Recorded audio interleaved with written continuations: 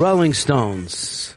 It's a Friday. This is the Bennington Show, filling in for Opie right here on Opie Radio. I'm Ron Bennington. There's Gail Bennington. Yo. Started off with the Rolling Stones as a tip of the hat to our longtime buddy G-Vac, who we lost yesterday. One of the real cool ones. Our guy. 844 Rock God. 844 Rock God. You know, the weird thing about doing radio is how you make friends over the years. And I don't think there's another art form that, and I do call it an art form, as ridiculous as that is, but I don't think there's another art form that you connect with people the way you do in radio. And I go back a lot of years with G-Vac, all the way back to when I first got to New York City. And seriously, a solid guy. When we talk about a major dude, literally, G-Vac is and always has been a major dude. He is a guy that reminds me of a certain period of our lives where we all needed to hang out together right after 9/11. And I'll never forget him. My favorite thing, though, I have to say, is his last tweet was making fun of Chris Stanley. And you can't beat that. You cannot beat the fact that Chris has to carry that around forever. Got a call last night from Dr. Steve. And truly that to have lost this bull of a dude was just too shocking. Just too absolutely shocking to let in. And then I heard from a million people I haven't heard from in years and years and years. And like I said, that's one of those things about radio, that there is a time and space for all different kinds of things. He's the sweetest dude. Yeah. One of the sweetest dudes there was. And I just feel like everybody who met him, everyone whose life he touched, everyone had just the best stuff to say about him. Like, he was so beloved by that group that, you know, as you were saying, during that time, everybody seemed so close, and you kind of never lost any of those friends, you know? It's like you kind of keep them in your heart, whether you talk to them or you don't. And he was just such a warm person and so sweet and so welcoming to me, and we're going to miss him. He's such a good dude. You know, there's certain things I believe that civilized people will talk about when you run into them, and that is the Rolling Stones and baseball. I think if you've got something like that in your life, you're able to go anywhere and talk about anything. You know, what was the book High Fidelity, where he says it's not so much what you are like, it's who you like. I think that's true for at least an entire generation, if not two or three, that you are completely defined about not only what you're into, but what's the exact era of that thing that you're into. When you say Scorsese, what era are you talking about? Right. Is it some 90s shit, or are you locked into the 70s?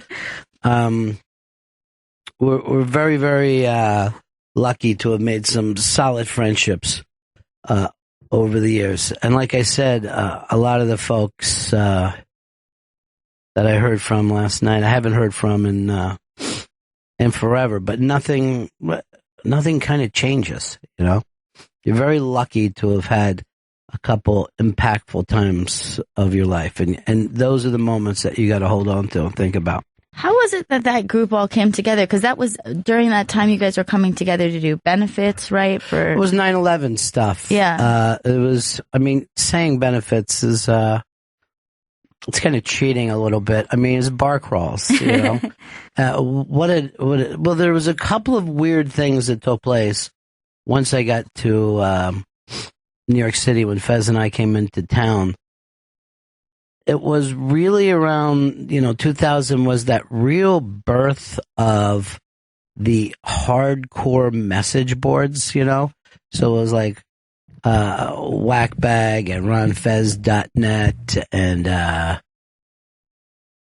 I guess there was Fuck the Bag, and then there was FBA. It was just very strange for somebody who had done radio for a long time to see that the audience was interacting together without you.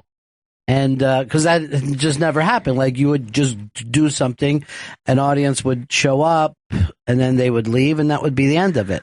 But with the thing of the message boards, they were all, interacting together. No matter what it was about, was the first was the common interest, whether it was a radio show, a band, wrestling, or whatever. And then it would become about them, not so much about you. And I remember, I think it was at Hooters, very early on. I don't even think it was a Ron and Fez thing. It might have been an O&A thing, where just like a meetup. And I remember I introduced GVAC to F Me Boobs. And they were both just staring at each other, laughing, because they had this kind of thing where they were both these stars in this world, but they had never actually met each other. Yeah. Like right away when you did that, it became this thing of what poster was important and all this drama, would break out at different times. But, so a lot of times, like, it used to be, of course, like, hey, we're the show, we're having a party, come out and see us. But then those groups would organize their own party, and then they would invite you. And you were just like, I don't know, I'll try to make it. And planned on doing anything that night, It was the oddest change in, a way of interaction. Yeah, it's especially weird because radio feels or was a solitary art form in the way that, like, when you're creating it, but it's also that way in when you experience it. Normally, right. You listen to radio alone, you get into a show, it's your own weird thing. It might not be for your immediate friends or your family. It might not be something to share. So it's crazy how that people were able to connect that way. Because they connected really, really strongly, too. You know what I mean? Like, there were, hookups, marriages, babies, stuff that had never happened if, like, say, years before you would listen to a radio show. Right. It's very, very strange, too, because if you feel like if you have a radio show in common, you probably have a lot in common. You know what I mean? Musically and comedically. You're going to have the same sense of humor, the same interests. Right.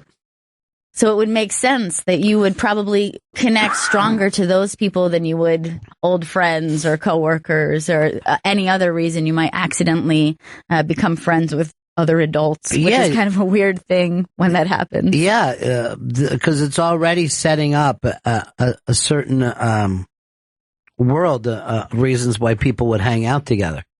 And those were incredibly wild times. And then when 9/11 happened, everybody who was hanging out together at that time became immediately close, immediately holding on to each other. It became that madness of everybody looking at each other going, what's going to happen next? And then we had read a story about downtown being very, very tough because they had stopped people being able to come in Tribeca and all. And those bars and restaurants and stuff were in immediate financial trouble.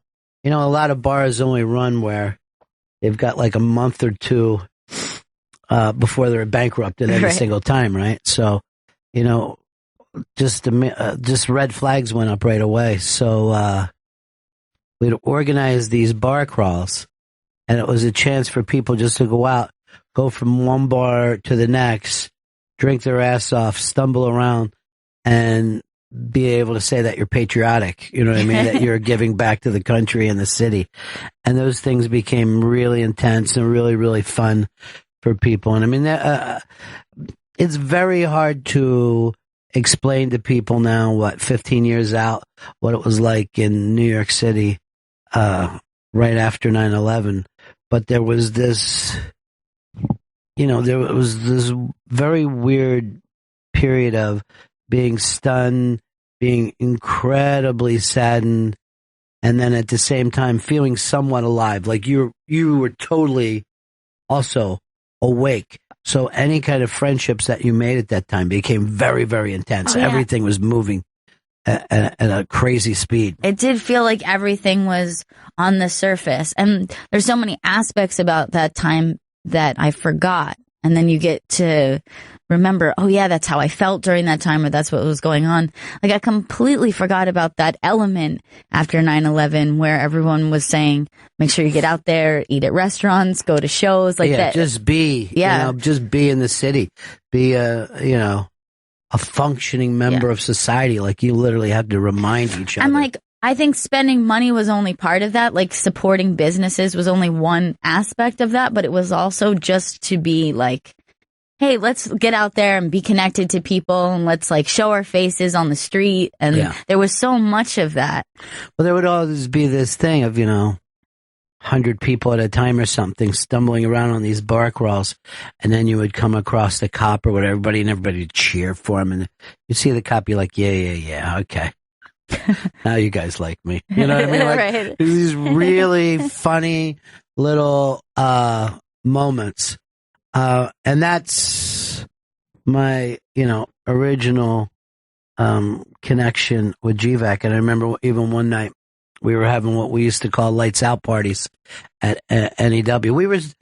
That place was so crazy that the listeners would just come in. And imagine now, like if you're doing the show and just a bunch of listeners came in and sat down. We didn't have any security in that building. Nobody really had a lot of security until after 9/11, and then, security became big business. But so we just always, Friday nights was just like an open door policy. And we used to call them lights out parties. We just turn off the entire lights in the whole building and people would just come in and party. And really, it's about as close to being as a French rave that you'd ever want to be. It was just really bizarre. But I remember one night everybody was really partying it up and having a good time. And I found GVAC in the other room, just feeling that post 9/11 guilt and crushed feeling of why are we having fun when this horrible thing had happened. And you had to, grab them and cheer them up and bring them back in. But that kind of sensitivity on this incredibly tough guy was just remarkable. And everybody knows what I'm talking about. You got, a guy who's a man's man, but then he hugs you way too deep and way too long. You know what I mean? His laughter was just way too deep and way too hard. He was an amazing guy. Everybody felt that way about him. And incredibly, we're going to have an empty spot. All right, 844 Rock God, 844 Rock God. This is the Bennington Show on a Friday morning, filling in for Opie. Chris, how does it feel to know that his last tweet was mocking out your ridiculous stupidity? It's bizarre.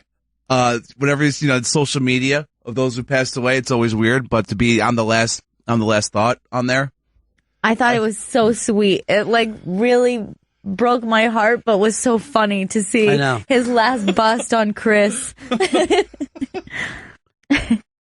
I think you should take it as an honor. Well, to be totally honest, if you go back through the thread, there was plenty. The odds of it being about how dumb you were, it was a pretty good chance that was going to come in. Because it seemed like it was every second or third tweet. He liked to bring it up a lot. I remember we were really rocked out when he decided to leave Jersey and move to Tennessee. And we were just like, dude, no, stupid. What are you doing? Yeah. And, of course, he was a guy who drove all the time as part of his work. and that keeps you, listening to radio as well. It kind of kept us all connected. And I could tell you all kinds of stories about just what a solid guy that he was, but he knows that. And I do like anybody who gets, the Stones. He had a great rock and roll ear. He was a great guitar player. Just a fucking really strong, good guitar player. But just as importantly, he could talk about music with anyone. I mean, there's a lot of guys that they like a certain genre of music, but he was one of those guys. He loved Waylon. He loved the Stones and Allman Brothers. And he was an AC/DC guy as well. I love anybody who can talk about anything passionately, and he was definitely that kind of guy.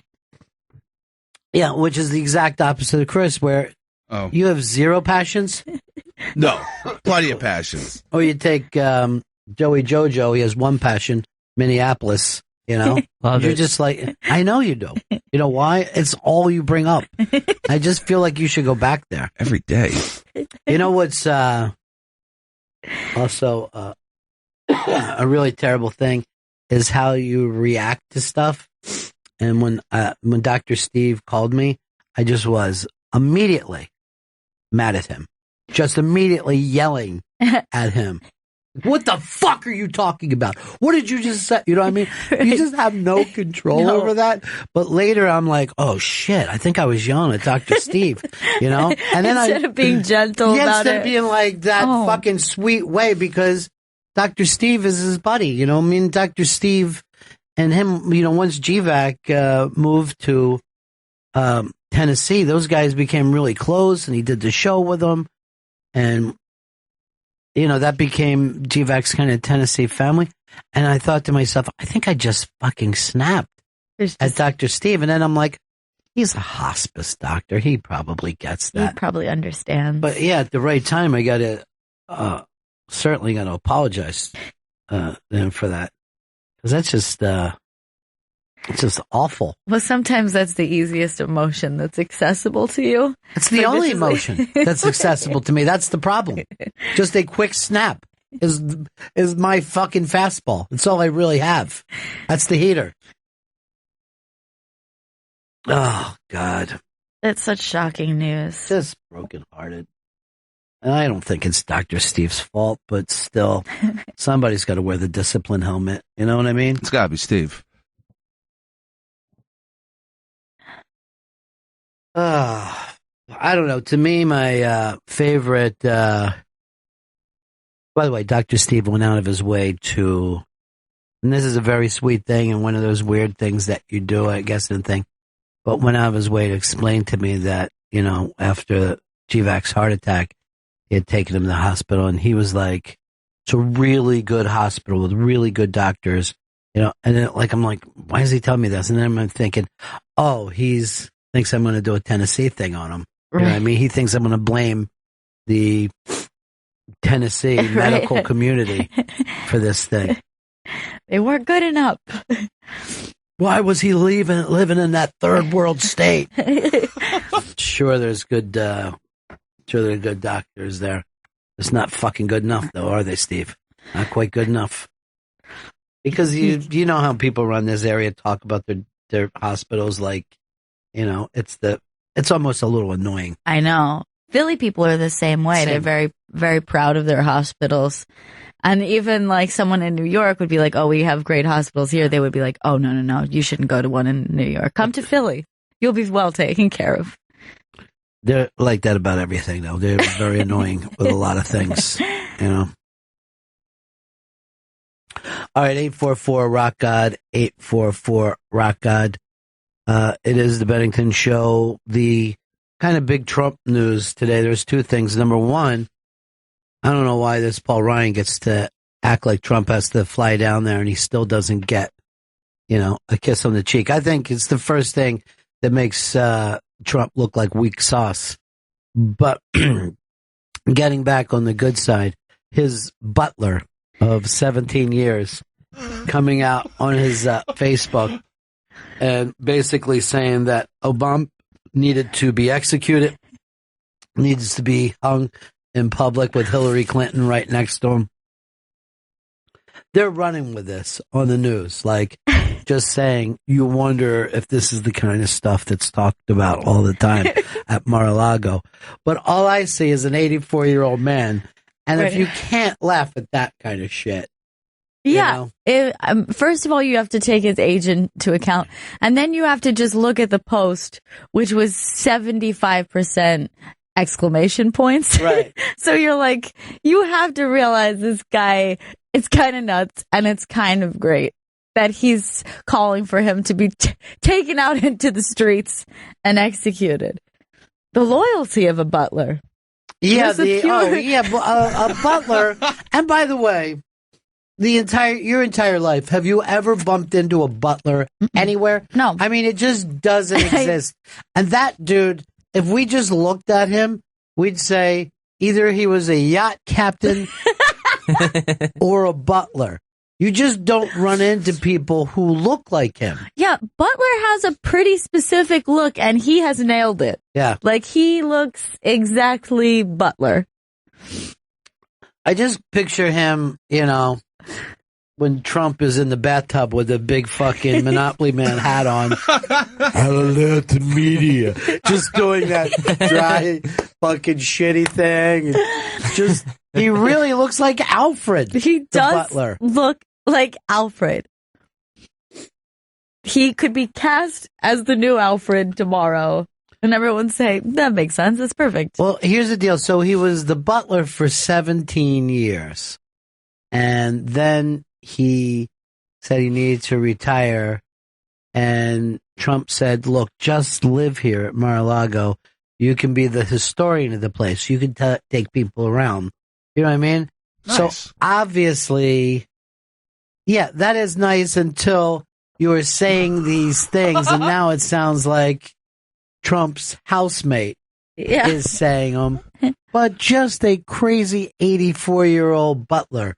I mean, if anything, this makes Trump seem like a good dude to me, that he let the guy live around there. I think it's so great that he has a butler. I understand that he has a lot of money, but personal assistant makes sense. Right. Housekeeper makes sense. But you have a butler. Manservant. And also perhaps a first footman. That's true.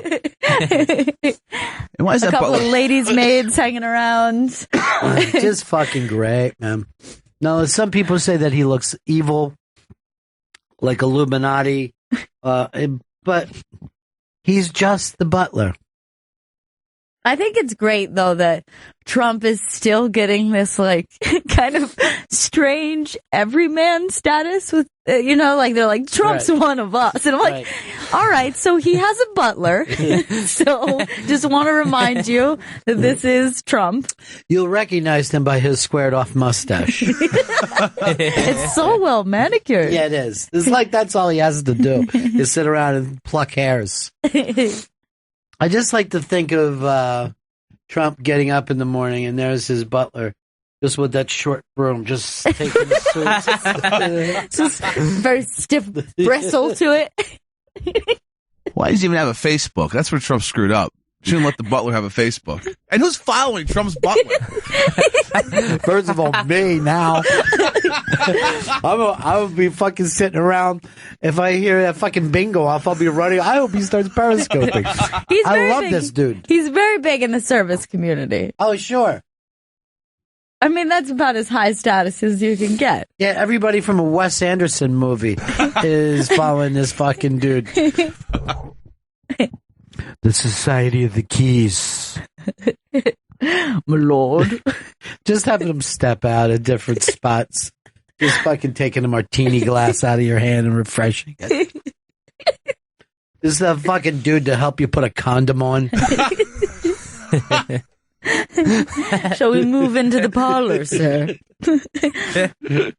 After dinner drinks are served. Yeah, they had...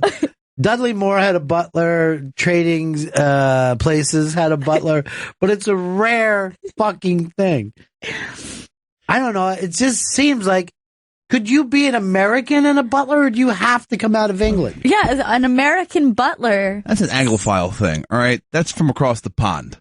We have personal assistants. All right, I would agree with you, but do you expect a Brit to have that many explanation points? I mean, these are reserved people. Right. This dude looked like he was in a fucking full-out tear, just screaming in his butler He's to be quarters. executed. Donald Trump needs to be our next president. I implore you. This dude is the best. Yeah. I think the difference between a personal assistant, like you're saying, Americans have personal assistants. I think the butler stays at the home. Yeah. Like, he doesn't follow you around. He doesn't have his own life. He's like in charge of all things Trump home. Yeah. Everything related to that. He's taking care of that. This is business. what you expect. Like, yeah, he's fucking getting you cocktails and stuff, but he's also out there gardening. You walk out to the car and he puts on the hat to fucking drive you in a Rolls Royce. You know, someone breaks into the home, he's in there fucking battling it out, fucking fisticuffs with the dude. I mean, the butler it's almost like you're living in his joint. You know what I mean? Oh, yeah. That's how he knows it too much. They come up with their own rules of the house. Like, sir, it's not time for that. I would like a butler just for the fact that he could point out to you that you weren't taking your check. You know, you were taking your check for granted. Perhaps you'd like to run after her, sir. The train now leaves here. Permission to speak freely, sir. You're making a grave mistake. Granted. Miss Anderson was a ray of sunshine into this old dank cave of ours. The staff were quite fond of her. I know for a fact that if we leave now, we can catch her at the airport. I can't join you. Yeah. I'm to remain here in the home. Never at any point did anyone ever turn down a butler's stupid advice. Like, no one ever said, hey, shut up, you crazy old fucking man. When's the last time you left this house? You're here to get me fucking scones, not fucking tell me what I should be doing with my dick. Do you understand me? Now go back to your quarters. That's exactly 9 by 10. Yeah, there's nothing fucking nice about that dude's room. And you never see him just fucking watching TV. He's always reading an old dusty book. And the mean thing about it is they got nothing but space in those homes. Yeah. They have like 17 guest rooms that are usually vacant, but then for the company. butler has to sleep in a closet. Yeah, well, you know. Take one of the guest rooms. No, I couldn't. I couldn't possibly. I couldn't. You know, first of all, his name should be Jeeves, Cadbury, Bates, something. Bates. It shouldn't be Anthony. Bitterman. Anthony! Tony the butler. Anthony! Get in here! That's too New World. And He's got to at least go by last name because Anthony doesn't work. No. You can't say Anthony. Yeah, but his last name is DeMarco or something. Hey, Oh, no. Hey, yo. Fuck, you go walking past the butler's quarters and you're just hearing the fucking soundtrack to the Jersey Boys just blasting down the hall. Walk like a man. Need a new butler. Yeah, It's annoying. this guy's fucked. And stop acting. Do you think Trump has to give him a call? Dude, do me a favor and stop fucking posting. Do you understand me? I'm trying to become president. You're talking crazy. This dude's gonna be like, remember Obama's priest or pastor? That Witch Obama doctor. eventually had to be like, he's not really my pastor. Yeah, I'm sorry. Today's sermon is kill the white man. And he's just like, I might have made you think I was closer with this guy than I am. I did not check into this. You know, really don't give a shit. I really don't care. He's just the dude I listened to on Easter Sunday. I swear. Don't have much of a relationship with him. Yeah, everybody always has somebody that, you know, fucking screws the pooch for him. Fucking Jimmy Carter had this redneck brother just walking around with a fucking beer belly, shotgun and fucking bruise, just fucking yelling out all kinds of crazy shit. Is that Billy Beer? When he made his own beer? Yeah, he had his own beer called Billy Beer when nobody was doing their own lines of beer. He's a craft brewer. And I mean, like, he would literally show up at the White House with a fucking sixer. You know what I mean? Just and not Something even for me. And like when people would be asking the president about it, he's like, "Look, dude, it's my brother. You know, I don't know what to tell you. I mean, I've been doing this shit since I was younger. You know, he's my little brother. I can't fucking chuck him out." I don't think you should be judged for that, though. They always try to do that with politicians, where they're like, they have a crazy brother. They always do. They have a dad who's all messed up. How can you judge someone on that? Clinton had a crazy half brother that was always singing karaoke somewhere. Yeah. And they would fucking, you know, somebody would put him in a show in the hopes that, you know, Bill would show up, you know, at the gig. It was just, I mean, you cringed the whole time that you watched him. Obama has half brothers and doesn't even fucking acknowledge them. Yeah. They're all over too. Yeah, you would. I totally forget that he even has siblings at He all. forgets too. Basically, he only pays attention to his wife's family. The Queen said, "Didn't Clinton have a wacky ghetto brother, Roger? I think his name was." This fucking dude, he had a band, and there was something. They had an embarrassing name that tied into politics somehow. Did it really? Yeah, it was some dumb name. But I remember that they would be a band at TV tapings Really? in LA. Yeah, remember that there was some people from Arkansas that had big shows at the time. I can't think of their name. So they were just like playing in between while they were changing sets and stuff? Yeah. Seems like a cool gig. The Clinton administration gave Roger Clinton the nickname Headache while he was running. Headache! What the fuck did you do now? Can you imagine that in the family, Bill Clinton isn't the fuck up? There's somebody even worse. Yeah. And he would warm up for designing women. That's the show. I love it. That's the show. Yeah, the people that ran that show, Designing Women, they had a couple of shows, and they were from Arkansas, so they were old school Clinton people. And like you'll do, you keep an eye out on the dude's brother. Like, you know, when Roger called up Bill, you know, Bill had to act like, oh, he was surprised to hear he got this gig. Like, oh, really? Oh. Well, that's great. Congratulations. Not fucking Roger never even caught on that Bill fucking made it go, listen, I don't know what to ask you, but, you know, if you could just give him something, ticket taker, I don't know what you do there. And the name of his band was simply Politics. You said something about politics that literally was politics. I've got the greatest name for this band. You know how my brother's in politics? We can call our band Politics. And then I could say, looks like we're both in politics. Right Very now, clever. down in right now down in Mar-a-Lago, fucking a Donald Trump with one tear running down his fucking cheek is just placing a pillow over his butler's fucking head. Goodbye, old friend. Just letting them go out with a little bit of dignity. It's like Anthony went in his sleep. There seem to be pillow bits in his mouth, feathers. How are we going to find a new butler? They don't exist anymore. Hey, coming up at 2 p.m. today and then all weekend long, it's the Dana Carvey Town Hall on Raw Dog Channel 99. And it's a very bizarre thing because it's one of those things where you let the audience ask questions, and I only let people from the show ask questions and then made them do an impression first. Right. And I never laughed so hard while feeling embarrassed at the same time. It's exactly, that was exactly the vibe of the room. Yeah. Uncomfortable laughter. I felt good. Maybe most at Anthony's. I'm not sure. Oh, no, his was just, I think I was even done laughing by then. I was just annoyed that he couldn't stop. His really rolled on for a long time. He's doing a lot of improv with it.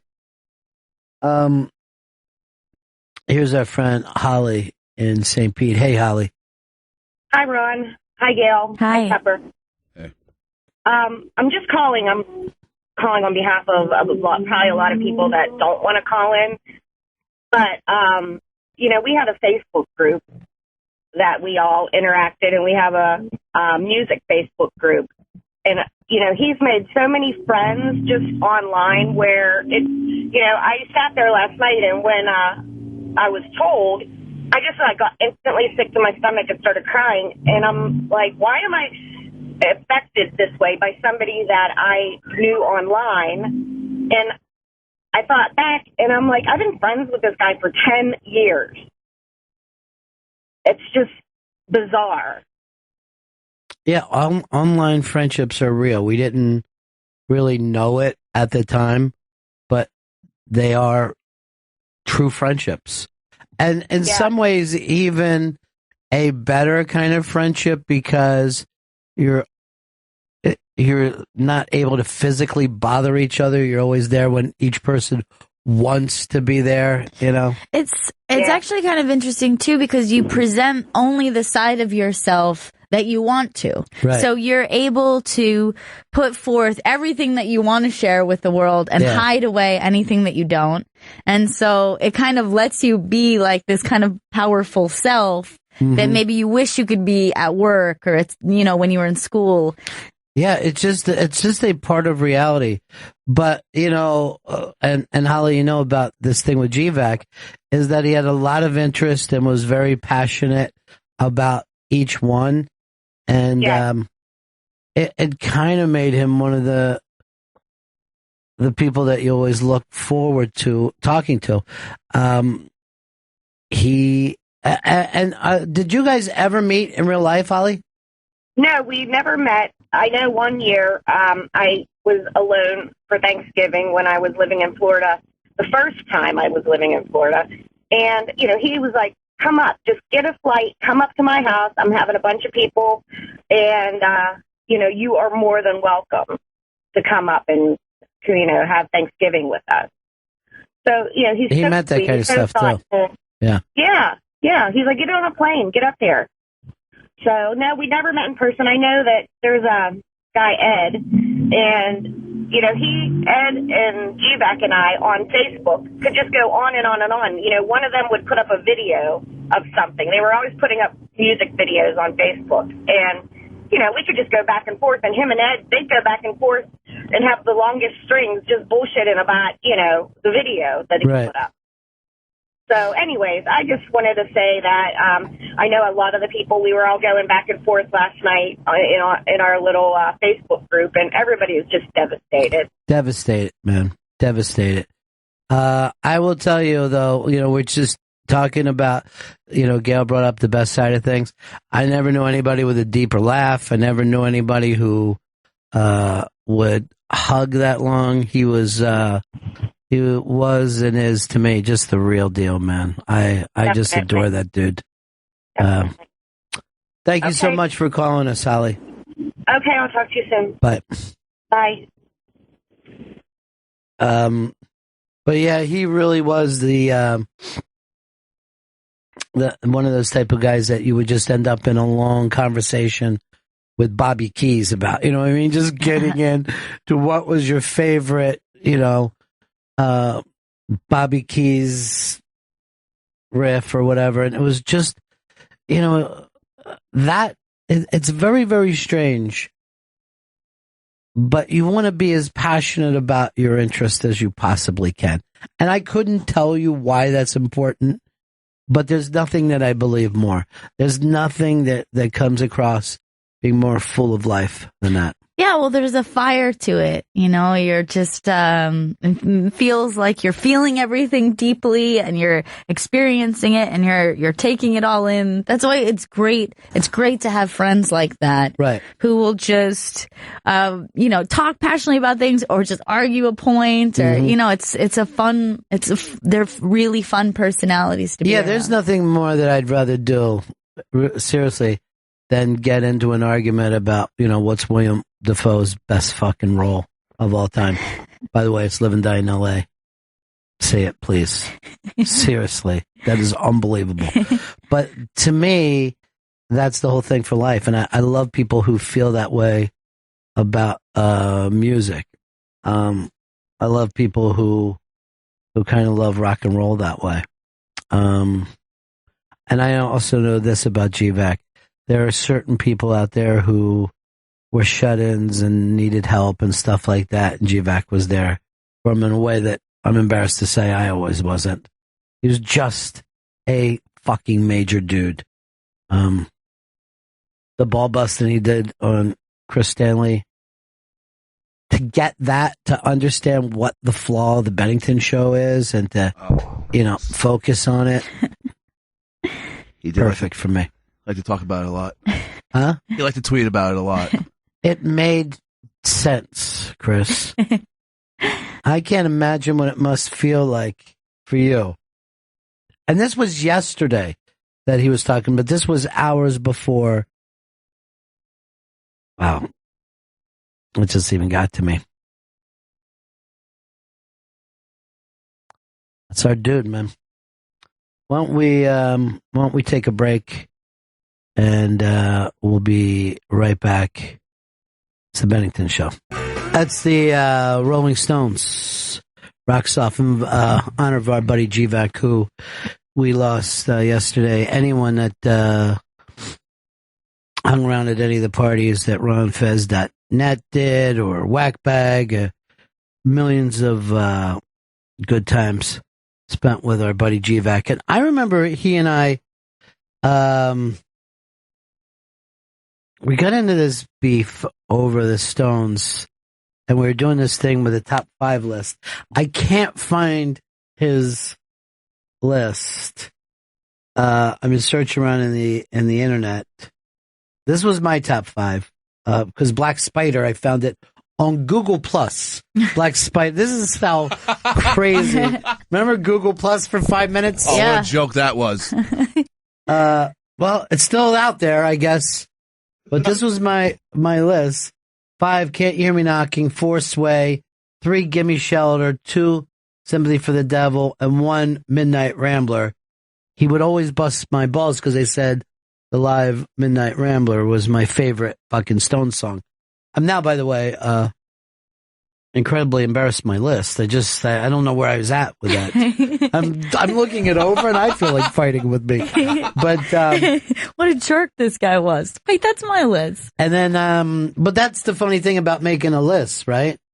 That you, it doesn't mean that it's definite or definitive and stays with you. But this is how stupid the internet is. So I find Dan LaRoe's list on there. Honky Tonk Woman, Painted Black, Devil, Shelter. And then he writes underneath of it, GVAC is Dan LaRoe's bitch. Because that's how you get over a list. You're that fucking stupid. This is the top 5 definitive. First of all, how am I going to do my list? I don't have Moonlight Mile on it. This is dead already. I feel like somebody should have stepped in and said, look, this is not the list that you mean to hand in.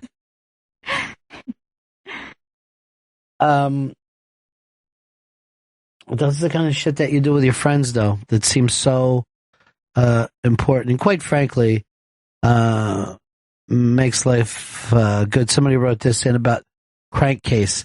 That was the name of kind of a Ron Fez.net band that was playing. Jersey Rich was in it.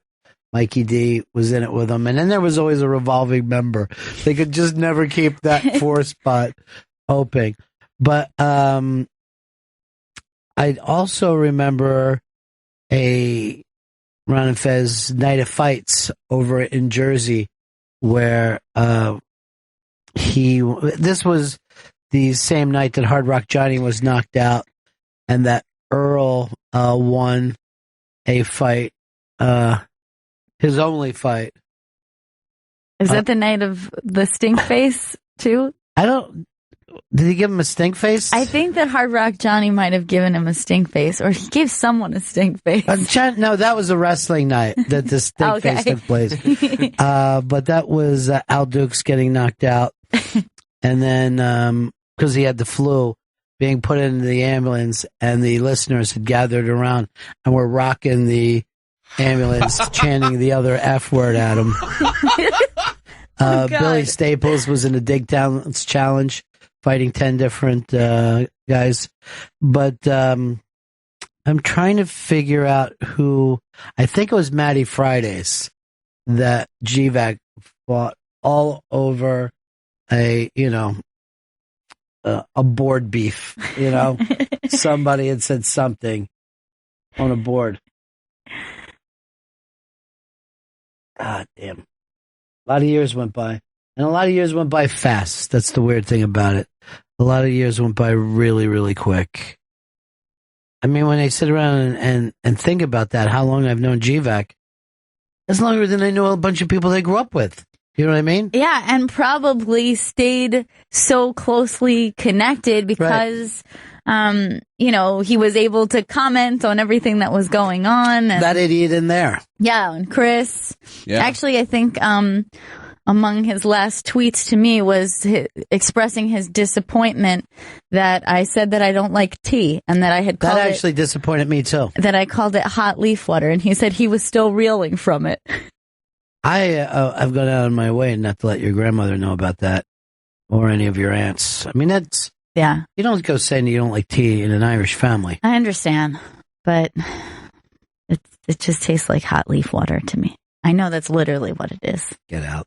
I can't, please. Get out and stay out. Please, it's just tea. Chris, do me a favor, Yeah. rip your shirt. Mine's too expensive. Okay. This is from a dollar store. Yeah. Yes. Rip at least 45 cents of it. But that kind of stuff is great to be able to be connected to people like that to argue about something so silly and make it so fun. And he's such a sweet dude.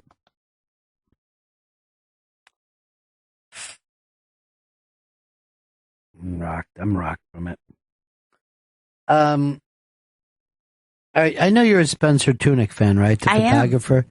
He is doing a shoot at the Republican convention. I believe 100 naked ladies is what he's looking for.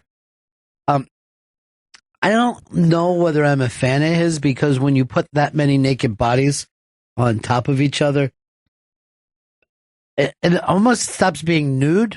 Yeah, it becomes something else, like a strange pattern, like a texture. It's Gross. It's kind of gross to me. yeah, it's a little strange. It's almost like Is that up on the iBang, that picture? Yeah. There's just a ton of naked people. When you lay together, you can't tell what's ass, tit, ball sack. You can't, yeah, it's just it all becomes all meat. But I've always loved his. I've always wanted to participate in one of his one of Why? his shoots. You wouldn't even be able to pick you out of there. I know, but it just seems like it would be a really cool experience. And if I was in the Cleveland area, I would sign up because you can go to his website right now and sign up to say that you would be interested in You could participating. be in Cleveland in no time. But that sounds like it could be a lot of arrest. You know? Yeah, They're I not know gonna want that shit close to. sometimes he does have trouble with that because obviously, but it's very quick. If you've ever seen him do his shoots, he has everyone kind of come in like loose fitting clothing that they can like chuck on and off really quickly. Tearaway pants? So he just says, all right, everyone go. They tear their clothes off really quick. They get into position. He snaps a couple of photos as quick as he can. And then everyone gets dressed really quick and gets out of there so they don't get in too much trouble. That's why he does a lot of really, really early morning pictures before all the shit hits. Yeah. Exactly. But I think his stuff is so cool. He also went through this thing not too long ago. It was like a couple years ago. I saw he was doing these photographs where they were all like with these kind of translucent sheets over them. So it was I didn't kind see of that. like they're really, really beautiful. It's just kind of like a little bit ghosty looking, kind of surreal. But it's beautiful. I like- never saw those before. Isn't that great? So that one is like a picture in the desert, and they kind of almost look like ghosts or spirits, but it also kind of looks like pods, like pod people or something. I think his work is really stunning. Yeah. Well, all right. I'm being told this is going to be on private property. Oh, it He's going to is. take that. Yeah. So they don't have to worry about arrest. I'd rather they did it on the floor of the convention. That's what they should do. Yeah, that's the stuff that I like. Here's Russ Russ in Georgia. Hey guys.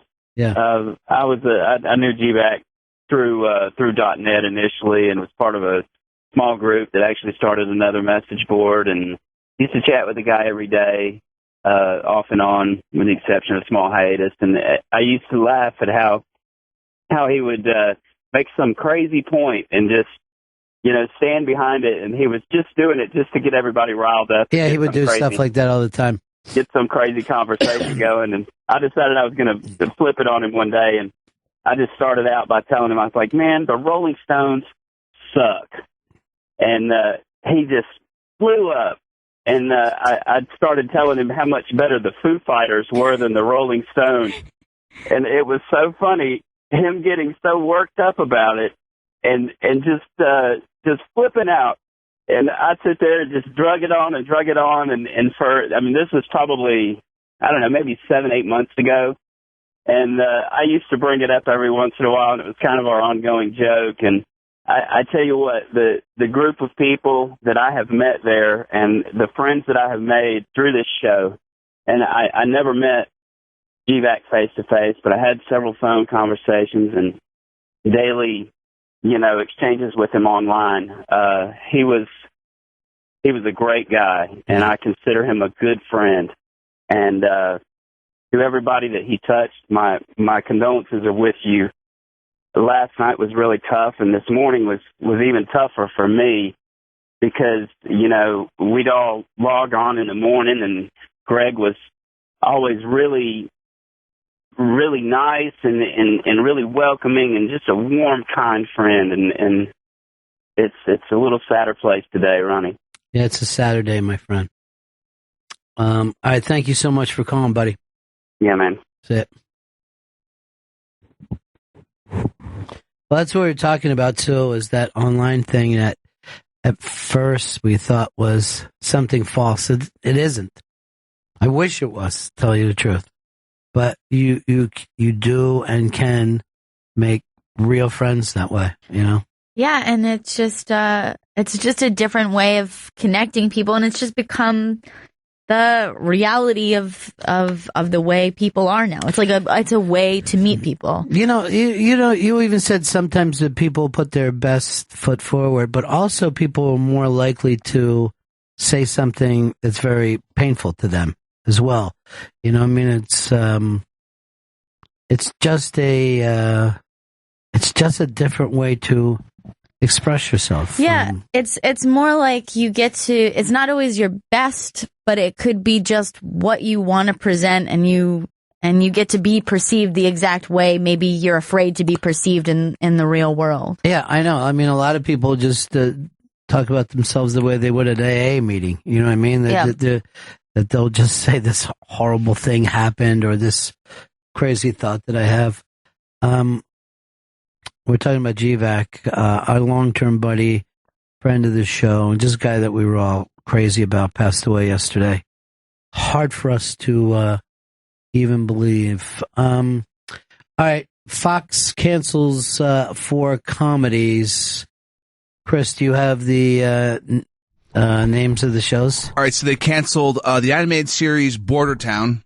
They canceled Cooper Barrett's Guide to Surviving Life. And the last 2 is Grandfathered and The Grinder.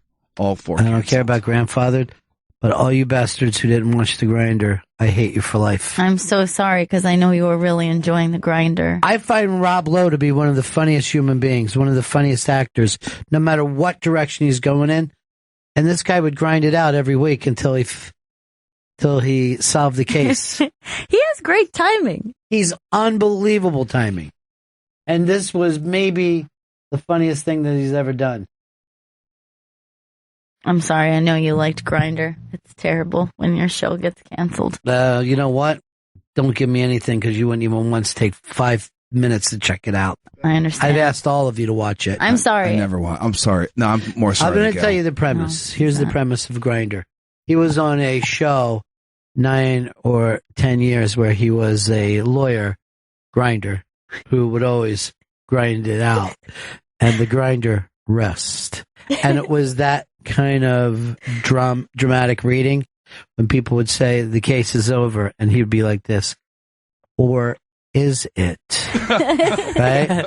And then he quit the show, went back to whatever small bumfuck town he grew up in, and his brother and dad had they were actual lawyers, and then he would hang out and basically act like the Grinder in real life, and it was as funny as could be. Here's Eric in Hoboken. Eric, what's up, artist? what you say about it? A long time. Yeah, man, great to hear your voice.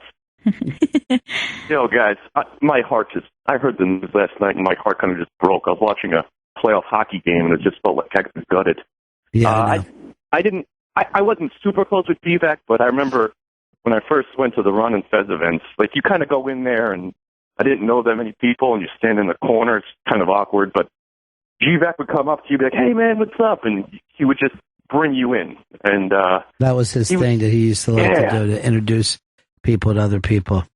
Yeah, and he was a spiritual dude, too. I remember just talking with him about Buddhism and what he thought about it, and just, he had great taste in music. He liked that, like, bluesy guitar, it's just like that, the Stones, the AC/DC, just like that, that boogie, like ZZ Top, and just, he was just a cool fucking guy. Like, G-Vac was just cool. And I know, I put a stupid Facebook post, but like, that spirit, I know it's going somewhere else. He's fine. I remember reading other people post on Facebook, and just, G-Vac is fine wherever he is. He was just a cool cat, Yeah, he's certainly, well, I'll just stay with the term major dude. All right, Chris, where did you find this list?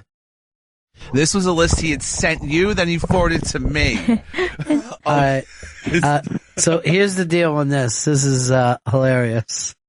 This is, and by the way, we're never joking about this. G-Vac's top 5 guitar solos. And then he writes this. This is the hardest assignment I've ever done. Been agonizing about it for weeks. I finally decided not to go too deep. Just gave my 5 personal favorites. Hope I can be on the phone to explain / defend them when you play them. So great. So 5, he puts Sympathy, Keith's solo. So Lonely by the Police, the Andy Summers solo. Blue Sky, the Allman Brothers. Sultans of Swing, the Mark Knopfler solo. And then he puts the outro one, about the 5-minute mark. And then number 1, Ricky Don't Lose That Number, Steely Dan, Jeff Skunk Baxter solo. But I love that kind of shit. That, first of all, here's a top 5 that you have to come up with. We used to do top 5 on the show all the time. I was like the 5. We do like the 5. The 5. We're bringing that back because I like making lists. The list. But yeah, the list. The list. The list. Now, by the way, this stupid shit is what I would do with my friends growing up, what I would do with my family in the car or around the dinner table. It's honestly my favorite stuff in the world to do. And then to call somebody a maniac or a drunk because they've popped a name on this that you disagree with. Or how can you omit that? I get it. I love how he says, this is one of my toughest assignments. Yeah. It's so sweet. I've been agonizing. Just seeing him tossing and turning at night. I just like the idea of someone saying top 5 favorite souls, and you're like, you're sick. You're sick to put this on me. I'll accept the challenge, but I don't want it. God damn you. Only 5. Knowing that there's people out there in labs trying to solve diseases. This is the hardest thing that anyone's ever had to do, ever. Just giving in a tear-soaked list. I hope you're happy with yourself. This tore me apart. I haven't slept in days. Actually, this is a good list. I'm going to listen to all these songs later today. Hard Rock Johnny. Bennington. Hey, buddy. Oh, I'm away, and I have to actually bury my aunt out in the middle of Pennsylvania, so I've been kind of out of touch. And when I turned on this morning, I was like, this can't really be happening. That's crazy. Very, very shocked and sad. Just crazy. One of my favorite dudes, would argue sports more than anything. He would love to troll anything I wrote about a New York sports team. Yeah, he was always up your ass. Yep, which...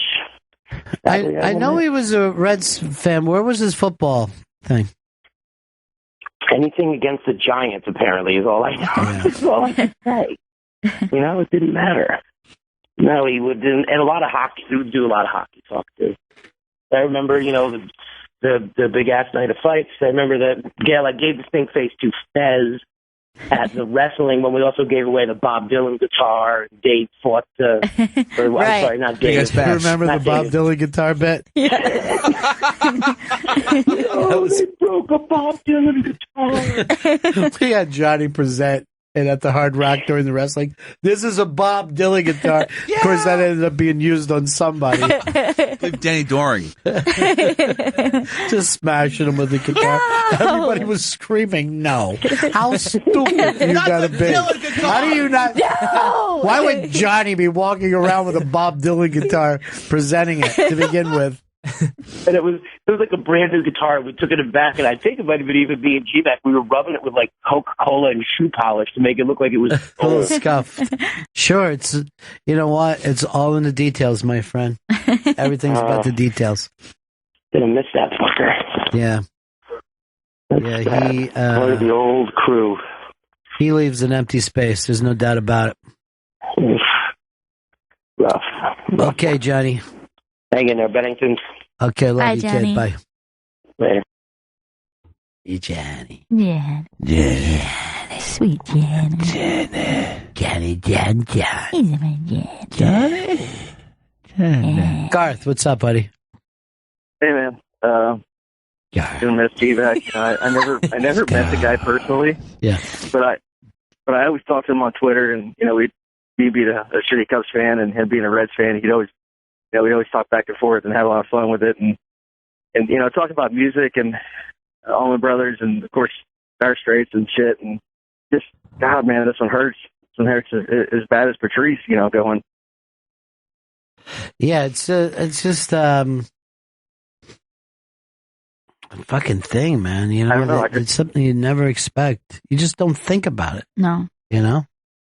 It sounds stupid to have a pen pal relationship, but really, you get a friendship with somebody just over common grounds, and man, it sucks. I don't know. I feel bad for you guys too in this family. If you told me when I was a kid I would get along with somebody who liked the Big Red Machine, which I considered the same way as the Soviet Union, And then did my fucking attitude towards Pete Rose change? The love I had for that man.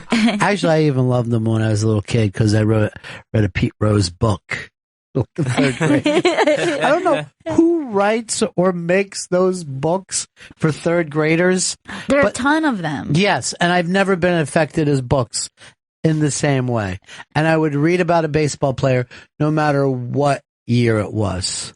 You know what I mean? Yeah. And I would do book reports on like Jimmy Fox from like the 30s or something. I remember being about that age and finding a book in the library that was like a Babe Ruth book for kids. And I was thinking, you know what? I think I might get really into reading baseball. I think that might be a really interesting quirk for a young lady. And I read it and I was like, man, I'm not following the game.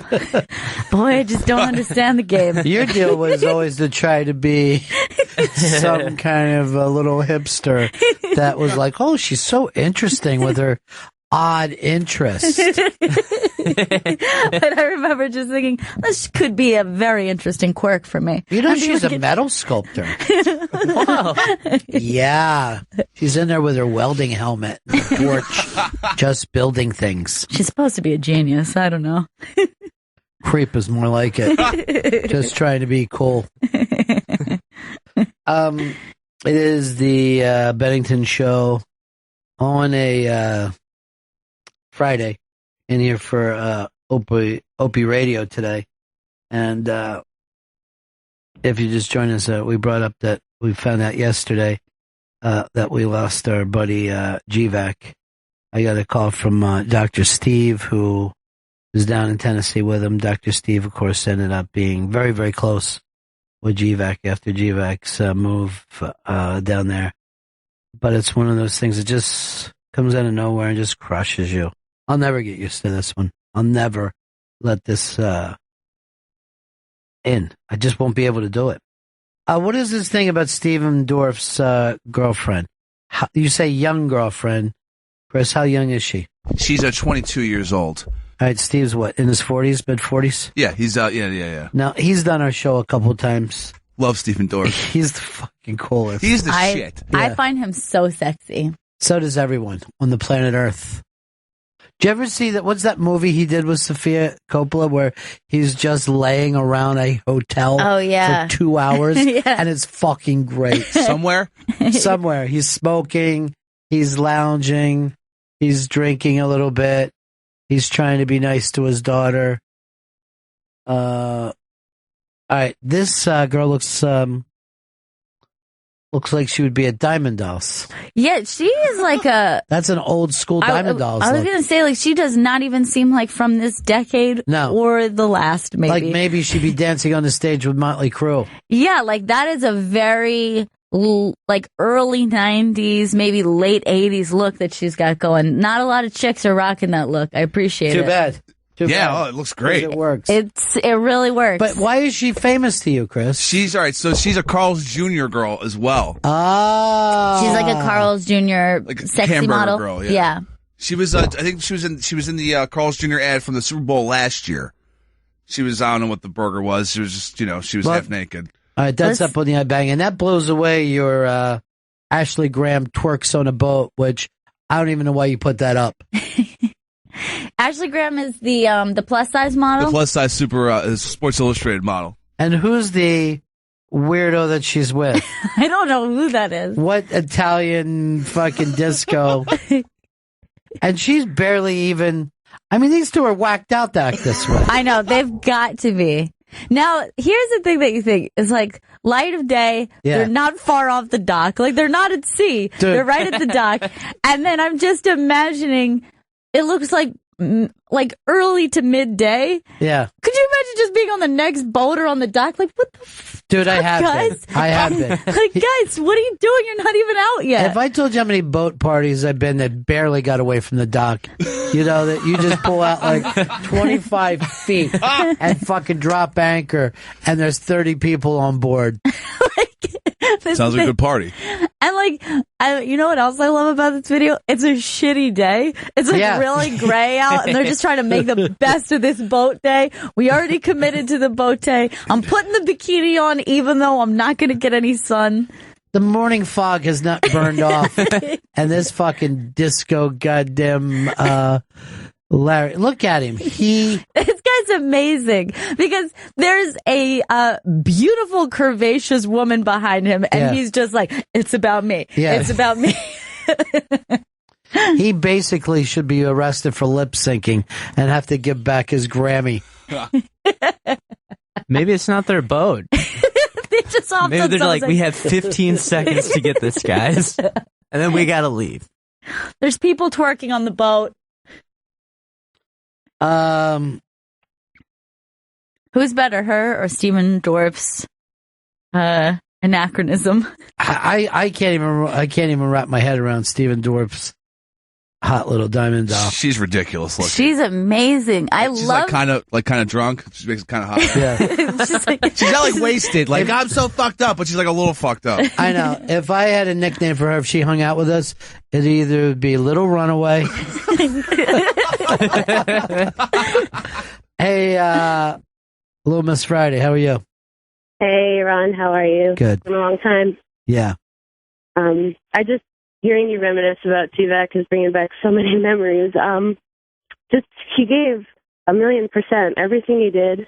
He, whether we were in the studio practicing and he's hopping around, sticking his tongue out, or whether we're in a cabin in Tennessee just playing his acoustic while everyone sings along, he had a lust for life that's enviable, and a kindness. He was always kind to everyone he met. He was a snarky prick, but he never had a bad word to say about anyone. He just loved everyone he met, and Well, some people just love being righteous. You know what I mean? And I feel like he was one of those guys that if he was going to be in a fight, it would be for the good fight, you know? Yeah. Always. And I always do appreciate the guy who can break out the acoustic and has about 180 songs that you guys can sing until people get exhausted from it. You have to have at least one of those friends. Yeah. Yeah, he was like a walking jukebox. And you're right about the message board friends. It's like every time, I remember when Pat died and we all came back and it was like no time had passed.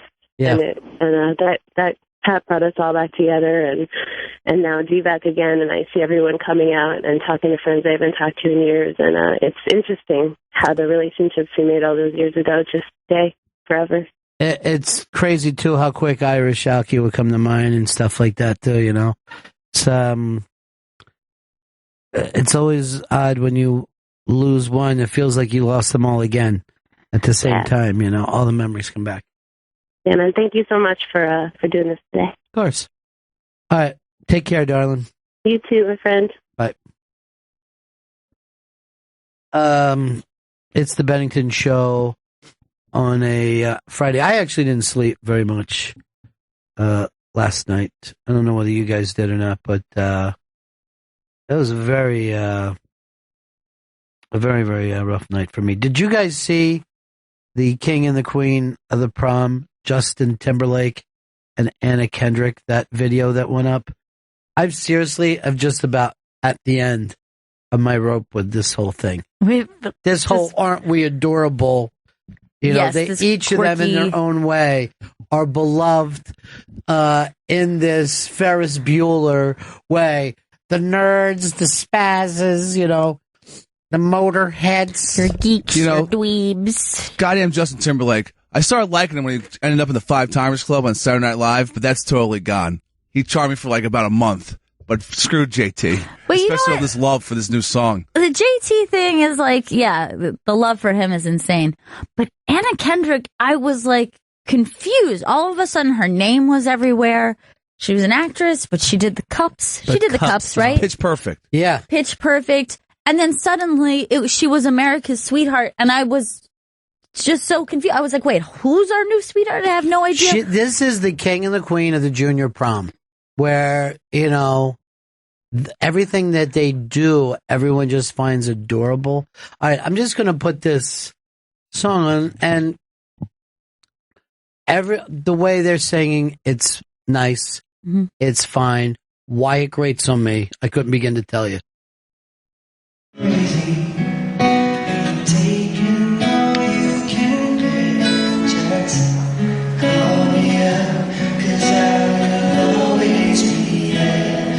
See your true colors shining through. I see your true colors. So saccharine and sappy. Yeah. I hate to do in the background playing guitar too. He's closing his eyes, just feeling this moment. That guy's a dick. Anna Kendrick's like, I want to wear a dress that personifies this song. Something with true colors. Yeah.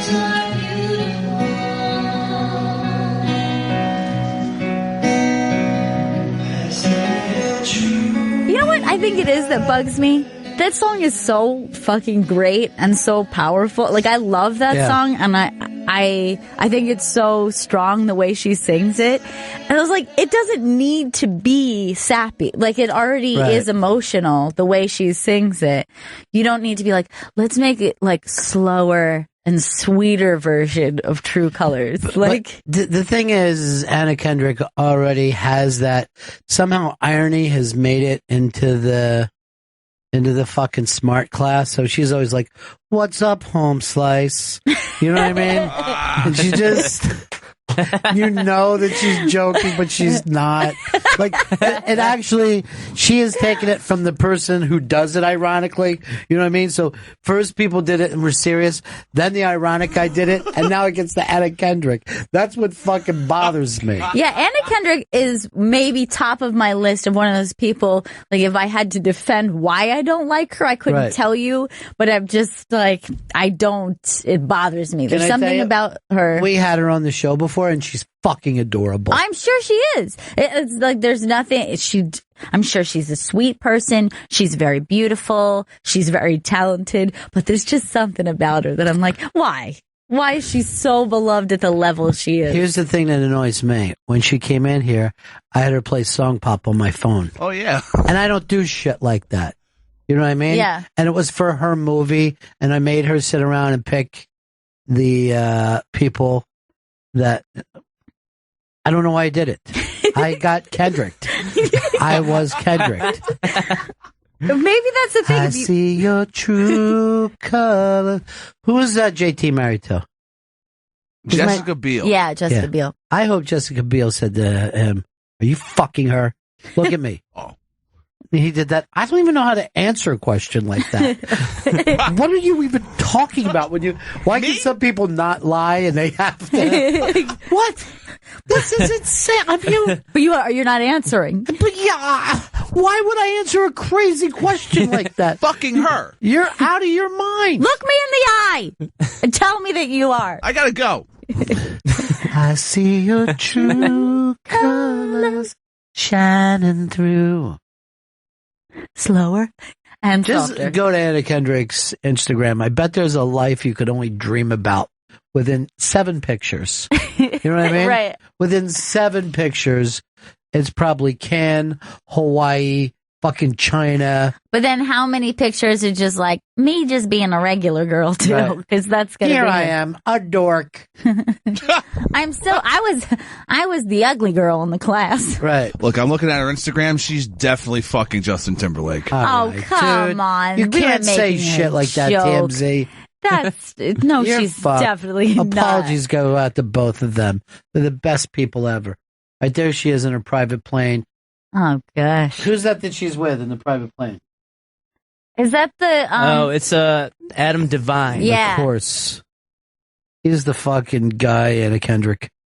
His life is great, too. But then she wears a shirt that says, basic just won't do. Oh, God. It won't. It won't. You can't be basic, Anna. Oh, boy. She's loved. She's so loved. And what is she saying? What's the name of the song? Jew Coloreds? What is this? A song about Sammy Davis Jr.? She should not be singing that. I see the Jew colors. Hi, everybody. I'm being ironic. Boy, she gets away with everything, doesn't she? Sure. Why shouldn't she? Jew Colors just turned me around on Anna Kendrick. She is stuck in a tree. Oh, she is so silly. I know. You know what I mean? She's just downright goofy. That's what I love about her. Hope she can get down. She has fun. You know what I mean? She has fun. Billy, North Carolina. Hey, guys. Happy Friday the 13th to you. Oh, I didn't even realize that. Thanks. Hey, that was a total sap job by them, too, on that. That is a great song, like she was saying. If you want to see the best version I think I've ever seen, pull up it's an a cappella group on YouTube called Perpetuum Jazzle and look at their version of that. I can honestly tell you, if I found out that an a cappella group was in one building and ISIS was in the other building, and I only had one Scud missile left over from the first Gulf War, I would be fucking banging my head just trying to figure out who takes it in the ass. No, I won't be playing any a cappella versions. No. There's a cappella groups.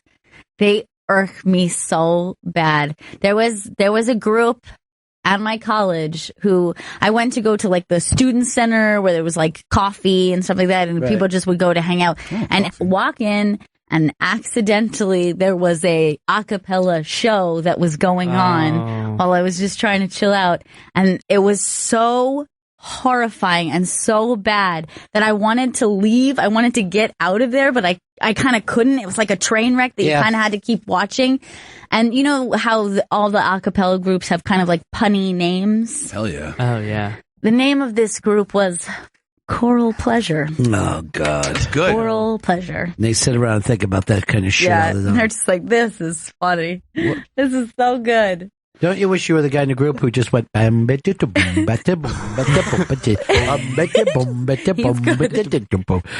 what the fuck are you doing? Why is this fucking fun for you, Dick?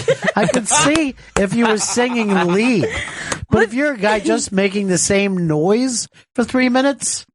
But the thing is that even like if they're talented, like they're good singers, it's annoying. But this happened to be a really bad a cappella group. So it's like not only, they would have been annoying even if they were very talented and had great voices, but they didn't. So it was on top of that extra bad.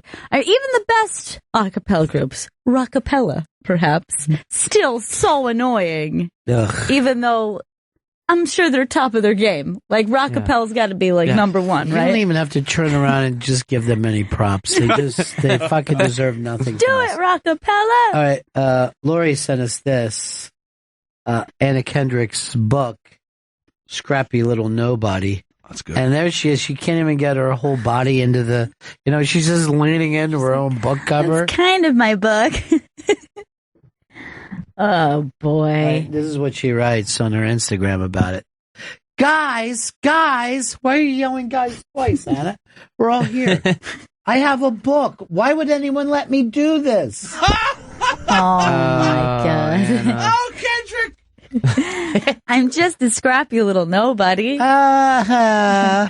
Except for I'm also the biggest scar in the world. Have you ever met a nerd quite so fuckable? What? Here she is promoting Lip Sync Battle with Jim from The Office. Is that his real name? Jim from The Office? So, yeah. Last name from The Office. Middle name's The, actually. Those First are actually name from The. Those are two. Like, the two of them together, that's like the definition of Throw like... myself out a window. Like, we're so adorkable. We still play Risk on rainy days. There's nothing wrong with Risk. Can you believe it, guys? I got my own bobblehead. Who made that? It's so stupid. What is the fucking guy who does, Shit Jobs, I think is the name of it. Mike Rowe. What's his name? Mike Rowe. So I see Mike Rowe the other day on TMZ, and he's being interviewed. And he's talking about his new podcast, So I've Heard, or something like that. And he's going, it's only been up a couple months, and they tell me this is good. I don't know. 5 million downloads. And I'm like, first of all, you don't have to know anything about anything. 5 million is always good. Yeah, that's going to be a big number. Yeah. Like, so what? Everything you would not be like 5 million. I don't know. Am I doing all right with this? This next episode I step into some cow shit and I start shoveling pig shit into buffalo vomit. Sounds dirty. It's a dirty job. And there I am like an idiot. I'm out there in the middle of it. What? If there's ever a guy who got over and fooled the fucking world, it's him. He's the greatest fucking carny who's ever lived. He's Kaiser Sose. People buy into it because he into it 100%. Because he's one who gets like every man, like he's blue collar dude. Every man he's never been blue collar in his life.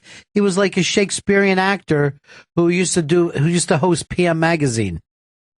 Yeah. Now he doesn't go anywhere without a dirty hat on. This sweat stain thing. Forget about it. That's just me. Is that pre-aged, that hat?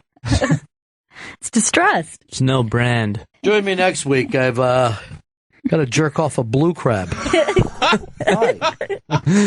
a dirty job, but someone has to do it. A dirty job. You're doing that for yourself. I'm speaking in front of Congress about people who drive bulldozers and paint bridges.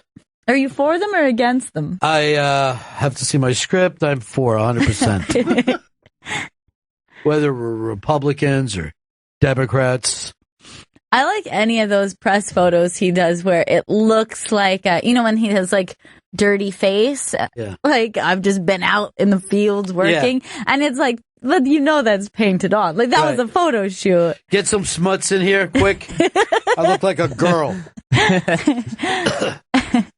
Put this hard hat on. Literally every photo he has a hat or a hard hat, soft or hard. There was a Jewish dude who I think he was on History Channel for a while, and he was going around the world looking at for ancient fucking wrecked ships and ancient civilizations, and he fucking dressed in a leather coat and a fedora, as if all of us hadn't seen Indiana Jones. And I'm like, dude, you're too fucking apparent. I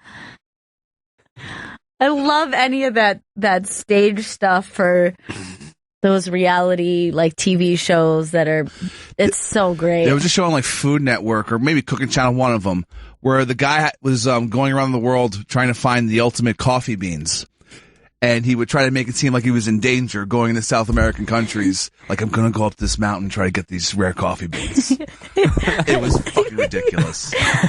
Bean hunter or something. I remember that dude who was, I think it was Bear Grylls was the one who they busted on pretending like he was in the wilderness. And then somebody went to the exact spot and he's like, here's this fucking thing he jumped over. Right. There's a place to cross here. Here's a highway.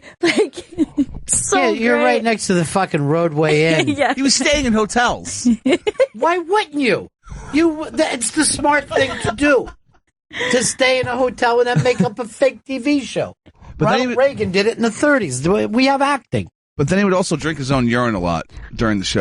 Well, you gotta do that. A lot of dudes are into that. I mean, have you stayed at a Best Western? I guess I'll just drink my urine then. Anytime I stay in a Best Western and if they have a restaurant, I always order a Western omelet just to try to make it a theme.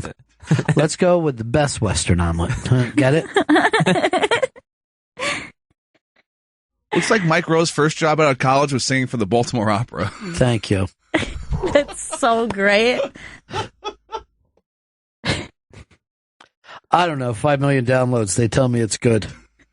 Sorry for me to believe, though. It's good. Podcast. 5 million's good. Huh? 5 million people just hanging on my every word. And that was something he obsessed about. Like he's acting like, what was it again? Oh, 5 million. I'll retweet it. Let me get the fucking blue collar half-wits to check out. Fucking sheeple. Eric in Kentucky. Hey, y'all. Good morning. I love how typically you guys refrain from hating on people, more just hating on ideas, but this is a nice little release. I love hearing you guys. You know what? It's because our hearts are broken by GVAC. And it's just bringing out the worst in us. You're right. I apologize to both Mike Rowe and Anna Kendrick. We never normally attack people this way.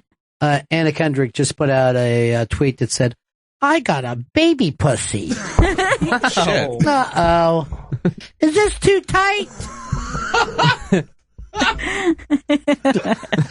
5 million downloads. I don't know. They tell me it's good. I hope so. I don't know. I'm just a guy. Just a regular knock-around guy. That's me, Just a regular blue-collar Joe. All right? Just a lunch bucket Larry. I like this guy. I can relate to him. Yeah.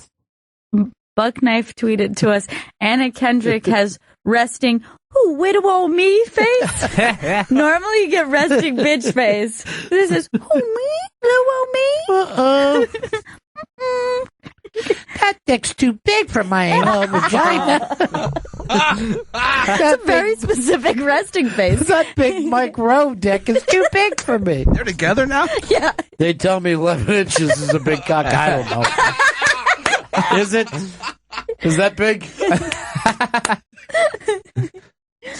He actually has a fucking hard hat on his nutsack. He literally posted a meme of himself that says, "I stayed up all night to see where the sun went. Then it dawned on me." And it's a picture of him in the desert. Oh, boy. Now That's the Chuck Norris thing that he's taking. Yeah, but about himself. The apologies taken back. I don't know. They tell me this has been retweeted 3 million times. Is that big? Is that a lot? 3 million? Oh, my God. There he is, just up on a telephone pole. It's a dirty job. Oh, God, what the fuck is that about? What's going So on? he actually just puts out memes of himself. Yeah. That's bullshit, Micro. He puts the me and meme. He does. Blake in Milwaukee. Well, just to underline what a carny grifter jambox auction dude this is, he got his start on QVC hawking like Jimmy Buffett Margaritaville shit or something. I don't know, just garbage before he moved to dirty jobs. It's just, yeah, I mean, that's, you got to give the guy full benefit. You know what I mean? It's just a role for him. You know, he's just. Yeah, I mean, to be honest with you, QVC is a dirty job, but it makes you feel dirty on the inside. Sure. You know that elderly women are buying these fucking products. They can't afford it. And it's just junk, and it just falls apart. Hello, Mike. So glad you're on the show today. Just all fucking happy. It's a collector's item?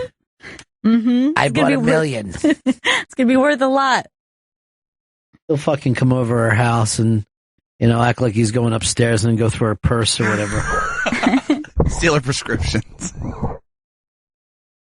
What is this thing about a newscaster drinking during the broadcast, Chris? All right, so a local newscaster for the Capitals, they lost to the Penguins, so they're out of the Stanley Cup, and this guy just started drinking on the air. But I don't know if it's real or not, because this guy should have been fired if he started pounding cocktails on the air, and it went for his entire broadcast on like a local NBC sports affiliate. In D.C.? Yeah, right, yeah, in the D.C. area. And why was he pounding Because the cocktails? Capitals have gotten knocked out the last like few years in a row, like in the first round. So he's just like a Capitals fan, and he's pissed. So it's like, screw it, I'm gonna start drinking. I smell. I want to get this straight. You said that someone pounding cocktails on the air should be fired. Do you realize no the hypocrisy of you saying this? How many times have you done that at work? I can't remember. What he meant to say was someone who wears a suit. Like this guy. I see your true colors shining through. This little fucking beautiful people.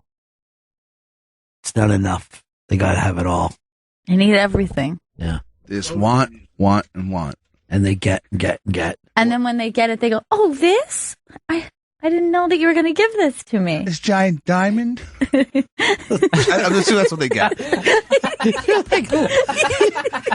like a child. His treasure? Your idea of a child of riches is the same thing as a fucking yeah. It's buckwheat, and he's wearing diamonds. Diamonds just being still the measure of wealth. Diamonds and gold and diamonds. Look how shiny this diamond is.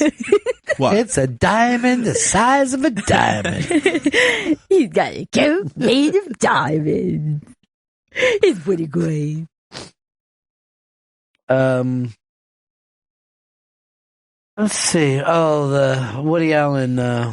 Man, is he under just fire all the time now, right? His own fucking kid writes that shit about him. Yeah. Maybe his kid. Maybe not. Yeah, Ronan.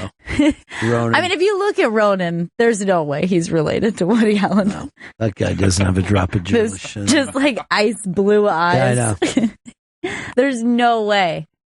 But then what was it exactly that Ronan said? I mean, I know he's always bringing it up, but he was mentioning again that it was before she was of age. Is that what he was saying? She was underage. I get it. Yeah, I mean, that you know dude's what? not related to Woody Allen. No way. No. He's Leo's kid.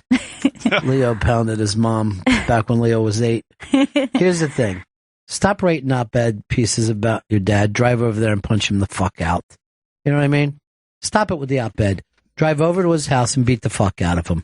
And leave the rest of us out of this shit. We don't know how to feel. And then you guys could be totally even. You're square then. Yeah. Just one good beating. And beat him and drag him down the fucking street. I promise not to call a cop. Cody in Houston. Hey, Ronnie. Hey, Gail. Hey, what's up? Hey, Mike Rowe is such a phony. He went on Opie's show and told a story about himself. And it was a common urban myth about how he was on a mini bike and the police tried to stop him and he took off, which was against his nature. But when he got home, he saw a news report about how the cops were trying to catch a guy on a mini bike that had robbed a bank that was right in that area. And they looked it up online, and it's an urban myth, and he told it like a true story. Oh, that is really weird. I actually witnessed somebody do the same thing. Ryan Williams. Tell an urban myth to someone as an experience. And it was a woman who was telling the story to my mom, and it was about saying that about a guy or a woman who thought that she had been shot in the back of the head, and she was holding the back of her head, but it was really a can of biscuits. What are those, yeah, biscuits? I heard that thing before. Yeah, yeah. So like the car, thought they were holding their brain in. Yeah, she thought she was holding her brains hot summer in. day or something. Yeah, but it was really raw. She said that happened to her? Yeah, well, she said that her husband was there at the scene of the situation, and we were like, what? This is crazy. She thought her brains were falling out, and it turned out, why can't I say, what are those fucking biscuits called in the can? Delicious biscuits. No, they're like wonderful biscuits. Pillsbury. That's Pillsbury, what it is. That isn't a biscuit. That's a little poppin' fresh guy. Maybe that's what I meant. Yeah, he's a little Here's the deal. You're right with Pillsbury, though, by the way. Oh, good. Now, Chris Stanley did, and I don't want to out you, but the first time I met him, he told me that he blew so many soccer players that he had to have his stomach pumped. But you know what? I believe that one. That story was just for you, Ron. I know, and then later I found out it was Rod Stewart. By the way, I don't want to. It truly is out of character for us to sit around and bust on people today. I know. What happened? Think you know what happened. GVAC has just got us in a state. We're in a mood. Yeah. And this is the way we're expressing it. I didn't sleep a wink last night. I didn't sleep a Henry Winkler, as we used to say in my family. Really? I don't know why I would lie. I don't know why we might grow that shit. I think it's so funny that O&A looked it up and found out that he was just fucking doing an urban myth But I guess story. he would probably be like, man, that's a crazy story. I'd like to hear more about this. And then to find out. Yeah, I mean, I think you could do that in a pre-Snopes world. You can't do it anymore. You can't. Yeah, and the I mean, way I like a guy who takes a story and makes it a little more interesting for me. I don't want to hear what exactly happened. But you can't use a pre-packaged story. Because that's what happened. Then we went on to retell that story like, hey, we just heard the craziest story. And someone's like, yeah, it's like an urban legend. And then they finished the story for us and we were so freaked out. Like, why would you say that your husband experienced this? It's very weird. That's a very strange thing to do. Attention.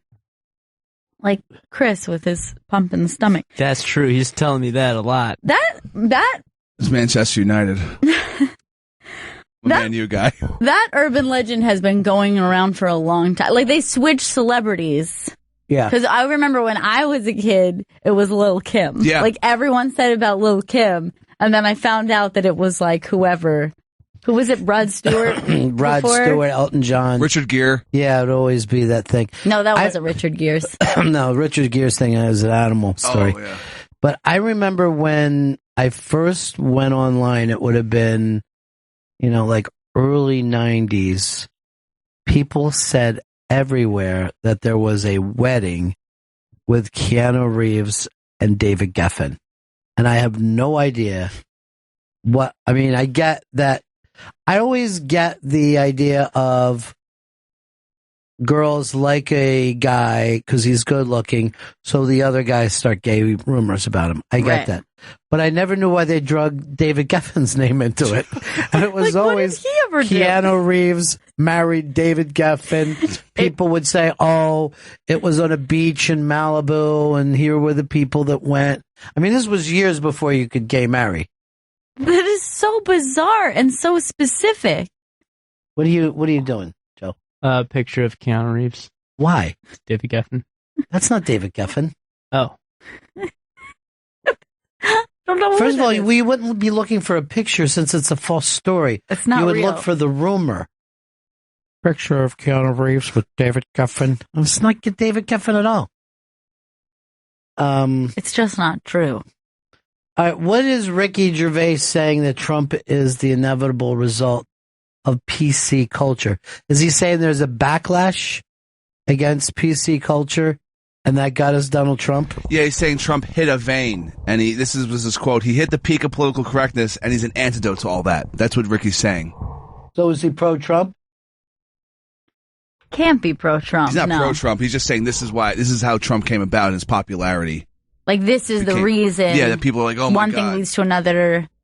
That's so much of the conversation. I mean, you hear it a lot when people bring up what they like about Trump, and then mostly they are just saying that he has no editing process, no filter, and he's not a thinker. Yeah, that's what they say. I mean, that's what Scott Baio says. Yeah. Like, Scott Baio was talking about Trump. I love Scott Baio on TV yesterday. Yeah. But one of the things he said, well, first of all, I think this is a very bizarre thing to admit about yourself, is that he said, normally I hear politicians talk and it sounds like the adults on Charlie Brown. Want, want, want, want, want, want. But I hear Trump and I'm like, I finally understand what someone's saying. And I'm like, I don't think you realize what you are admitting to right now. Like, that you can only comprehend this very dumbed down, very emotional. Scott Baio is no different than any Staten Island fucking Guido, Long Island guy. He's the same guy that we know. And he's just like, he basically should say, Trump is going to keep him down. Don't worry about it.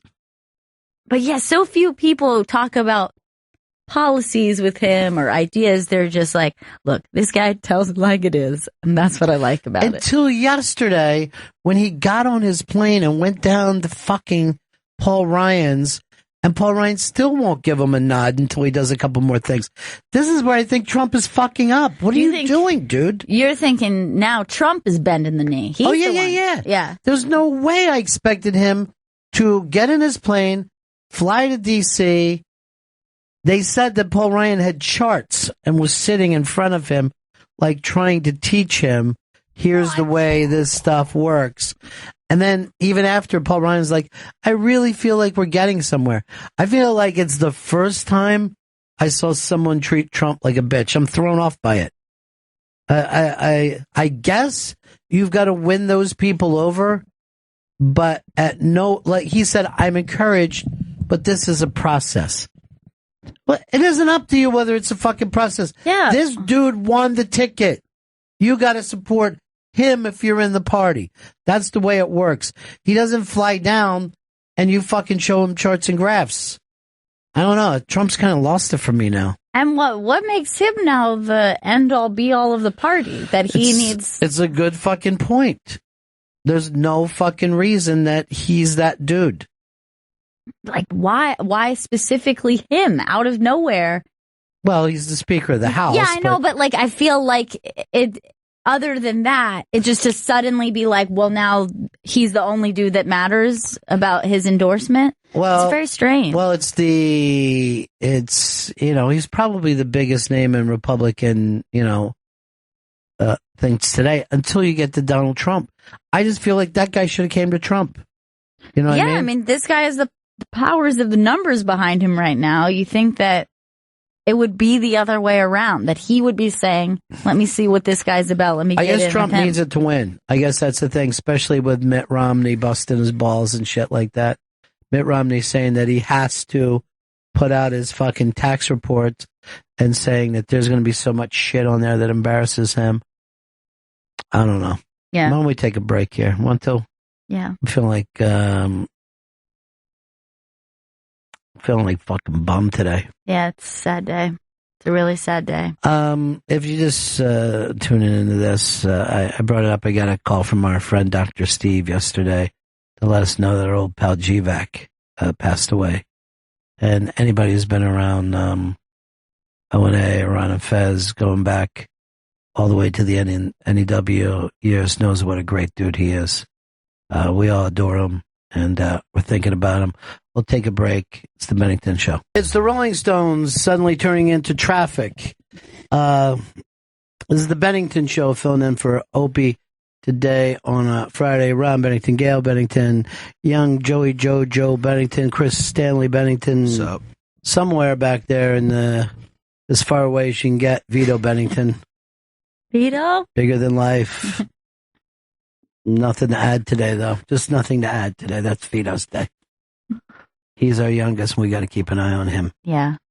Sad day for all of us here, and part of a community that was started like 15 years ago. One of the best of us, our good buddy GVAC, passed away yesterday. I got a call from Dr. Steve. Still haven't let it sink in because such a good dude. Such a fun guy, and it reminds you that thing of when you just never know who you're going to end up matching up with in life. And one thing everybody seemed to like was GVAC.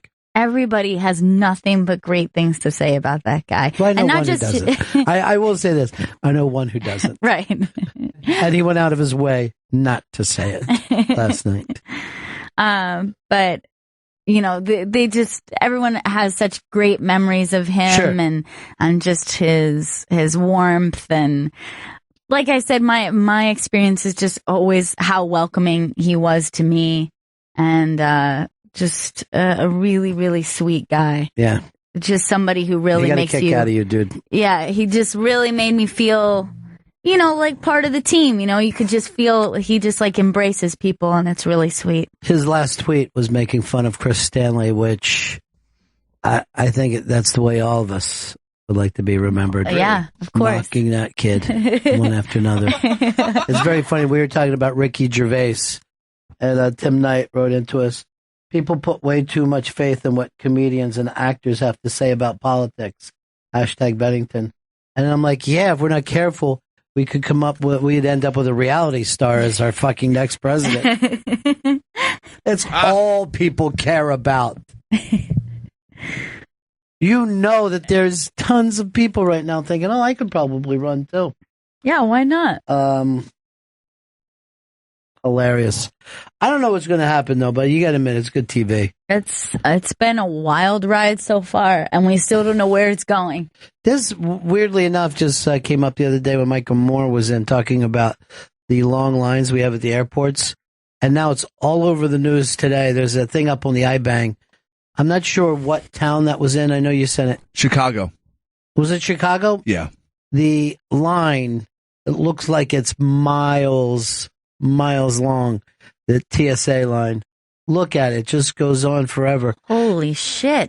And it seems like if you get there at a certain time, you can blow right through. But if you're 15 minutes later, you know, it's just endless. Yeah. And you never really can predict. Like, all you can do is get there as early as possible and hope for the best. But I've also just shot through those things, and I don't really know You don't why. know. Yeah. It's like the tunnel in the city. You don't know how it's going to happen. And then you're sitting there for 2 hours waiting for your plane to take off. Why did I get here so early? Here's my little thing. I think everybody should do it. You show up at the airport not wearing shoes and in your underwear.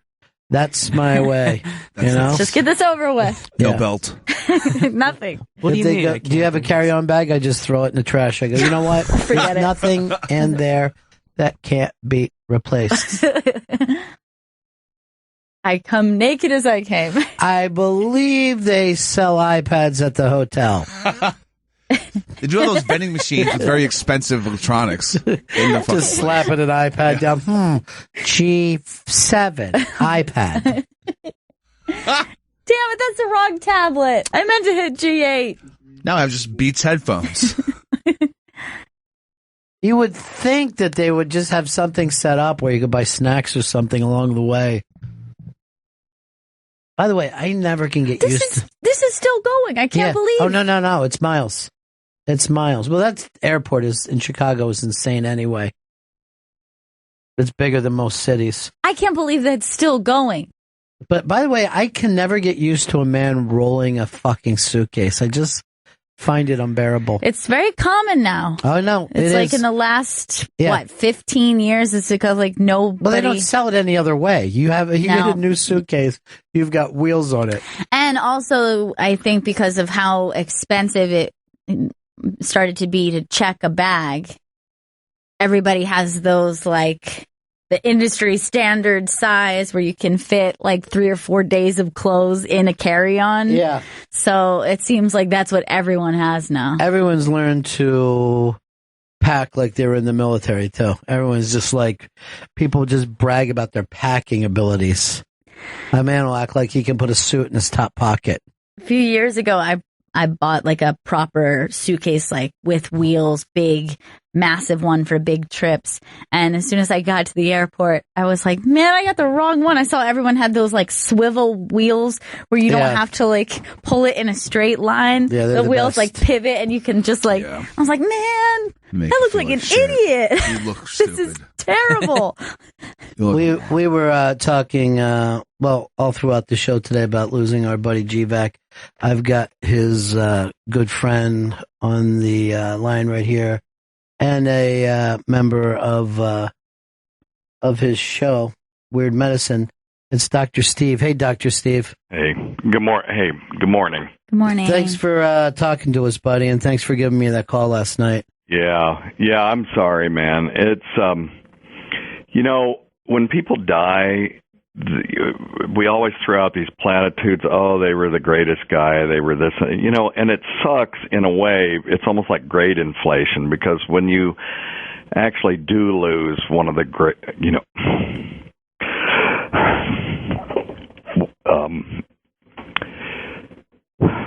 one of the greatest guys, people think you're just throwing out fucking platitudes. And this was a big deal. And this fucking guy, he was traveling 90 minutes to come to where I live to play old Waylon Jennings songs for an Alzheimer's benefit next week for no reason other than he just wanted to do something, and he was just wanted to be with his friends and hang out and do something nice for people. There was no benefit to him whatsoever to be driving 3 hours to do that. I mean, that was just the guy that he was. My kids loved him. My wife. Anyway, I can't do this. I'm sorry. It's his parents are in shock. I can tell everybody he did not suffer, which is something. And I'm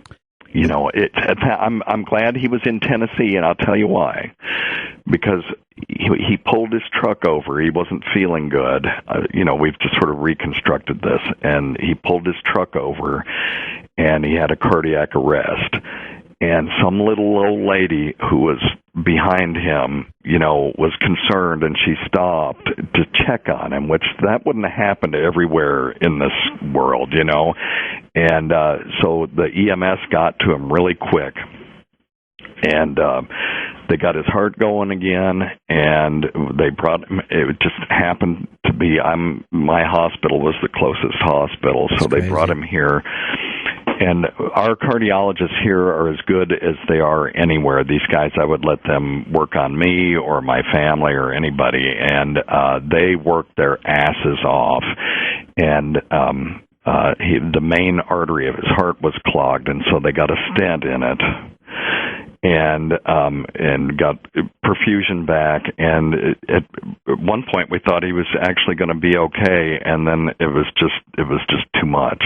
And his heart stopped, and they couldn't bring him back again. So, his family drove up from Florida, and they're in shock. Everybody's in shock. I mean, nobody was expecting this. Dr. Steve, does his family know how much people felt about him, how well he was talked about. I think it's hard if you're not in this world to understand that, but I've tried to explain that to him. I talked to his sister and his mother this morning. I said, Bennington has done 3 hours on your son so far, and just the outpouring of love and grief has just been incredible. And I don't know how they can get it, but they certainly know. And I mean, he was just a lovable guy. Yeah, he was. I said this, and I wanted to apologize to you, Dr. Steve, because I didn't even think about it till later. And I know that you're used to this because of your job.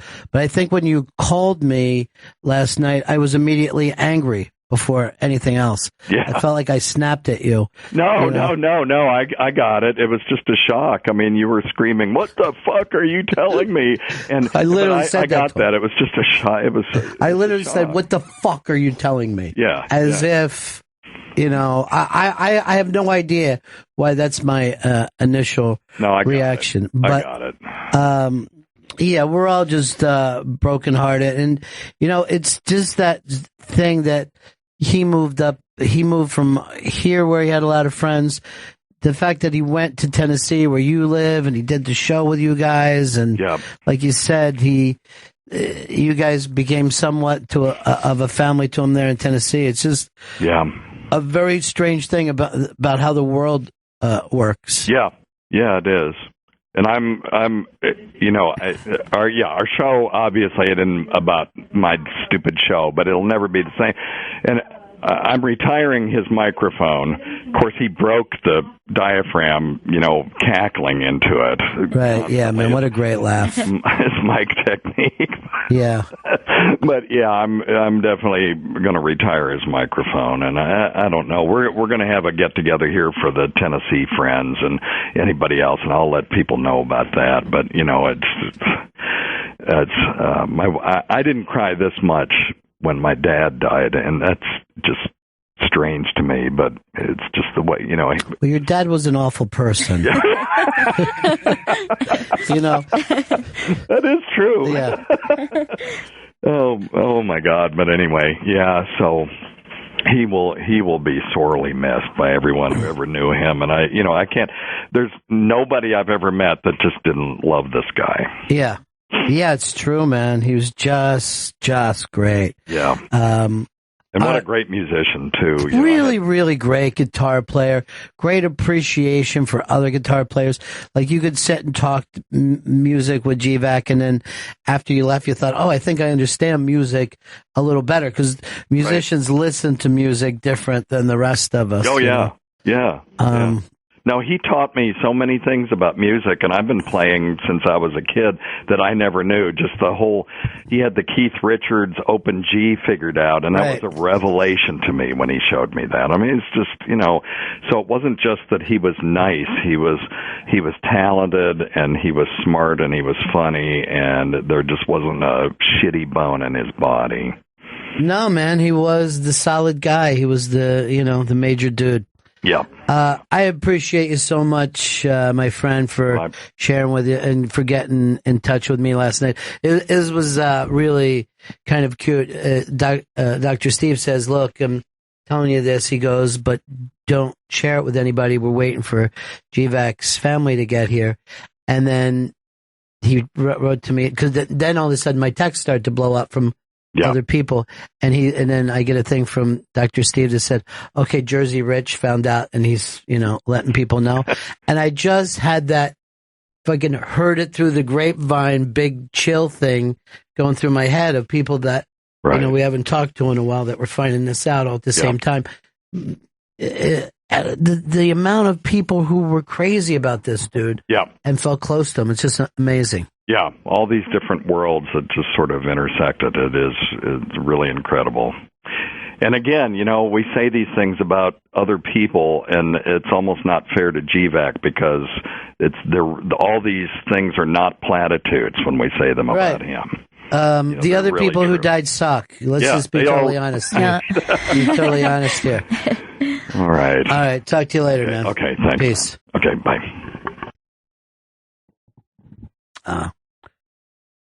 Yeah, we're kind of wrecked from this today. I think the second show today, I know we got to do the Dana Carvey, Chris. Just grab some of the emergency hours that we do in case that we're sick or something and pop them in. Okay. But this show replays again when? Later? 3 p.m. on this channel. And it'll be available on demand. Yeah.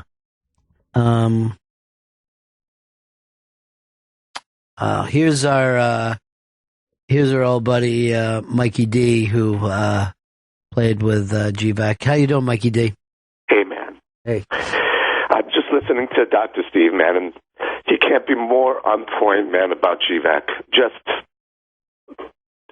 you always see the fucking news and people saying, oh, he was a nice guy. Fucking GVAC was one of the best, man. And I played with him, man, from the very beginning with the show, with the Martians and the Orange Ball of Failures. And yeah. Fucking, we actually, it was amazing that we just clicked and we always stayed together with the music. And I always told him, dude, you're my bandmate, but most of all, you're my fucking friend. I'm going to miss him, man. It's just unfucking believable, man. I know. Unfucking believable. What a sweet, sweet, sweet soul, man.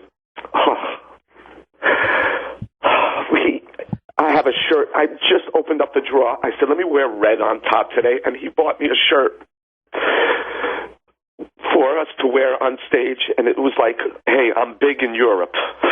Yeah. And it was a red shirt with yellow coloring, and I always have it, and I always look at it, and I say, GVAC, man. And now it means so much more. I can't sleep. It's just crazy, man. It's just crazy. Just crazy. Yeah, I had the same kind of night last night. It's hard to even let in that you just become so fond of people, and you do not need to talk to them every day or whatever. It's just a thing. If you meet somebody and you feel this way about them, you just connect it, whether you want to be or not. And I mean, with Facebook and all that, you'd always see him liking stuff if I did something. And I don't remember exactly what I wrote like a month ago. Somebody said, oh, yeah, he's a good drummer about me. And he wrote, yeah, but he's a good man. And it's like, that's GVAC, man. That's GVAC. For him to say that, he always had my back, always. And I just can imagine everyone. I never saw him in Tennessee, but I could just imagine everybody there. How he was probably, I know he was loved down there as much as he is here in New York and Jersey and the whole, it's just crazy, man. Ronnie, I told you this too, man. I just dreamt of him the night before. He did. And he told me that last night. He had a dream with a minute the night before. Really? Yeah. Unreal, man. And it was just, we're hanging out. I'm talking to you in the dream. I don't know what we were speaking about. And Brother Joe was there. And I had a drum underneath my arm. And Brother Joe asked me to get a guitar off the wall. And the top broke and it fell on the floor. And I picked it up and go, oh, sorry, Brother Joe. And G-Back's next to me. I go, come on, let's get out of here. Let's do this gig. And it's like, how did that, it's just the weirdest thing in the world. And, I heard from Rich, and I thought it was a joke. I mean, I couldn't believe it. I still can't believe it. It's just, he's going to have a formidable band up there, that's for sure, after this year. Well, so Mikey, like for all of us, I'm sorry for your loss, pal, because he was cool. He was cool. He was great. All right. All right, guys. I'll talk to you later, my friend. Thanks for listening. Bye. Bye. Talking about losing our buddy GVAC, and you hear it from Dr. Steve, and then you hear from Mikey D. And these are, it's not like Dr. Steve and Mikey D even know each other. That's the weird kind of spider web connections of these things. There's some guys that they just stick to you. Ryan, Minnesota.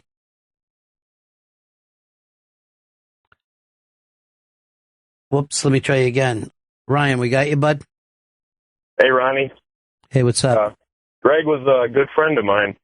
I knew him for about, I think 8-9 years now. And through your show, obviously, which is odd. For you. Yeah. First time I talked to him, though, it took us probably 10 minutes to actually understand what the hell each other was talking about. He had that thick Jersey accent, and as you put it a long time ago when I called him, I sound like a talking hockey stick.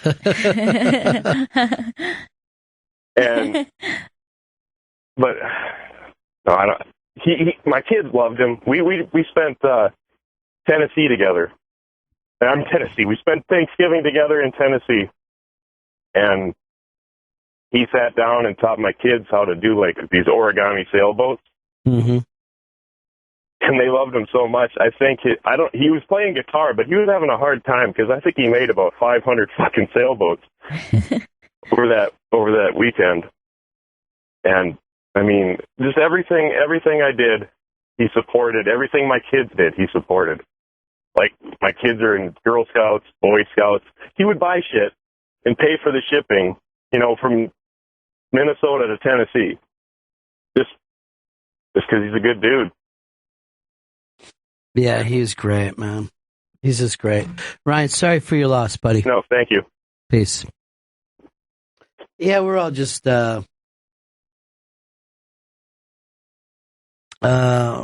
wrecked today. And as we said, if you go over to GVAC's Twitter, the last tweet that he had was making fun of Chris Stanley. It's very appropriate. One less shot in. I just heard this from our friend Quinn saying that do you remember when GVAC dressed as Angus Young at the Hard Rock Halloween gig? And he was actually doing that weird, what would you even call that? It's like that step, kind of like he does like a, he's like a funny walk while he plays. I don't know why. I don't know why Angus Young has been doing it for 40 years. But GVAC was, playing, locked. He's wearing the stupid little boy's costume. Little shorts. He's into that thing, into that stupid walk going back and forth. And he's just fucking shredding. And then you look up at him and you're like, okay, he's not kidding. You know what I mean? Like, he's there in his head. He's rocking. You know what I mean? Like, this isn't just Halloween for this dude. This has happened before. Probably in his garage. He's like, finally. Yeah.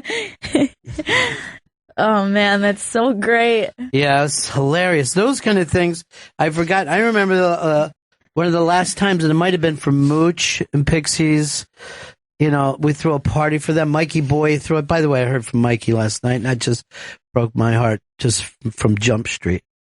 But I remember that we sat around all night singing Doors songs because he had given all these Doors LP that were perfect addition to HTG. And then we just sat and stood in that thing, and we're just singing Doors songs with no musical accompaniment. For maybe an hour and a half.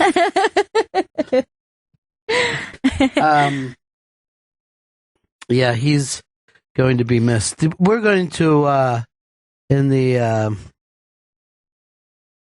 show that we're going to do on Raw Dog today, we're just going to throw a couple hours that we've already recorded in, and then we have Dana Carvey, which is a really, really funny town hall with all the guys. Chris, this is California. John Doe's got that band. By the way, I heard back from Dana Carvey's management. Oh, Because yeah? that day we had you'll hear that they wanted to bolt him out because Saturday Night Live said, hey, we want you to come over and practice because you're going to open the show the next night. So his management was real crazy. You know, I mean, they were just like frantic about getting him out. And then they're like, but don't tell anybody that we said that he's doing this, right? I'm like, who am I going to tell? Who am I going to run around and tell? Fridays? Is that it? Was you still worried about that show? But they actually asked if the part from Chris could be edited from the show. Oh, come on! That's not me saying it, dude. That's them. Just my other people did impressions as well. Yeah, but they want Depressions, he calls them. It's just how they make us feel when you do them, Chris. Oh. His show is about good impressions. This show's First Impressions. It's airing on the USA Network. Even though I plugged them if they're going to take mommy out of the town hall. All right, so we'll have that for you today, because we're going to be thinking about our God. Just you know what, Mikey D really got to me too. He really broke my heart. Yeah, he really broke my heart. But it's always great to hear from people and hear them, you know, remember them that way. And you know, he has so many good memories attached. Dude, and I'll tell you something else. I mean, we did all those parties for fun, but Mikey and Jersey Rich and GVAC, they locked in. Yeah. I mean, they played every one of those gigs to kill. And it was just like a fun thing with them. And then before I know it, they're renting, you know, space to rehearse, and they're getting mad because somebody couldn't make a rehearsal. It got very, very funny very quick. All right, so we'll wrap this up today. But you know, I think what we were trying to say is like you don't know where you're going to find somebody that you love, and people could act like the internet is weird or radio shows are weird, but an odd thing takes place with people connect. And you do meet, you know, you meet a lot of frogs, but then you still occasionally meet a prince. And for all of us, and I'm talking about people who live here or now Philly or overseas, Portland, Tennessee. This was our dude, man. This was our guy. We were all crazy about him.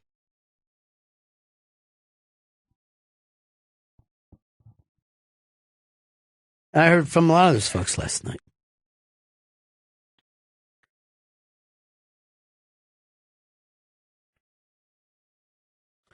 So we'll go out, as we do sometimes, just thinking about our buddy GVAC.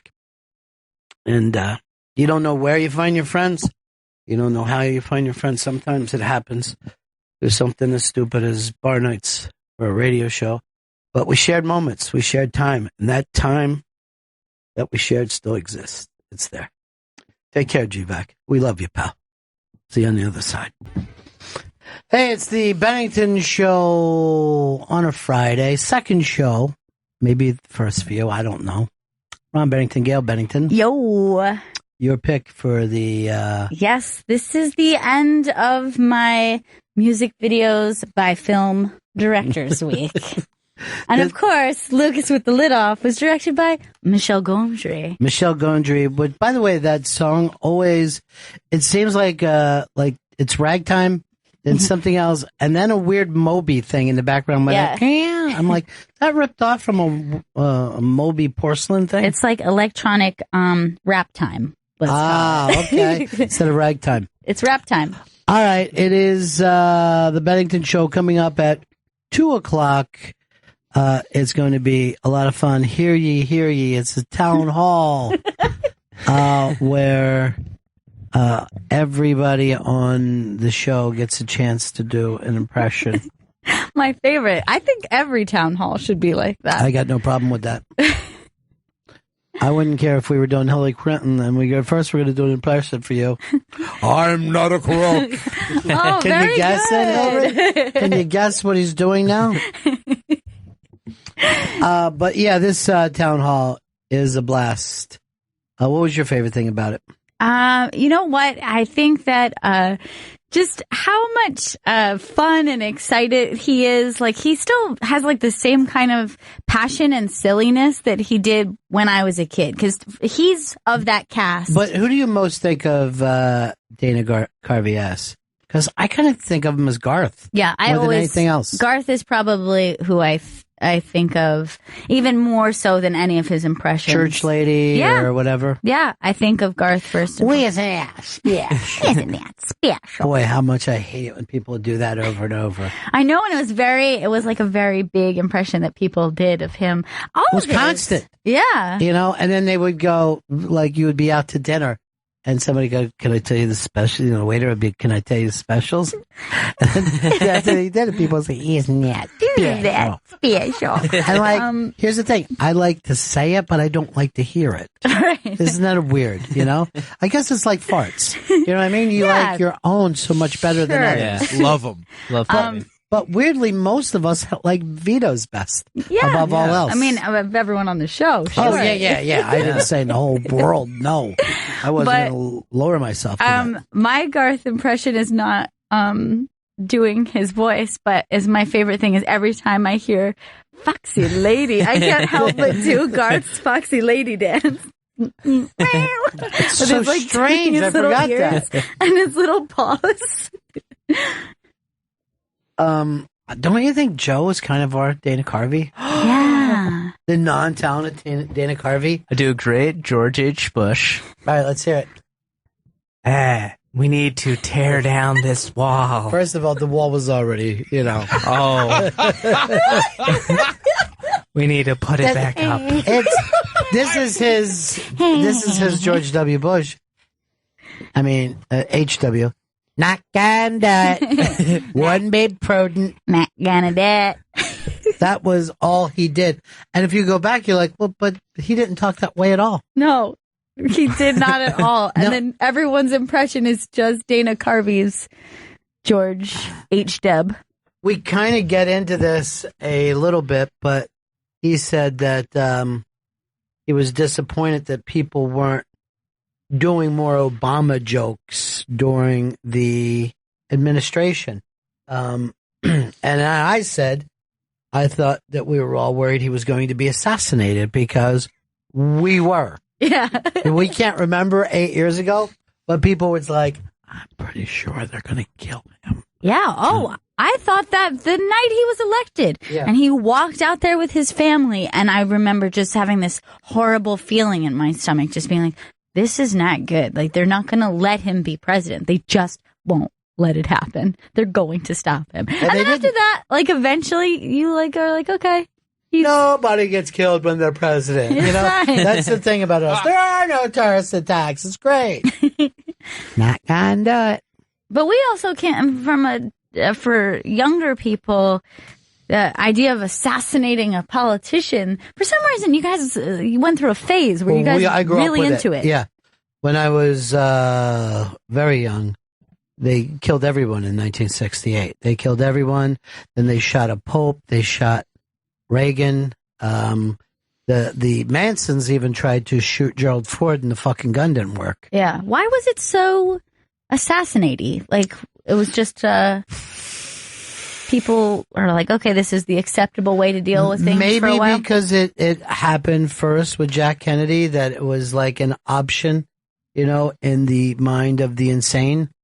But, you know, as Bobby Kennedy, because I don't remember Jack Kennedy dying, but Bobby Kennedy dying was... That's so heartbreaking. Horrific. And then they brought his body back through my town, and people were lining up.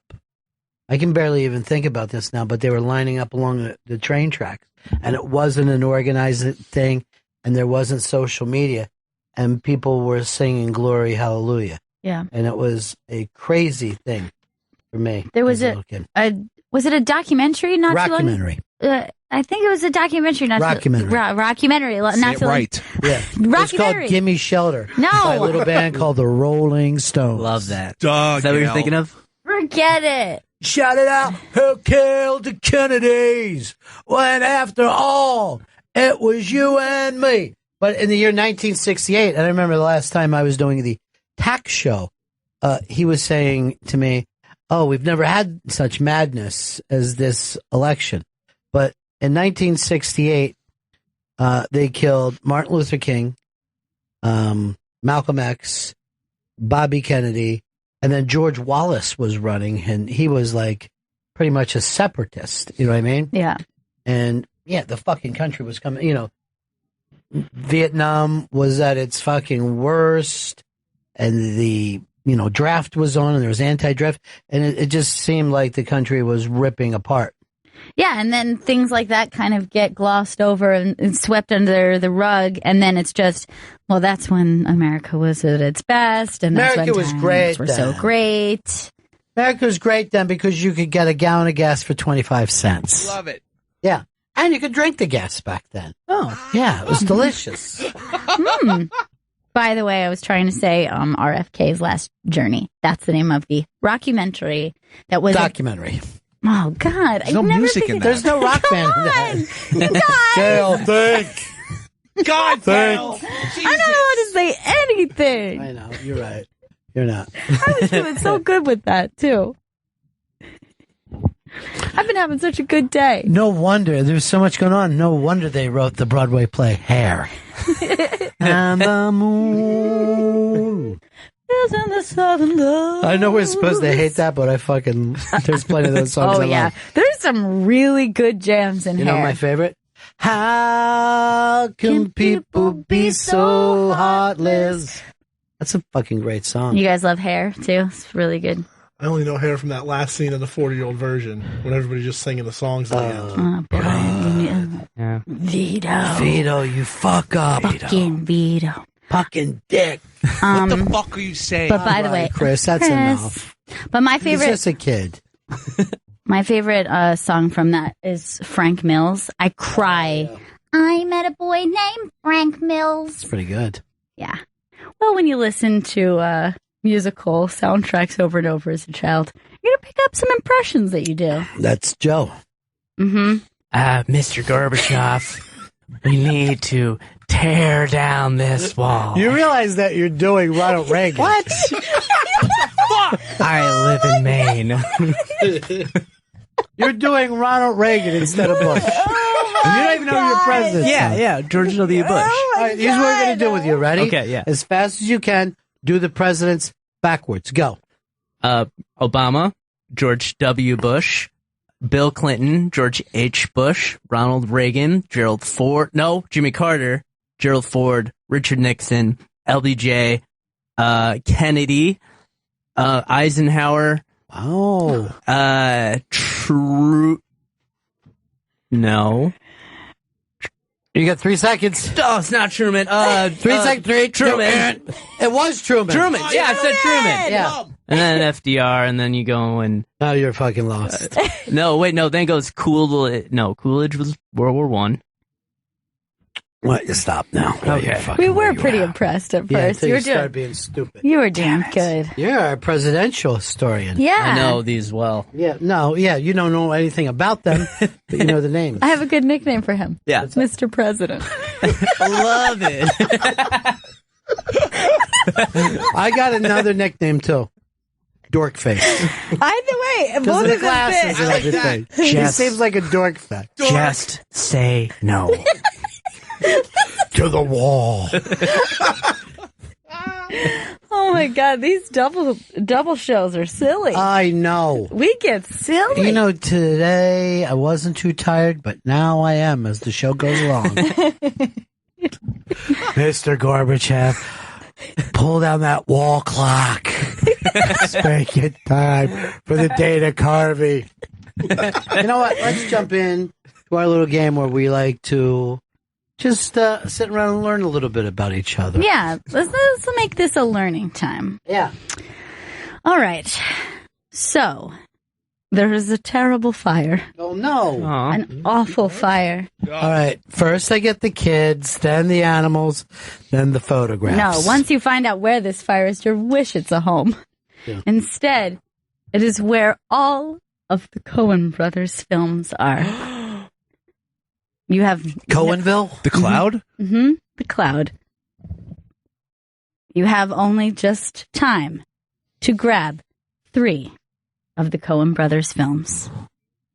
The rest will be destroyed from history, never to be seen again. What 3 do you save in this fire? Jesus. I'm going to open it up and start with the one Mr. Chris Stanley. So we get to save 3, and then everything else Everything else is gone. Jesus Christ. This is tough. I don't feel good about this at all. Can they be remade? No. Rebooted? Reimagined? Yeah, but they'll be shitty. But Okay. My 3. While you're doing that, Vito's actually writing stuff down. Why? I have chose Mr. President. Mr. President. Mr. President. Mr. President seems like he already has his answers. Please do me a favor and find why we're thinking about it. Is that President song from the Coen Brothers movie? Yeah. Do you know where to find it, Chris? It's on. Just search "Dear Mr. Kennedy" on YouTube. It's right there. That's great. I love that song. I know. It's really fucking funny. It's ridiculous. All right, so why we think, enjoy a little bit of Dear Mr. Kennedy. I don't wanna, don't send me off into outer space. I sweat when they put me in the Let's do the papa please into the verse. Really? Yeah. Don't send off into outer space. Nah, I can't, 'cause then it gets all muddled up into the verse. No. No, you just do the papas into the verse. If you do 2 papas. Papa. Yep. When they sweat when Yep. they... Really? Yep. Yeah. Papa, I sweat when they stuff me in the pressure suits. Bubble, helmet, flash, Gordon boots. Nowhere up there. Gravity's no place to be a hero. Okay.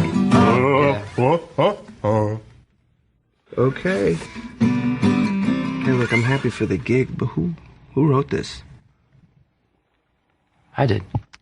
You know what? If we're not going to play the actual song, Chris, it's coming up. Don't tell us that we got it. All right, let's start this. All right. Who will we start with? Mr. President? No, Piss Stanley. Pissy? Piss says there's 3. You say Fargo, number 1, obviously. Number 2, Oh Brother, Where Art Thou? And number 3, everything else gets destroyed. A Serious Man. That's a bold move. It's really bold. I've never even heard anybody put a Serious Man in their top 3. And it's a great film, by the way.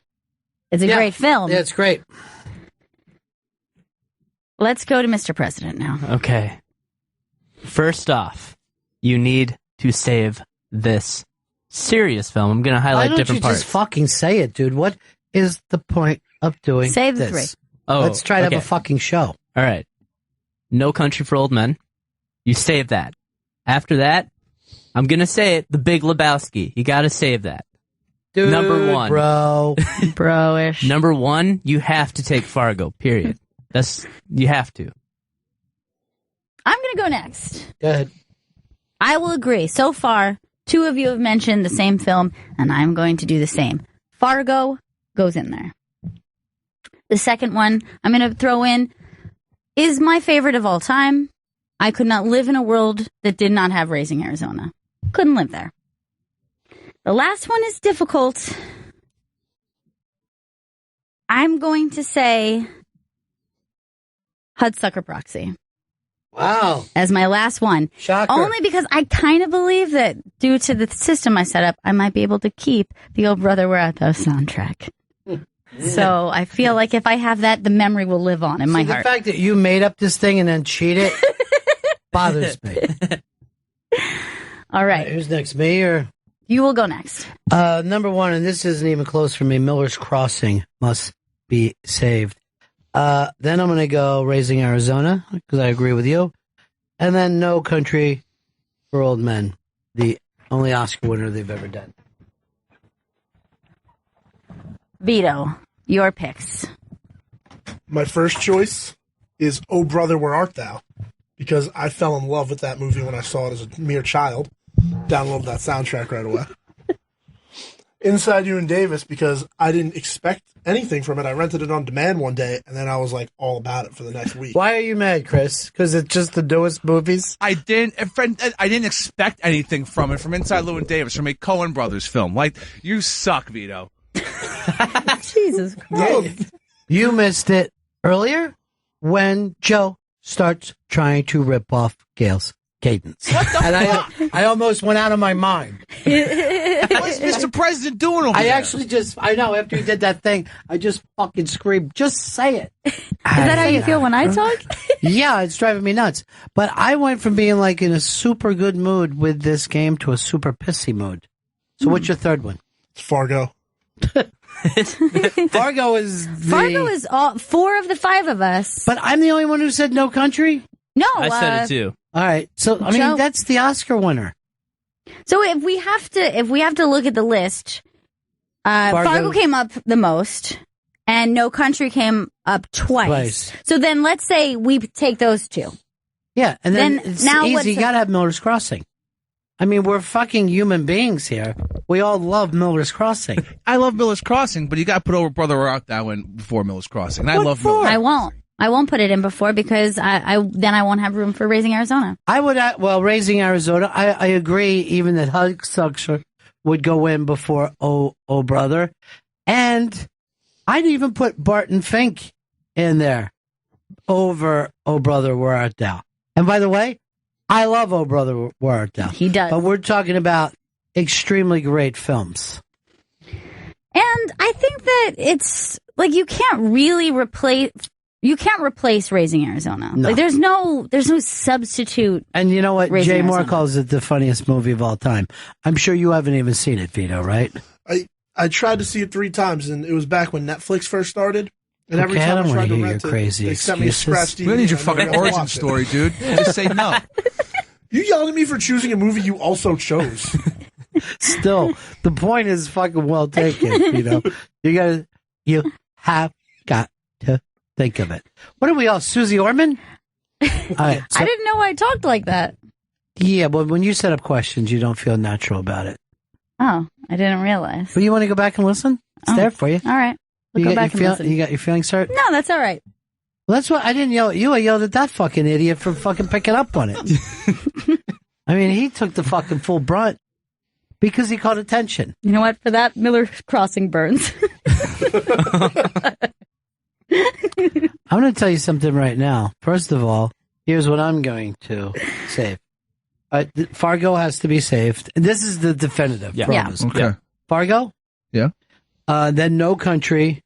And then finally, Rushmore by Wes Anderson. Love it. Because I... All in on that. You know what? I'm tired of everybody ganging up on me. It wasn't in the building. Exactly. But still, I'd You went rather out- have that. You ran out and got a copy of it in the meantime. Yeah. Just save. No Love for a Serious Man from anyone else? I like that movie like very it a much. lot. I don't know if I would even put it in top 10 of theirs. If someone else made it, I would say it is my favorite movie by them, though. But you don't understand how many great fucking movies these guys Well, the have made. Coen brothers are up against themselves. They only have And me. and your firefighting skills. Yeah. Look, your future's in my hands, Coen brothers. Yeah, that's true. This is your legacy. You know, they don't have any kids, neither one of the brothers, I don't think. I've never seen a Coen kid. I've never. What about Coen wives? I'm not even very sure of. Frances McDormand, what are you, a drunk maniac? Yeah. Oh, I'm an idiot. Put the booze You know down, what? Gail. You know what? This booze hound will never put the booze Look, down. I'm tired. This is my second show of the day. You're a little tired. It gets loopy in here. I know. I can't believe. Now I didn't put it on the list. You didn't, but I was surprised how little. Babies fucking- are. I'm surprised how little babies are. They're I'm tiny. surprised how little the Big Lebowski came up. Only one Lebowski. We only have one dude bro on the show. Yeah. Dude does not abide. You know, I think it's weird that the dude.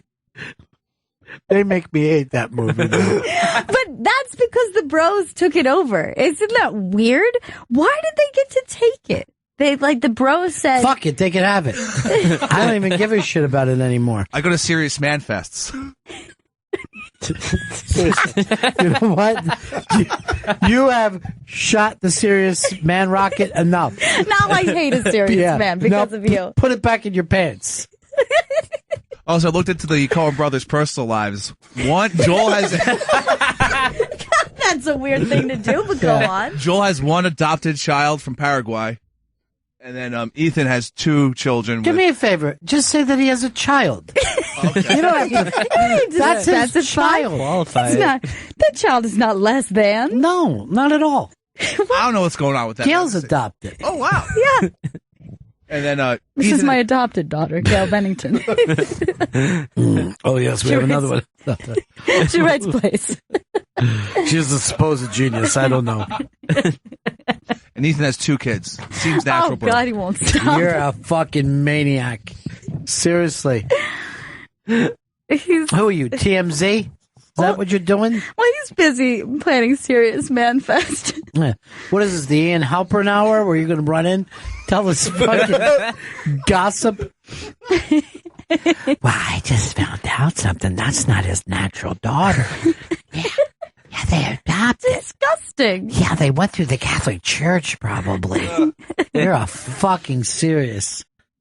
You're a serious man. Yeah, you're a serious piece of shit. That should be your favorite. That's your squeakquel to a serious man. I'm done with this shitty game. Go ahead, tell us another one. Get it going. All right. So this is a conversation that I was having with Joe yesterday. What actually constitutes a hipster? What to you? Well, I would say he has to have a black t-shirt, beard, black hair. He wears shitty fucking sunglasses. Okay. And then he drinks too much and then quits, smokes too much, then quits. I don't have an idea of a hipster. I think hipster just means young person. Yeah, that's what I see hipster as. The definition has become so confusing. I have no idea what it actually means anymore. Like when I went to LA, somebody was telling me like, you know what you'd like Silver Lake. And I was like, okay. He's like, if you lived here, you would live in Silver Lake. Gotcha. And I'm like, okay. And he said, well, to be honest, it's kind of a hipster neighborhood. And I'm like, okay, how do you mean? And he's like, all the guys there wear hats and tight shirts. And I was like, I don't know what you're talking about. Like, I don't think that if I were to try to describe a Brooklyn hipster, tightness of shirt, I don't think would come up. Though it is tight. Even once. One time I was talking to someone, they're like, I was reading Cat's Cradle, and they're like, oh, he's a hipster author. I was like, what? He's like, yeah. I'm like, I think you're confusing hipster with people who read books. First of all, that guy was around writing books fucking years before. And yet Vonnegut does get, if you do hipster reading, it'll always go to Vonnegut. All right, let's just do this right off the bat. Oh, you got I have a Vonnegut quote on my denim jacket right now. It says, "Lonesome no more." Mm. Yeah. All right, Joe, do you consider Chris a hipster? No, I don't consider Chris a hipster. Now, Chris, would you consider Joe a hipster? Joe's a hipster. Because here's the difference. Chris was born here. Joe moved here to have this lifestyle. Like there's something, I think when we say hipster, we're trying to say people are inauthentic. I think that's the attack on them, that they don't really like that kind of coffee. They're just drinking it because they think they're supposed to. Right. They don't really read that book because they want to. They read it because they're supposed to. And their politics and their music and everything. Music frustrates a lot of people with so-called hipsters because they think hipsters are trying not to pick songs that are on the radio that other people can hear. Right. And a lot of people are acting like, he just acts like he likes that fucking man. He's a hipster. Now, would you say Vito, dude bro that he is a hipster? Vito's no hipster. Vito's not even hip or cool. Vito would be doofus, maybe I would put him under. You gotta be a doofus. But you're not fucking cool. You have shit taste in film, music, and you don't read at all, right? I do read, but I only read nonfiction. What do you read? What's the last book you read? The last book I read was Keith Hernandez's book about the 1985. Enough said. Enough said. Anything about presidents in there? Hush, Mr. President. Do the Mets captains backwards. With David Wright, and then like a 20-year gap. Keith Hernandez, and then Rusty Staub. Rusty Staub. Piazza wasn't a Captain Mets fan, huh? No. Oh. It's one of the few Mets you know, and you bring his name up like he still plays. Yeah, the guy's great. So do you consider any of these guys? Now, do any of you guys consider Gail a hipster? I'm going to say Gail's kind of a hipster, yeah. Gail's I a don't hipster. think. I don't think Gail's a hipster. He is though. Why, Chris? Have you ever talked to Chris about restaurants? He's the douchiest person I've ever met when you're talking about restaurants, or if he's looking up restaurants, he'll just. But why does his hipster mean douche? Because the way he says everything to me is, I'll be like, "Hey, what about this restaurant?" And he'll just say, "That one's shit." And he'll just First yell of at me all, and berate me. Vito, you've got taste for shit in restaurants. That was one you restaurant. took us out to a fucking meat, fucking no sides even. But Chris is not known for good restaurants. This is why you are a doofus. Chris doesn't know fucking restaurants at all. Ron, I pulled the wool over his eyes. Oh, no shit. Remember the Sal Krista Charlie incident? Oh, I can never. Two hipsters drowned that fucker in a baby pool. Oh, So Chris and Charlie's. No, the fact that you think Chris knows food goes to show what a fucking dunce you are. He tries to make me look like an idiot. Now Well, I he feel can. like such one. He can. But that shows you his definition of hipster is just different, because he's like, Gail's not a hipster because I don't think that she's a jerk. But Chris is a hipster because he's a jerk. It's So always that's an because, attack. like, The word yeah. hipster is an attack. Well, really what I think it is hipster is relative. Like Chris could say, Joe is a hipster. But Joe, there's probably some people in your neighborhood who are like riding around on a unicycle with him, like a big, those like, guys are cool. and though. you're like, that guy's a hipster. Those guys. And then that guy's like, no way, I know this dude who like dumpster dives and he like only wears like secondhand clothes. That guy's a hipster. But Chris, somebody might from like some dude bro from New Jersey would be like, Chris? Yeah, that guy's a hipster. He's a total hipster. It's just relative. See, I got to say that Chris never is going to fit into this because he was born here. And I don't think someone, let's say, if you went to LA and a guy said, yeah, I grew up in Silver Lake, you can't call that dude a fucking hipster. He just grew up there. But there was that kind of the beginning of that downtown hipster scene. A lot of those kids were New Yorkers, I feel. Like that downtown. That's when energetic- hipster meant something different, though. Hipster actually meant hip. Yeah. Then. You know what I mean? Where you was like, those guys are fucking hip. Yeah. They know where the best art places are, and they know where, clubs and stuff. Scenesters. It was like scenesters turned to hipsters. That's right. exactly what it is. I would agree with that a little bit. And you always used to use the term scenesters in a positive way. Yeah, it was a positive. It was like, oh yeah, that's a kid who hangs out in the scene. He's part of the scene. And then all of a sudden someone's like, oh, that means like you have like swoop hair and you wear eyeliner or something. And to me, it just meant like kids who were down to hang out and like listen to music. I'm only going to say this. From now on, I'm only going to say the term H word instead of hipster. Yeah. H word. Yeah. Like I saw these two H words. Yeah. Dropped an H-bomb. That hurt. I do know a few kids that I went to high school with who were from the city originally, who then moved to Brooklyn in college, to that Williamsburg area, and got super into that like Brooklyn Williamsburg scene. So I would call them hipsters even though they grew up here, but they just embraced the culture that they were kind of around. I think Ron Bennington's a hipster in a good way because he's so hip. So fucking hip. All right, we're going to break and we'll be back with more Bennington. Raw Dog Comedy. Sirius XM 99 and on the Sirius XM app. It's the Bennington Show. Just hanging out. Ron Bennington, Gail Bennington. Joey Jojo Bennington is, during the commercial break, had some kind of stomach attack, and he's in the bathroom now with explosive diarrhea. Oh, God. And from what I understand, he's still going, although he's got nothing left to give. Yeah, it's uncontrollable. can't stop Oh, it. God, this is too much for me to know this. Yeah, but I'm just worried about it for health purposes. I Should we almost, call someone? well, I almost just said put the show into best of because that kind of diarrhea, believe me, it still kills people. That's Oh, yeah. dehydration. And that'll sweep right through the staff. You know what I mean? Like, ugh. I think Chris shit his pants while we were sitting here. A little bit came Chris, out. change your 'Cause underwear. I saw his sock fill up. Ew! We shit? Yeah, shit. It was What did you feces. think it was? Don't know. I was hoping it wasn't shit, but it sounds like it was. Might want to watch those boots, Doc. Could be a little bit of liquid dropped in there.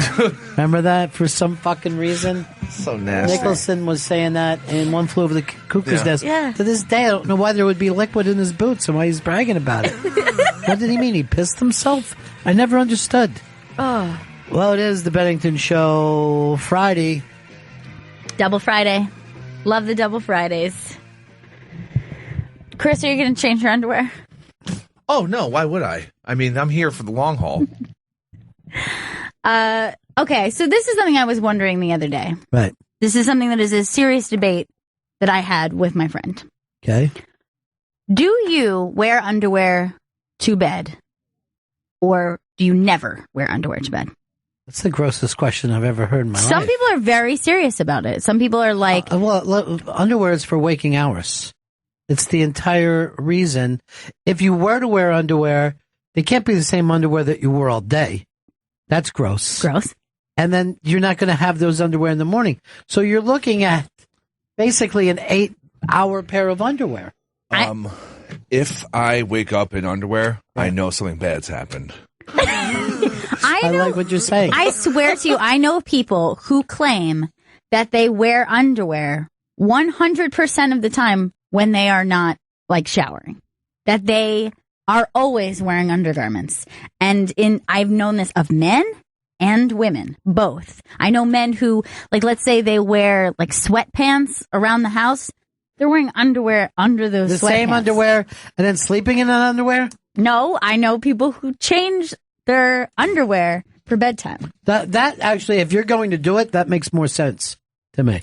Even if you wake up in that fresh underwear, still a shitty feeling because I've done that. Of course. You know, and if I'm home, I'm free balling. The home is no place for underwear. Because I'm free balling.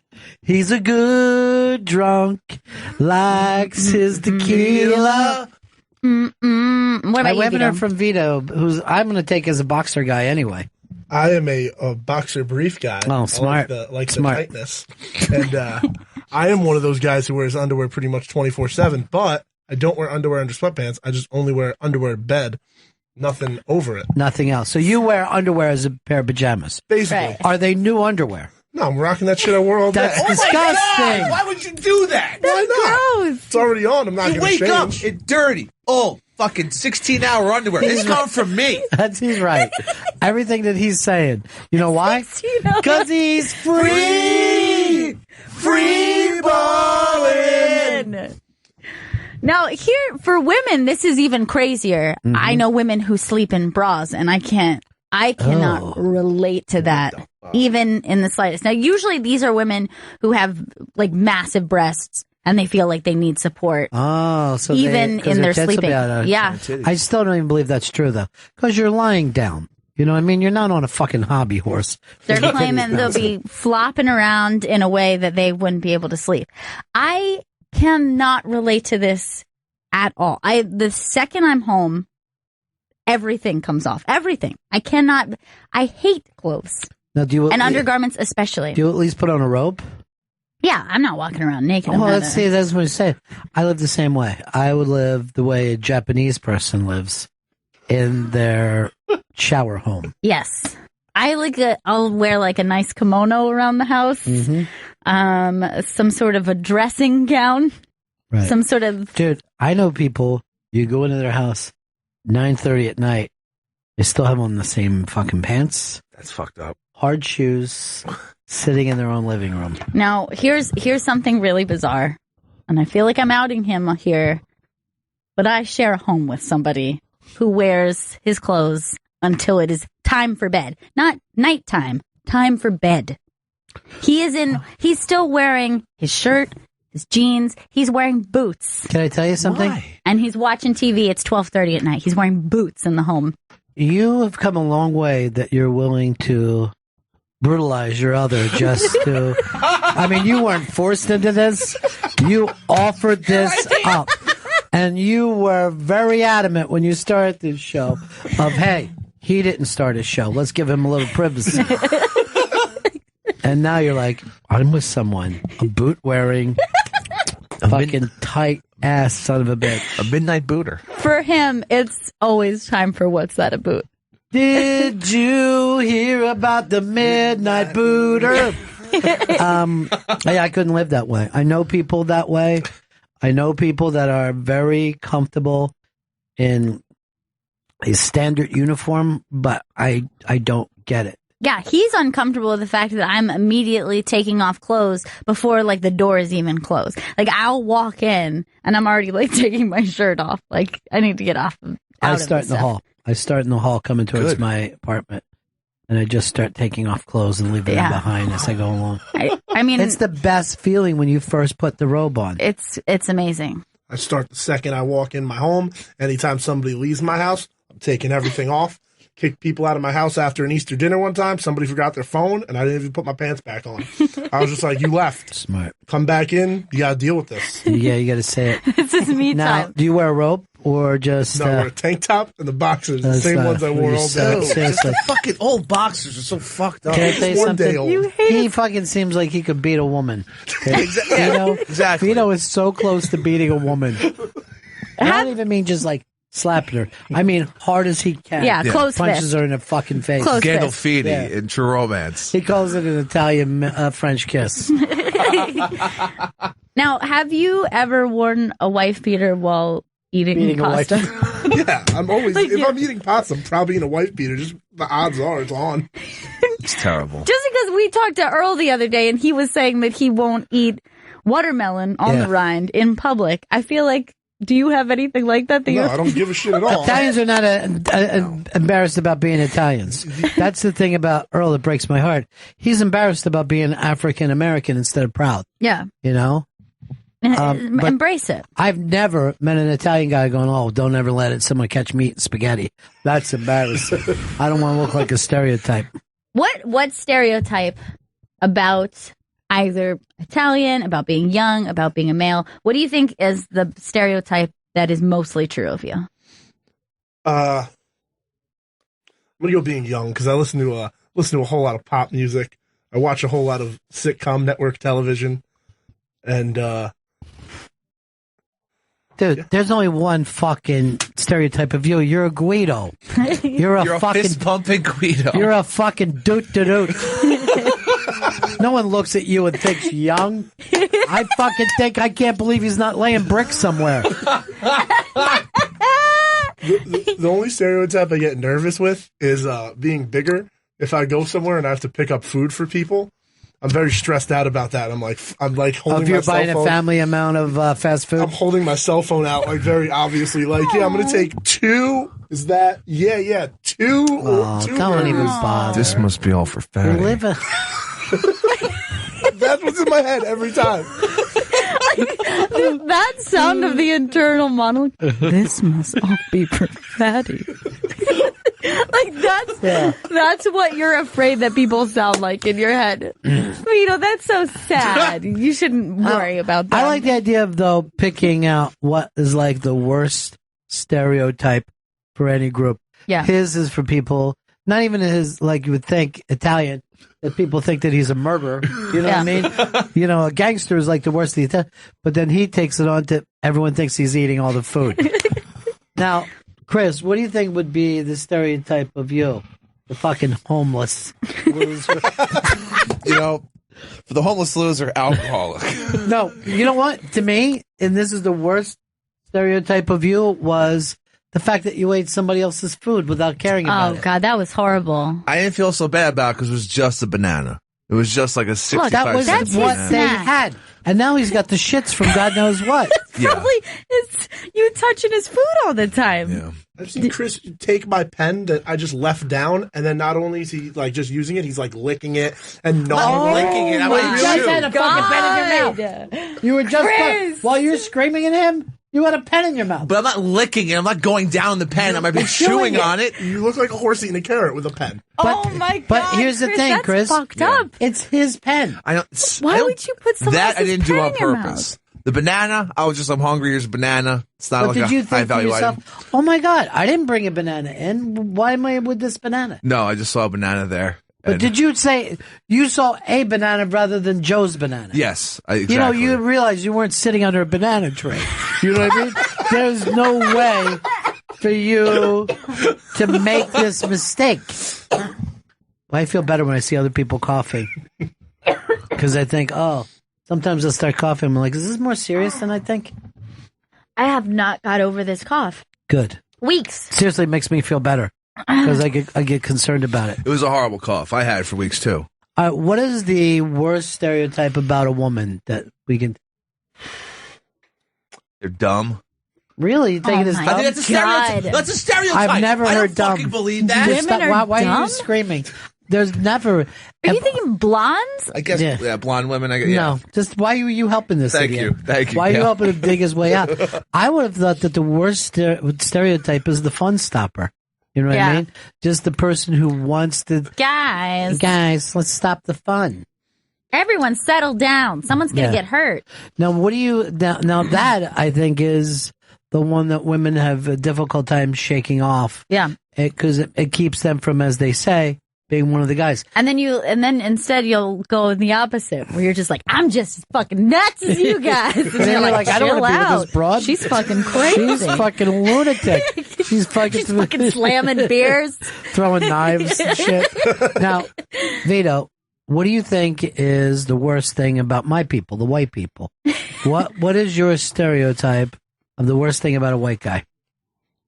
The worst thing about a white guy is probably that we're racist. Oh, we're the racists. Yeah. Well, now, when you're saying we, you include it yourself? But Yeah, you're like, Italian. all Yeah, what do you think the white guy bad stereotype is? Not a good lover. Really? And that hurts. That one hurts. And bad dancer, which I think are kind of connected. It's like a lack of. I disagree. You may be a lover, but you ain't no dancer. I don't know if you do both. I think if you're a dancer, then you are, in fact, a bad lover. But I never heard that white guys were considered bad lovers. Now, I know It's a this, stereotype. and it's been said to me before, and I'm going to own up to it. But when people just say, look at taxpayer, he's always paying taxes Had for that stuff. yelled at you? Yeah, I've had that yelled at me before. Sorry. A lot of people make fun of me because my people have gone to the moon and back safely.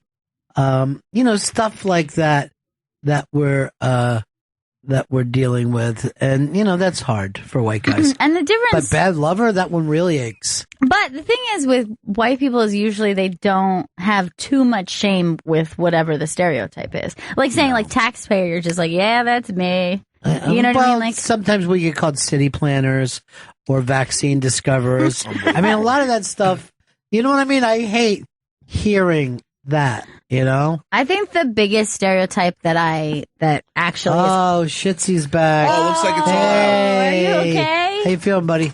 Feeling good. How are you guys? Boy, I don't like the idea of you coming back in the room like Don't this. touch anything, okay? It was a loud one. I'll tell you that one. He's sweaty, too. God. empty. is Yeah, what he he's is. sweaty. He actually looks visibly thinner. Yeah.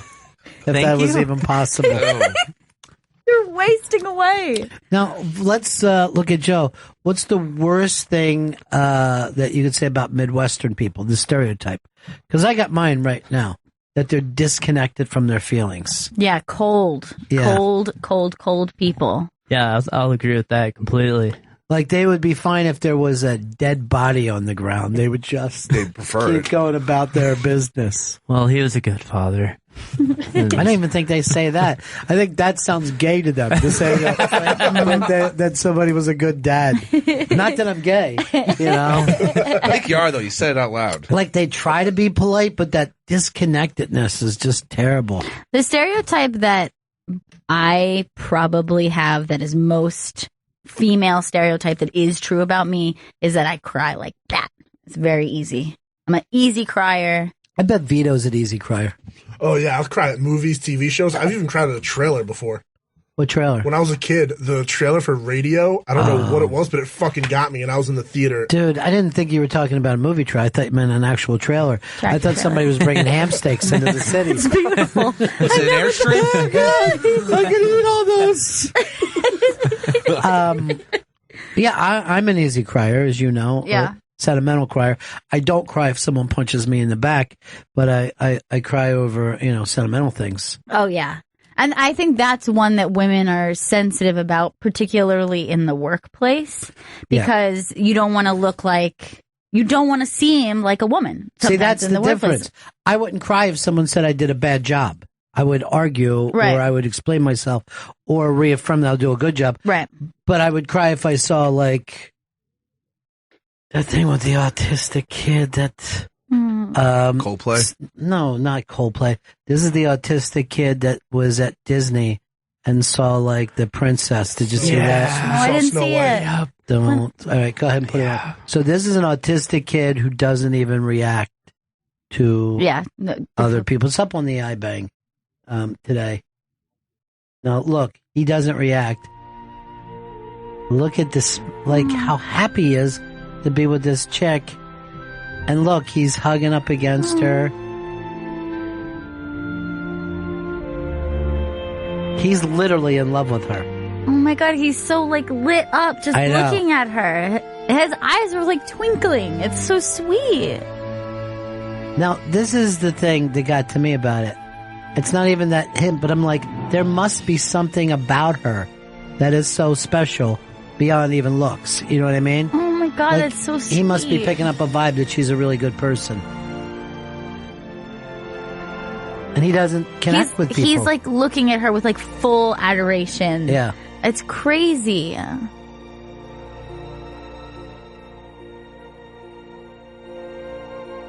That is the sweetest thing I've ever seen. I know.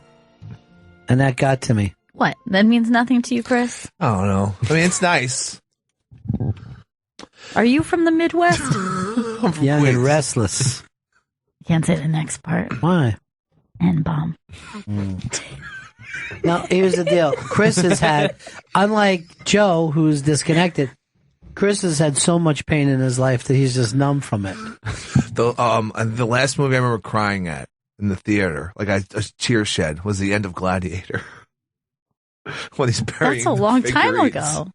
It's 2001. It's crazy. That's the last time you cried? At a movie? Yeah. He's lost 2 parents since then. I couldn't even tell you because I'm sure it was just like yesterday. Like, I don't know. Whatever I watched yesterday, I'm sure that's what it was. Plus that Hans Zimmer soundtrack. I mean, they'll get you. The last movie I cried at was Simon Birch when I was 10. That's a long time Yeah, ago. that was a long time ago. You guys do not cry at movies. Yeah. I haven't cried, I think, since about 5th or 6th grade. Now, Simon Birch, that's the Owen I know. Meany, Prayer for Yeah. Owen Meany movie. Yeah. Should read the book, and you'll really cry. Did you read the book? Yeah. Do you remember before you read the book? Yes, I do. What? You told me the book from start to finish. I told we were on a family vacation, and I went in this thing, and I started to tell everyone about the book, and it went on for an hour and a half. And he did like a full like recap, but it was like in detail of like what happens in the story. It was crazy. I never went into that kind of zone before or since. And I would look around and everybody was just like leaning in. What the hell? And it was the craziest thing that ever happened. And I don't understand it. Yeah, it was really weird. It's not like you set out to say, No. okay, like here's how we'll kill like 2 hours or something. We're going to hear about this. I think that's just impressive just to be able to like recall a book even after you've just read it. I think it had just something to do with that one weird situation. Yeah. That one odd thing that just made that click like that. And that book is nothing like that. The movie's nothing like the book. No. It's not even close. That might be my most disappointed read the book then saw the movie. Look, this fuckstick over here who, if you remember him, acting like books are better than movies. Do you know that One Flew Over the Cuckoo's Nest is back on cable? And I fucking rewatched it, and I cursed you the entire time. I'm going, how could he think this is fucking bad? I saw it was on the other day, and I recorded it. Like, I'm going to go back. Maybe I'll watch it this weekend or something. The part, like, I was just Frankenstein in it, just grabbing pieces here and there. And when Jack just figures out that he can, that the big chief is a talker for real, and then how quickly he just goes like this, we got to get out of here, chief. A couple of guys like me and you. Like, now he's just like connecting to so him. fucking comfortable with you guys should, jump into this together. Who on this show do you feel like cast everyone as characters in One Flew Over the Cuckoo's Nest? Well, I think you've got to say Big Chief would be Vito based on size. Sorry, Chris. Normally that would have been your role. Chris is Scatman Crothers. I see myself as Nurse Ratched. I see Gail as Jack Nicholson, R.P. McMurphy, and I see Joey as the bald-headed guy that was just leaning against the wall. Take it. I could also see Chris Stanley as Bancini, the one who's so tired. I'm tired. Because you don't fucking get shit out of him. That's all he says. He's tired. We need a martini, though. Yeah, well, I'll drink one. You guys are. No one's allowed. Do you know how I never get into gossip stuff, right? Yeah. Never. Well, I know that you're a big Jenny Slate. I am, yeah. That you're one of her all-time favorites. And that she just is breaking up with someone? Jenny Slate is? Yeah, her marriage is breaking up. Okay, that's really weird. It's all over the place, and this is rumory, and I'm not saying this, but they claim, and by they, I mean Gossipland. Okay. Claims that, maybe I should make you guys guess this. Rather than say Oh my God, okay. No, you would never guess it. Okay. They say that she's dating Chris Evans, the weird actor. What? Yeah. Chris Evans? Yeah, put Chris Evans up. The captain? Yeah.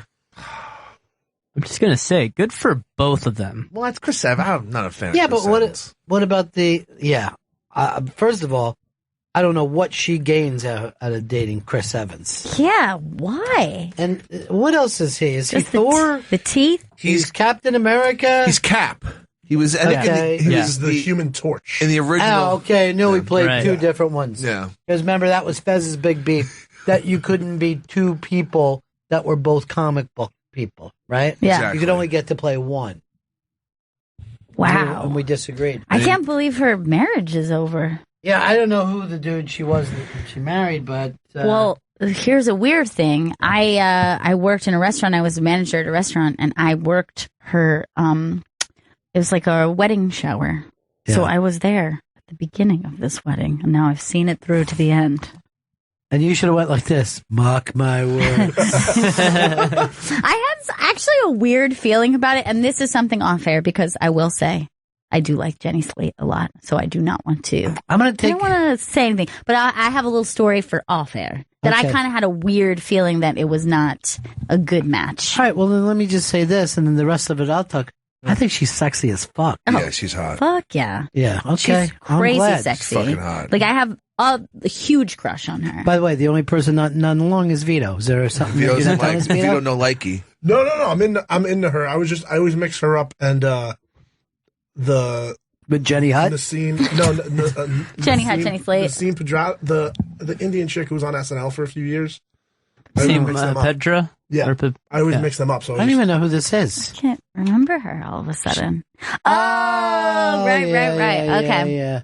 Well, they were on SNL at the same time. Right. And Jenny Slate got fired for saying fuck, even though it was hilarious. It was so great. It's the best fucking SNL moment ever. Do you think that's what really led to her Yeah. firing? Yeah. It was like the nail. It's like with Vito. He fucked up with me. And even though I'm not bringing it up every day, it's still hanging over his neck. Chris knows about it. Yeah. It's still there. You know what the latest was you did, right?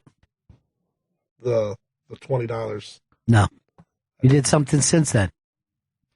Telling somebody, oh, I've already told Ron you're on the line. Gurian. Oh, yes. You can never put the host on the fucking thing. You know what I mean? You got to be like, Ron knew nothing about this. I apologize. But if you go, I've already told Ron, I guess he's not going to you. Here's the thing. Here's the way this works in radio. It's a good thing for everyone. The producer always has to take the fall because you can say, well, Joe's an asshole. Believe me, I'll fix this. And then you can fix the thing. The other person will feel great. Right. But if you'll say, I'm an asshole and I didn't want to go to you, that ends the relationship with that person forever. But when you're a producer, it's like you stop being a person and you get to be somebody that's even like fucking not real. He's just a producer. Yeah, and then you get to blame things on like a lot of moving parts. Like we got a lot going on, and this guy fell through the cracks. Right. My producers are going to hear about this Yes. shit. It's not going to fucking happen again. And then the producer, if the producer's there, he could be just like, is I sure this won't happen? Yeah. I personally am firing a board up, and I am firing, you know what I mean? It's all a lie. But as soon as you put me, everything stops. I don't know why you'd want to sell me out like that to Gurian. Should have just blamed Joe. You don't blame anyone. You go like this. Things are crazy here right now. But by the way, you never did say it to me. I didn't. You put it on the screen and I didn't see it. Yes. But you said to him, I told Ron that you're calling. I don't know why I told him that. I should have just told him how busy we were at the moment because there was a lot going on. There was a lot going on. But see, here's the beauty of it. This is one of the things that you'll get fired for, but you won't know that's why it's for. It's going to seem like it's for another reason, but it'll be for this reason. Because you lack loyalty to the show and to SiriusXM, which I've heard, and I told this down the hall before, that you said to other people, there's plenty of other platforms out there. Oh, you don't need a satellite for this. Oh my God, you said that? Vito, why would you fucking say that? You don't talk about that. Now, this in the old days, this is what you would do with the secretary. The fucking guy would call back, my secretary is a lunatic. She didn't fucking, schedule it. Even if the guy didn't have a secretary, he would blame. Grace! Grace! Grace, teaser. Yeah. Oh Oh I'm in town just for one night. Yeah. I'm going to make time to meet with you. Was her name Grace also? It was Grace, yeah. And then Grace was the teaser. Yeah, Grace, teaser. I mean, Grace seems like it's secretary. We need a Grace. That's what we need. We've fallen from Grace. That's our problem. That is the problem. But Chris, you're good at that, right? I mean, he's excellent at it. He's good at with the bubble protection. No one understands what's going on. And I will say to people, go, can I have your number? And I go, Chris will give it to you. Yeah. Knowing that they'll never get it. I'll take care of it. Chris is going to take care. Chris can give you all the information. And then, if I'm out anywhere, if I'm talking to someone for too long, Chris knows to come over. Hey, Ron, we got to see about that thing. We got to cut that thing, Remember, I even used that when I had to go do something else the other day. I go, will you tell Don I'm going to meet him at the thing? One of us did not back me up on that. Yep. And started to say, Don's not even there. Thank God there was the saving grace. Okay, Gail. Gail finally did something good. I finally made it up to you guys. All right, let's jump into another topo. All right.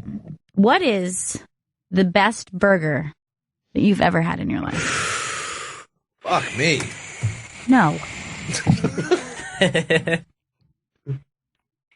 Well, I will say this. The best burger I've ever had in my life was probably either next to a pool or a beach in terms of tasting best. You come out of the water, you're starving or barbecuing, you're eating, it's perfect. But that's not the kind you're talking about from a store. No, I'm saying exactly that experience, or if there's a specific place, it could be a restaurant, it could be even a fast food place, the best to you, because there are two very distinct styles. And you named the first one. It's that kind of like beach, kind of poolside burger, thin patty, lots of cheese. And it's great. And you're starving because you've been swimming, Right. riding waves, and and it fucking tastes so good. You're still dripping wet hair down on the plate.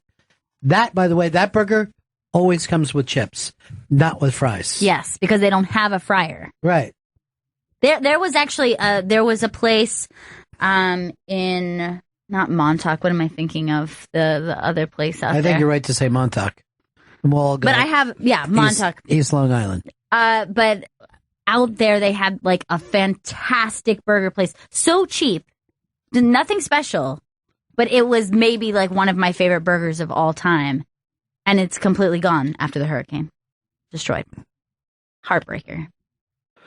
All right, so But the other style would be like that thick kind of gourmet kind of burger where it's like, you know what I mean? Like that very thick, juicy burger versus like thin patty burger. Well, if I'm going to say that, PJ Clark's has a great burger in New York. I'm also going by the burger joint where you go through the lobby and eat Love when it. they're normally, and they're, by the way, there's a good fries and a good milkshake. And then what is the other burger that people used to stand in line for? Another everywhere in the Shake city. Shack. Shake Shack. Shake Shack. But what about for you, Chris? The best burger I ever had was from a French place down the Bowery that's closed now, and I've gone looking for it again. I went in there. First of all, I love this. Go ahead. It was a rant. It was on. All I remember is it was on a corner or in the place where it's like kind of Chinatown, kind of the Bowery, where everything's mixed together. And I go into this place. I'm hungry as fuck. It's a basic cheeseburger with shoestring fries with mayo on the side. No ketchup on it. No nothing. Yeah, there was onion on it. That's it. And it was the best burger I've had ever. How long ago was this experience? It was probably 9 years ago. Fuck. 8 years ago, and I've walked the neighborhood fine because I knew it was exactly on the corner, around the fucking. It was on the corner. Can I tell you something? Yeah. That place probably exists in a different dimension. You think? You know what I mean? This is like a Oh Twilight my Zone. God, you, like, when you go tapped back into to something, something. yeah, and it's not there. By the way, J.G. Mellon in the city, great burger. JG Mellon? Mhm. I don't think I've been there. It's good. It's up on the Upper East Side. I'll take you next time you're up at my place. Great fucking jukebox too. Oh, that's the best. I Yeah, love that's when you find a place with a good jukebox. Right, that's going to be the next thing that we're going to know whether it's a good jukebox or not. But go do the other kids. Okay. For you, Vito. Well, there's two burgers that come to my mind. McDonald's. One, and Burger King. the one basic burger that I go to that's like my main delivery, like if I just want to order a nice big old burger, is Jackson Hole. I love those big, Not meaty, made too bullshit thick. burgers. You know what it's like for me? It's like a meatloaf on a fucking thing. You know what I mean? Like if your burger is too big, you don't get the nice fucking burger taste. It's a meatloaf. That's my problem with all these mid-range burger places that are fucking popped up all over the Mid-range. fucking city and the Mid-range. rest of the fucking country, Yeah. where it's over fucking priced. There's no fucking flavor. It's all Okay, terrible. I'll easy. call This- them all out. This is not an anger thing. This is a fun thing. We all like All right, burgers. I'm having First of fun. all, your burger place doesn't even exist. I know. It's depressing. While you're saying this, you don't have a real burger place. The best burger I've ever had that blew my mind was some random French place in between Williamsburg and the place Joe lives. Well, let's not say random. It's got a fucking name. Let's find it. Yeah, it was in between. You're there. random, dude. And it was so fucking good. It was in like the beginning of my last relationship when like.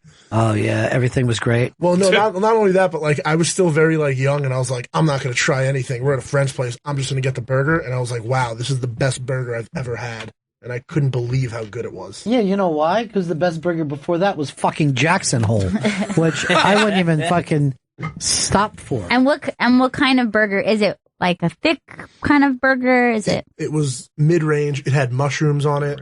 It had it had nice sautéed onions. By the way, this is why cops hate to get information from people. They sound nuts and so like it had onions. Yes, it's a burger. It's sautéed. Because my favorite my favorite burger of all time, which is similar to the vibe that I was talking about, that kind of like feels like a beach kind of burger, like, is a place in PA in Delaware County. I believe it's Folsom. Is that in Delaware County? Yes, it's Folsom. Called Charlie's. And Charlie's in Folsom. And it is fantastic. And it's one of those things where it's like the simpler, the better. It also, they don't have a fryer there, so you're just getting chips. It's that kind of feel.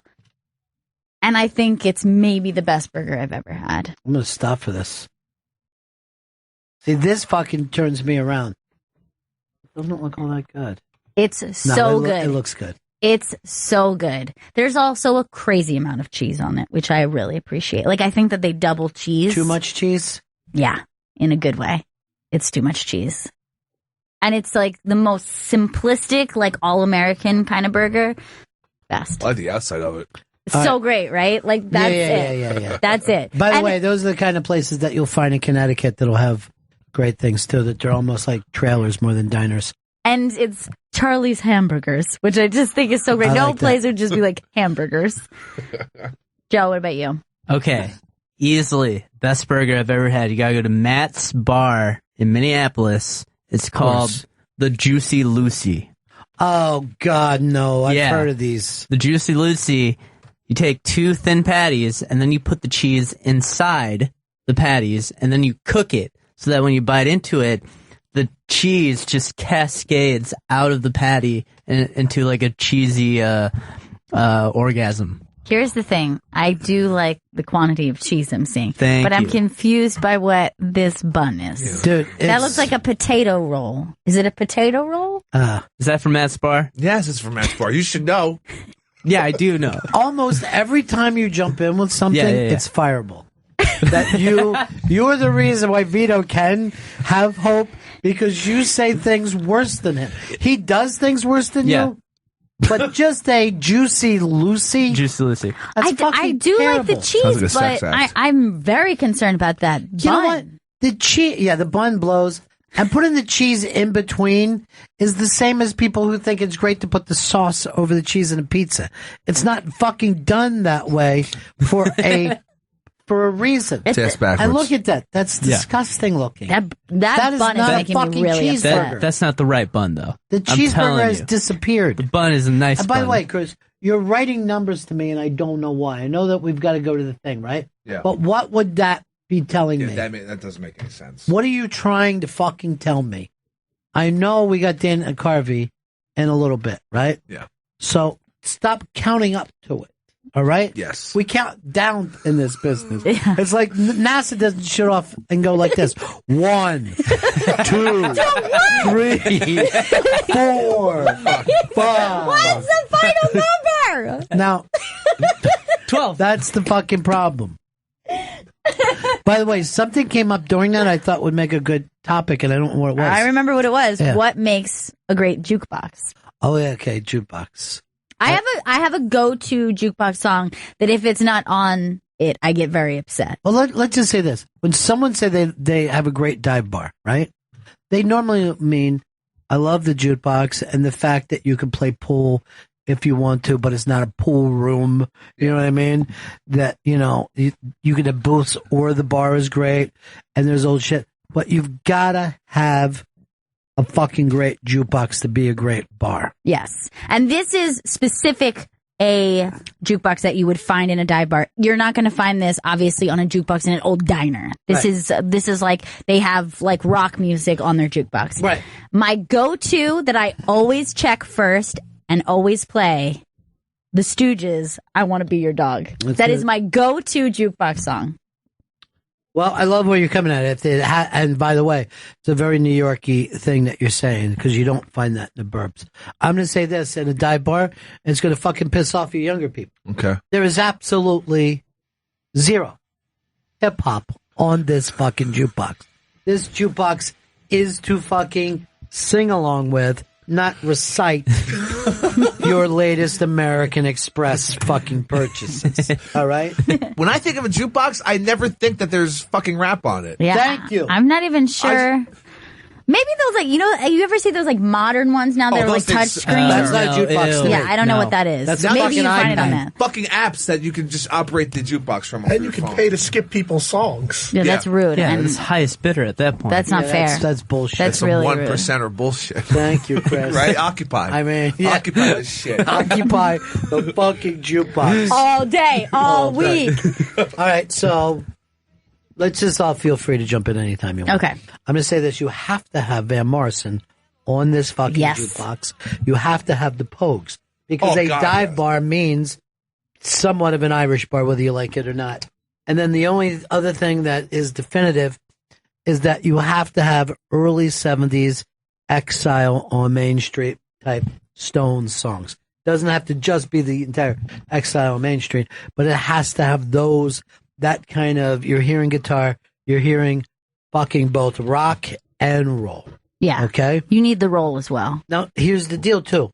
You have to, I'm not saying that there can't be hard rock songs, but you don't want to bother people who aren't into the jukebox. You know what I mean? Mm-hmm. You have to say to yourself, this music is in the background except for the people who want to make it foreground. Doesn't take over the bar. Vito, you're the youngest. What do you think in a jukebox? I want my Bruce Springsteen. I want Born to Run.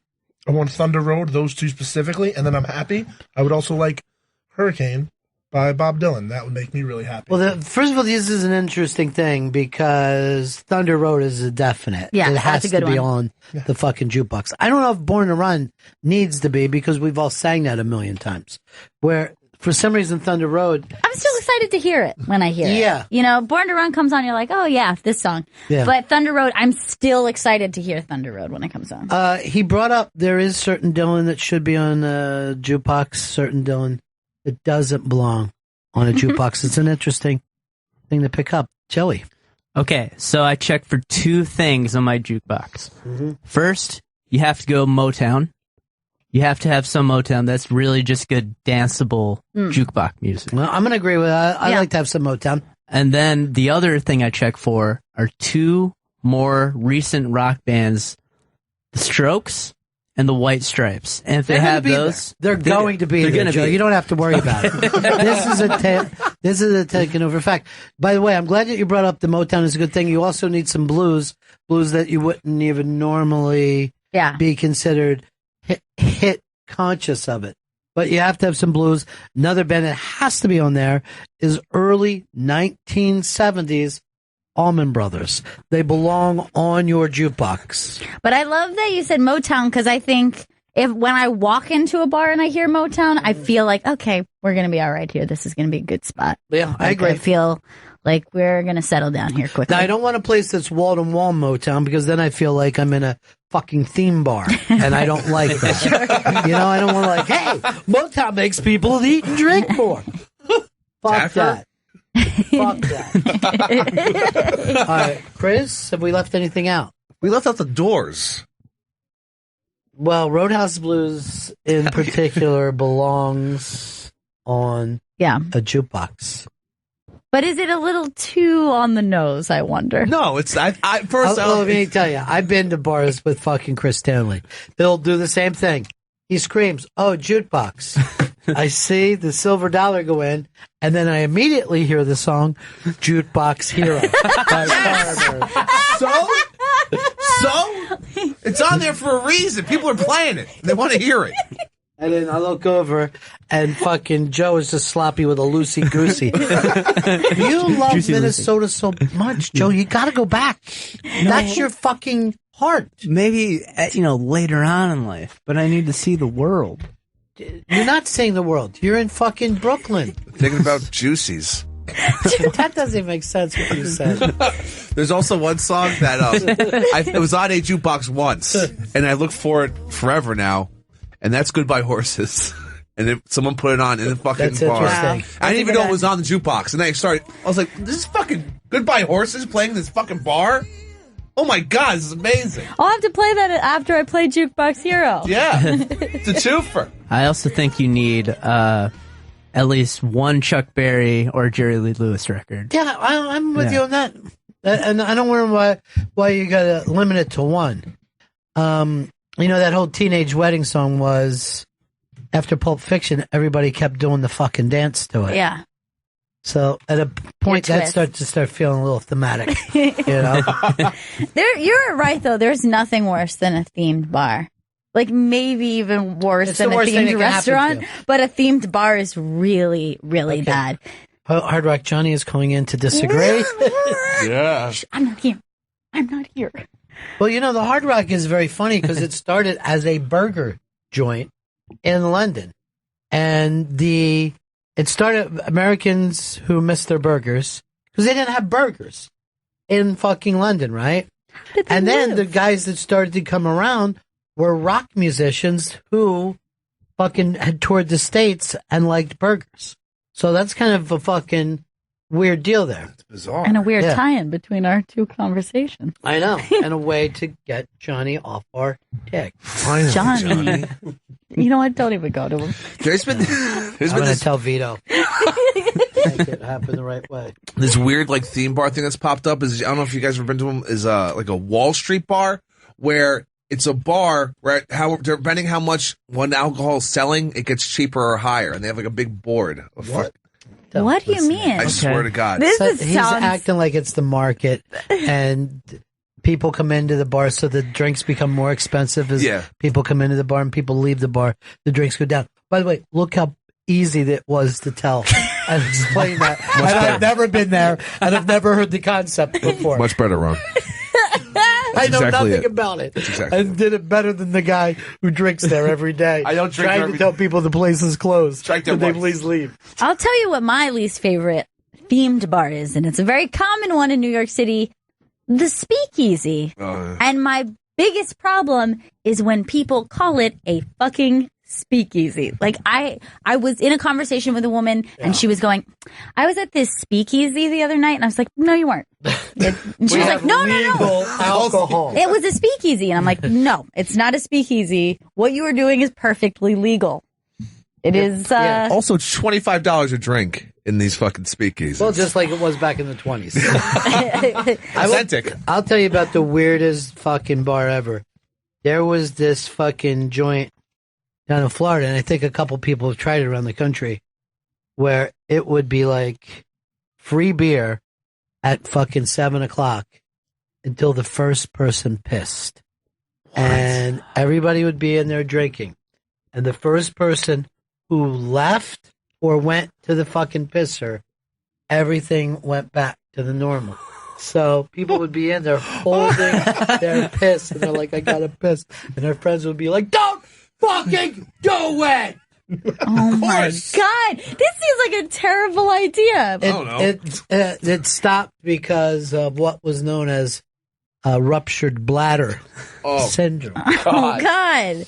But just think, then you're just asking to mop up piss, basically. Yeah. Give away free beer and have to then mop up the piss. But then you're also, as soon as it broke, 150 people or whatever that fit in this little shithole all had to piss at the same time. Oh, So God. there's just waves of piss taking place.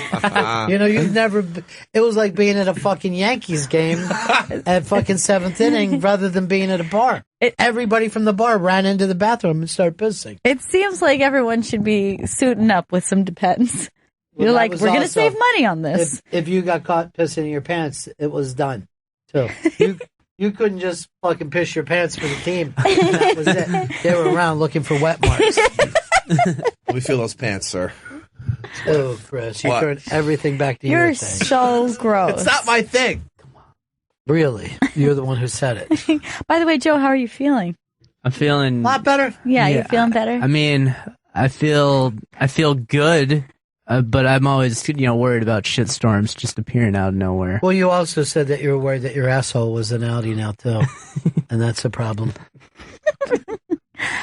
All right, Chris asked me the other day, which I think is a bizarre question. Yeah. Who is your favorite serial killer? Favorite serial killer? Ted Bundy. I was Bundy. Yeah. Well, I like guys that end up in Florida. You know what I mean? Yeah, and a lot of them did. All of them.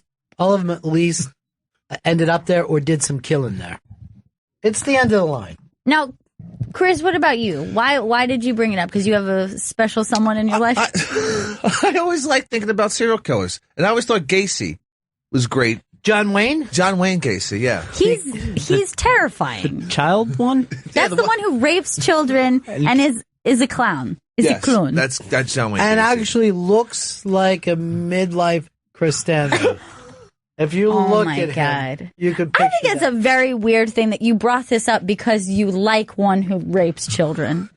Doesn't it look like it could be a relative of Chris? Oh, yeah. That definitely looks... He looks like he's in the Stanley clan. The natural, the natural greasy hair, the Good head of extra hair, chin, the patchy beard. Seriously, the fucking eyebrows, the laughter at the thought of dead children, the Republican voting. Yeah, I mean, that's a big part of it. Vito, what about you? I know he didn't technically kill anybody, but I've always been fascinated by Charlie Manson. Not a serial killer. Cult leader. Mass But murderer at best. He gets thrown into that all the time. People don't understand. They do not understand what a serial killer is.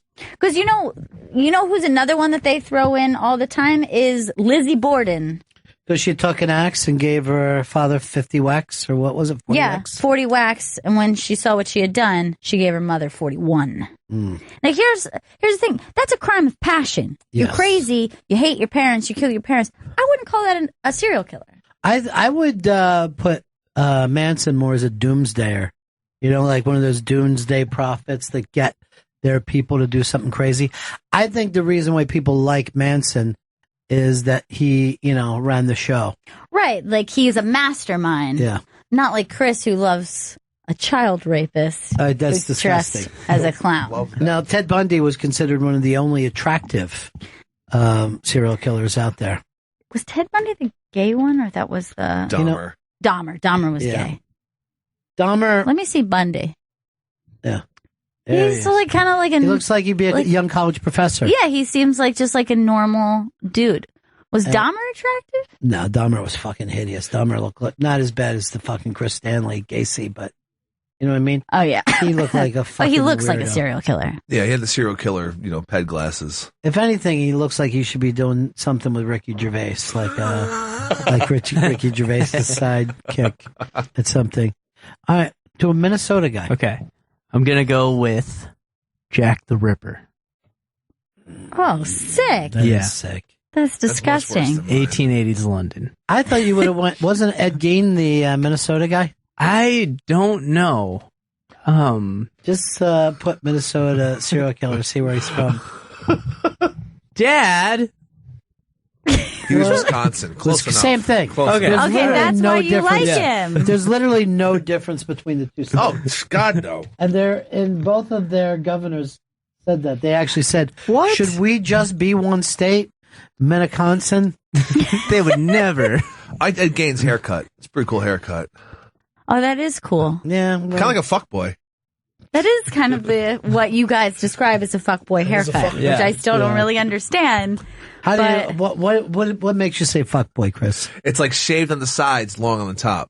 That's the fuckboy haircut. It just seems like a haircut that's existed for so long. Why did suddenly we get to that's the fuckboy? They started gelling it really tight, and I'm gonna start calling it the Gein. There's a big. It just seems part. like a Three Stooges Very big. haircut. You know? Yeah, isn't that just like just like every dude? But then It's like Shemp. The fuckboy also shaves right here to create a part all the way up to the top of their scalp, and then they gel it over. that's the. So that's they the have guy a- who started it. Fake part? He's the first fuckboy? Yeah, Now, why do you call himself a fuckboy? he didn't call himself that. That's just what people started associating with the term fuckboy. All right, but when you say a fuckboy, are you saying that he takes it from other men? No. A fuckboy is kind of what women use to describe men. That we would say that guy's a douchebag. They But just use him girls- as a fuckboy. girls would be like, that I'm a guy's woman, a and I've never called anyone a fuckboy. Start. But you know how some of your male sluts you treat as fuckboys. Guess so, yeah, sure. I just never had a name for it. See, I would have always thought that a woman version, a male version of a skank is a garbage dick. I would call him a garbage dick before a fuckboy. Fuckboy seems like could be positive. I had a friend in college that he got the nickname Garbage Dick, and he never was able to shake it. You know what? Well, because he was able to probably shake so the many garbage. scabs. Now, here's the thing, and this is up on the iBank today too, about the Tinder STDs, and that's because of garbage dicks. They take their garbage dick out. They don't tell other people about it. They go on the Tinder, they fuck, and then Joe fucks the same girl, and he ends up with an STD. Oh, Oh, God. I think it's syphilis, gonorrhea, and chlamydia are Those are the trendy ones right now? Yeah, but as long as it's not AIDS, who cares? Yeah. You know? Yeah, because like most of the, well, what is it against syphilis? That's probably a bad one, right? Yeah, but Or you they can cure It's bad, but it's curable. You can knock it out with a little fucking penicillin. Yeah. Chlamydia is like nothing, I right? had chlamydia. It's fucking disgusting. It's literally, I'll take chlamydia 8 days a week. It's fine. Why? It's so disgusting. Even the word itself is Gross. And what was the other one? Gonorrhea. And this is the life of a fuckboy, ladies and gentlemen. Welcome to the Chris, life of a fuckboy. Do us a favor, because you know your hair grows fast. Yeah. Get a fuckboy haircut this week. Please. Come in and surprise Please. us Monday. Look like a fuckboy? Yeah, Please. we're not going to sit around and beg. Okay. Oh, wait, I already had somebody yelling, please. So we are begging a little. A little bit. But we're not going to bother you with it all weekend. Okay. But if you won't forget, you come in Monday with a fuckboy haircut and you're a legend. Okay. We'll see what happens. I do have an appointment with You Kelvin. do it. If you do it, My Dominican barber. will Vito do it as well? Would you and Vito do it together? Vito, will you get a fuckboy haircut? Matching fuckboys? Yeah, we can get matching fuckboys together. Fuck brothers. That seems a little creepy. Say I'm matching starting to call fuckboy. you the fuck twins. Oh, the old fuck bros. You know how they are. Mm-hmm. The fuck boys out on the streets. Now, you were saying Macklemore was like the original. Macklemore's a fuckboy. Fuckboy. Well, who are other celebrity fuckboys so I can just have like a reference point? Because so far, all it seems is like hair and just shittiness. Justin Bieber, I would, the fuckboy. I would also agree with that. So Justin Bieber is a fuckboy. Bieber's a fuckboy. Because he has a haircut like a fuckboy or because he is a fuckboy? Both. There's something about him that's fuckboyish.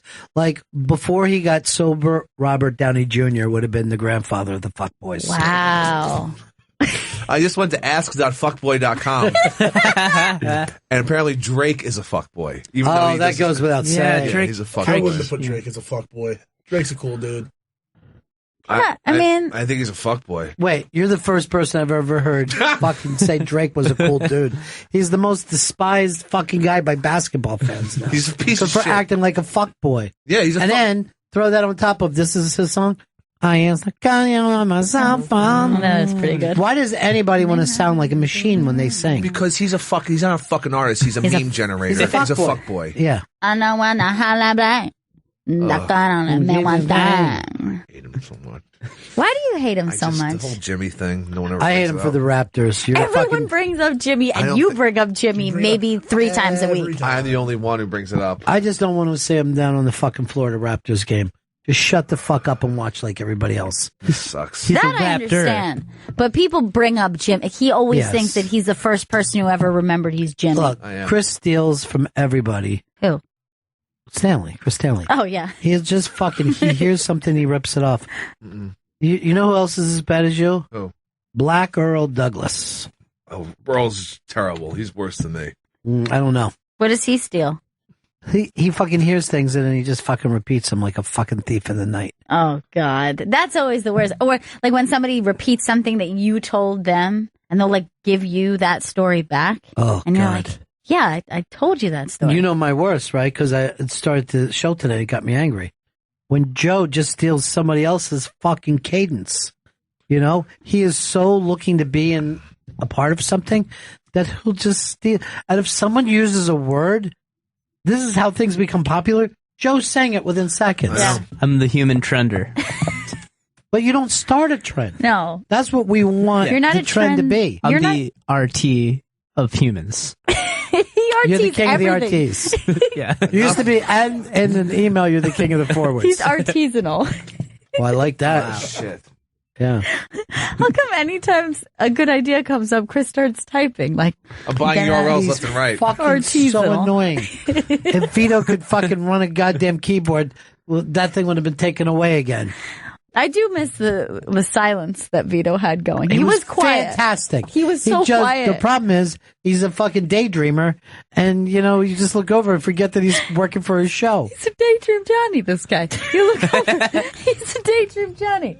But I miss him. I don't look like I'm some daydream Johnny. But I miss him in the room once, ham hands are like over there. His fucking pork fingers of his. Come on! Swear to God. I fucking smell bacon during the fucking show. You get going so fast. I'm cooking. Hey, good looking. What you cooking? More ham? My own ham fingers. Google searches. I think he's writing a screenplay in the middle of the show, and he's just taking funny moments for everyday life. Fucking day in the life. Well, our old intern Dana is coming up next. Dana Care. Dana Carvey. And this is fun because this is twice this week I forced you into doing the impression before. But I love that you went for it. I know. I give a full-on impression. And there's quite a few others that show up. Well, why didn't Joey Jojo come in and do an impression? I don't know. Well, I can do okay, guess if you know this impression. Okay. I was in season 2 of Mr. Robot. Oh, I got it. With Pete Davidson's lookalike. I know it. This is the mayor of Minneapolis. No. It's Christian Slater. Yeah. All right, let's hear it again. Hi, I'm Christian Slater. Just had a new movie. That's easier when she's told us. With the Jane Fonda. Yeah, nothing like her, but I would have loved if you would have done that in front of Dana Carvey. It sounds just like your George Why didn't he do one? I don't know. Didn't anybody ask him? Did anybody ask you? No. I mean, I feel like I could have done one. I also do a Ricky Skaggs, country music legend. Yeah, I love Ricky Skaggs. Go ahead. Hi, I'm Ricky Skaggs. And when I'm not playing the Mandarin at a professional world-class level, I'm listening to Bennington. The Mandarin? How do you guys like that? Fucking great. Why didn't you have him in, Chris? Vito didn't do one either. I do one too. Oh, okay. California. That's so good. California. Oh my God, I love that movie. Yeah, California's a state. It's mine. Peter, what impression you do, Bruce? No, I do Tracy Morgan. Oh, great. Let's hear it. I'm going to get you pregnant. God, that's so fucking good. That's a million times better than California. No, it's not. You're a bat. Bats live in caves, right? Do you know where Osama bin Laden is? You're starting to sound racist. Topical. You know what I mean? It is. Rip from the headlines. Perfect. That's fucking rip from the headlines. You sort of did it. All right, we got a break here. We're coming back. It's the town hall in a townhouse with Dana Carvey. His new show's called First Impressions. It's on the USA Network. On the USA Network. Make sure you check it out. It's a lot of fun. And he's a lot of fun. And you'll hear people do impressions in front of him. This is Bennington. Raw Dog Comedy. Sirius XM 99 and on the Sirius XM app.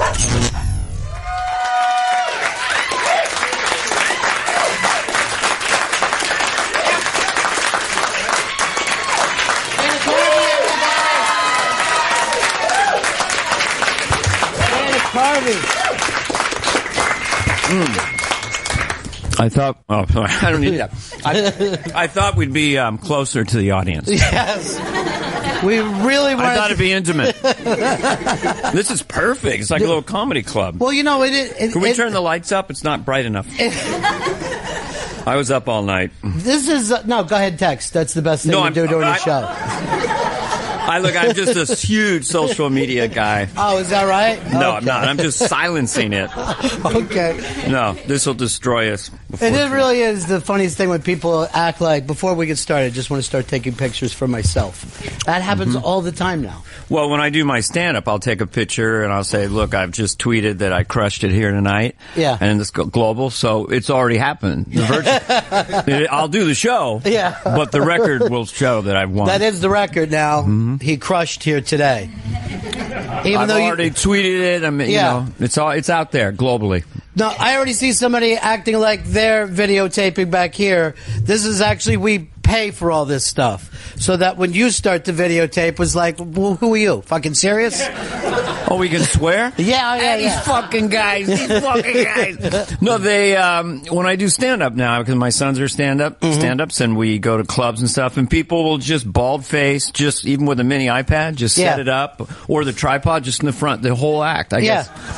And I go, what are you doing? And they just like, well, I think it's important to tape it before it gets to HBO for all the money. You know what I mean? Right. Just let it go out there for free, and then see what HBO will pay for it later.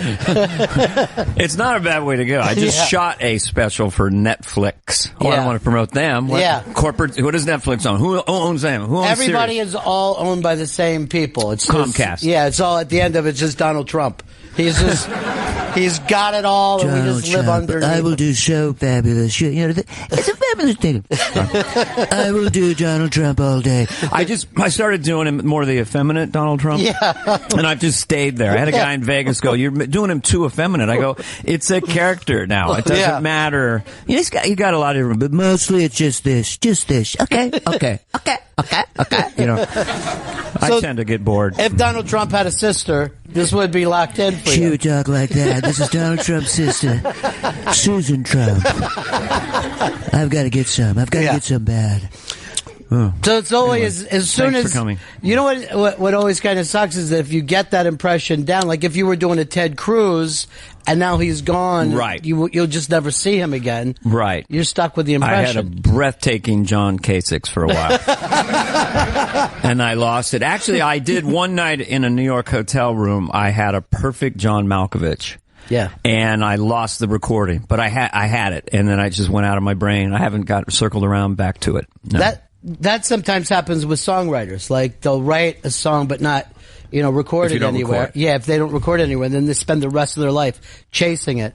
That's you with your Malkovich. Well, that's what Paul, kind of Beatle fan, sorry, Paul said about him and John, that they didn't have little cheap recordings and stuff, so a lot of the songs were just gone, Probably the best Beatles songs we'll never hear. Yeah, probably the best ones went right out of their heads. Like A Day in the Life was like there's not much there, It's not moody enough. There's nothing really. The chord changes don't do that anything. Was their 11th best song. Yeah. And that's it. Yeah. All right, you've got a new show, First Impressions, and this is Impressionist coming on in front of you. Right. Which seems almost a little unfair. You know what I mean? Like, well, I don't know. My brand as an impressionist is a little bit of an illusion. Maybe that's, when I listen to Frank Caliendo do Morgan Freeman, I'm literally frightened. Like I'm kind of scared. Or Kevin Pollak, the way he's wound down Christopher Walken. Yeah. Those guys, I do my own kind of silly, weird. Some were accurate and some are just ridiculous. Well, you also do stand-up, which is helpful because I think when a guy just goes out and just does wall-to-wall impressions, right, it gets lost after a while. Well, yeah, there's Rich Little, and then later on Danny Gans, and of just sort of a pure impressionist just hitting it, and then they sing songs, and there's no sense of comedy. I just look at it as a tool, you know, to be funny. Hopefully. Well, Jesus, it got serious. I'm serious.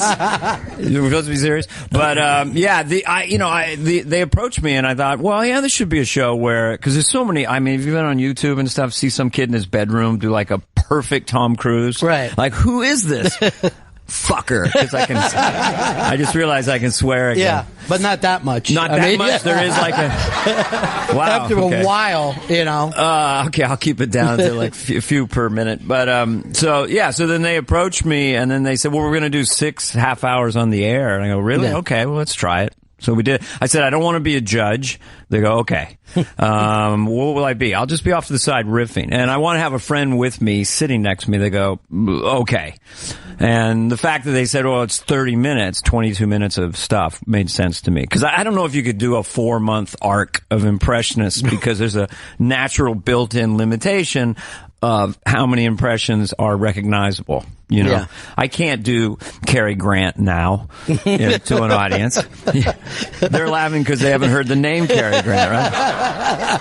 And it was always one of my favorite voices. I just loved doing it. Yeah. It was just an incredible voice and an amazing accent. I don't know if you've ever seen a film with Cary Grant. Have you seen?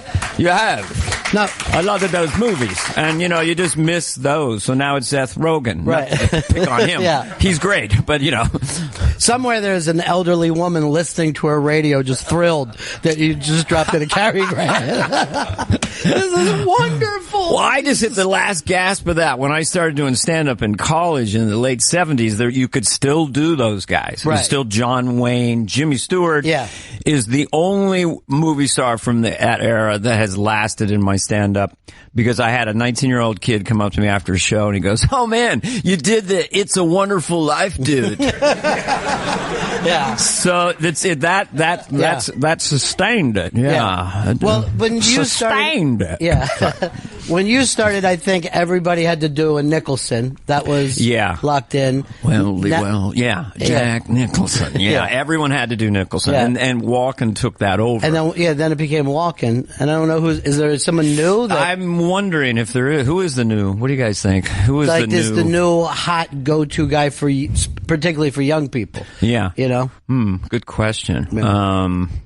Zach Galifianakis? Yeah, I think it is Zach Galifianakis right now. I don't know. You know, it's so fractured. I don't know. You know, the politicians are the ones that are the most consistent of everybody knowing. You know? Well, that's the thing too with SNL now. They always start with a political up front, because that is probably the only common thing that holds the country together. Who's ever president? Right. You know? That everybody knows. Yeah. That's the way we go.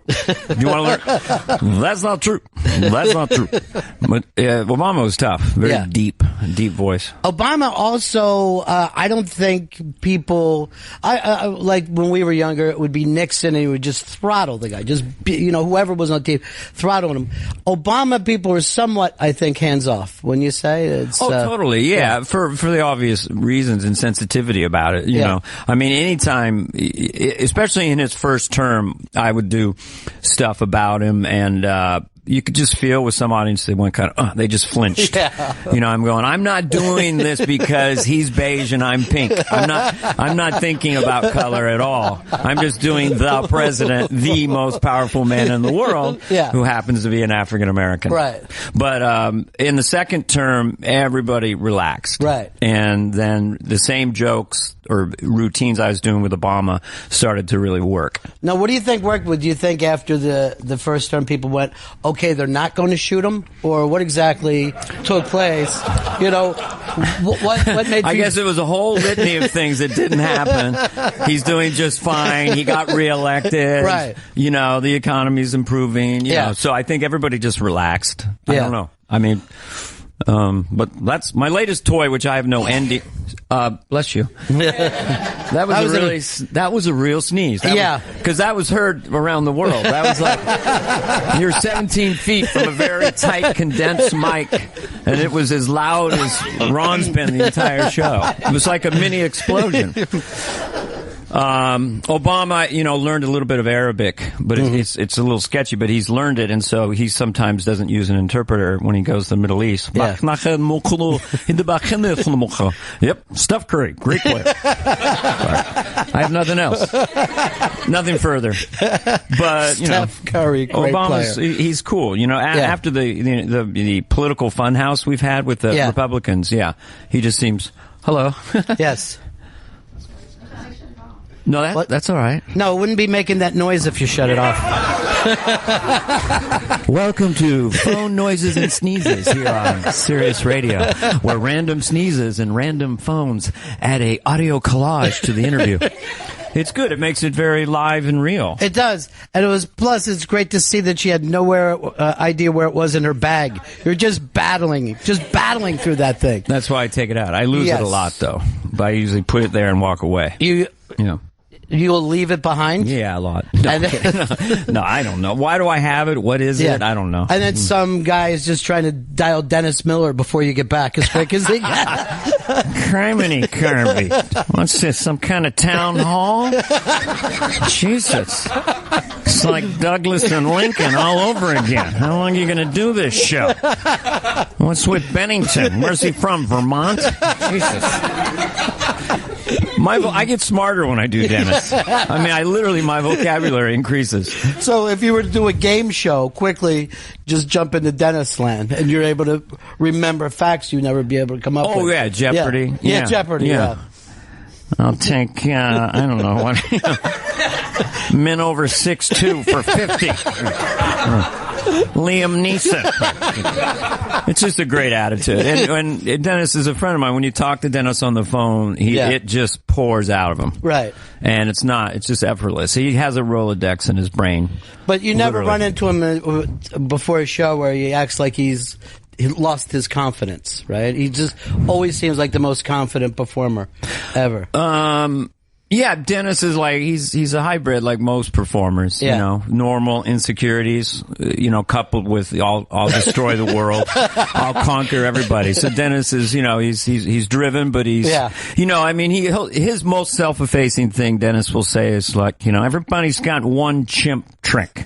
I've been working this one chimp trick. If you're lucky, you got two, and you conquer. Just like one little trick. And in a way, I just have one little trick that I've been playing with. One little move, basically. Yeah. But maybe everyone does. Maybe Jim Carrey has two because he's so physically brilliant. Yeah. But when did you know? Interesting so far. It's just funny having this intimate of a conversation with 20, 30 strangers, just not really blinking and blinking. Just staring. Well, we're wondering which one of them is going to blow up next. We've had a sneeze and a phone. What would be another sound? There's going to be a fart fit that just takes place in this area over here. Fart fit. That sounds like some kind of shopping center, in a mall or something. Welcome to Fart Fit.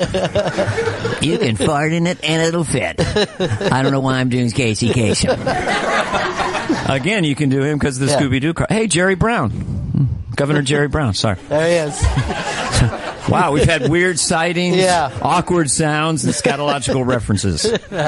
Going good so far. What was the first impression when you were a kid that you knew you could do? The first voice I did was a Beatle accent, because in '63, I'll tell the real story because we have time, Collier's Encyclopedia put out an LP reviewing what was happening in the world, and on the very end of the record was the Beatles talking somewhere, and they were really big in England and all that.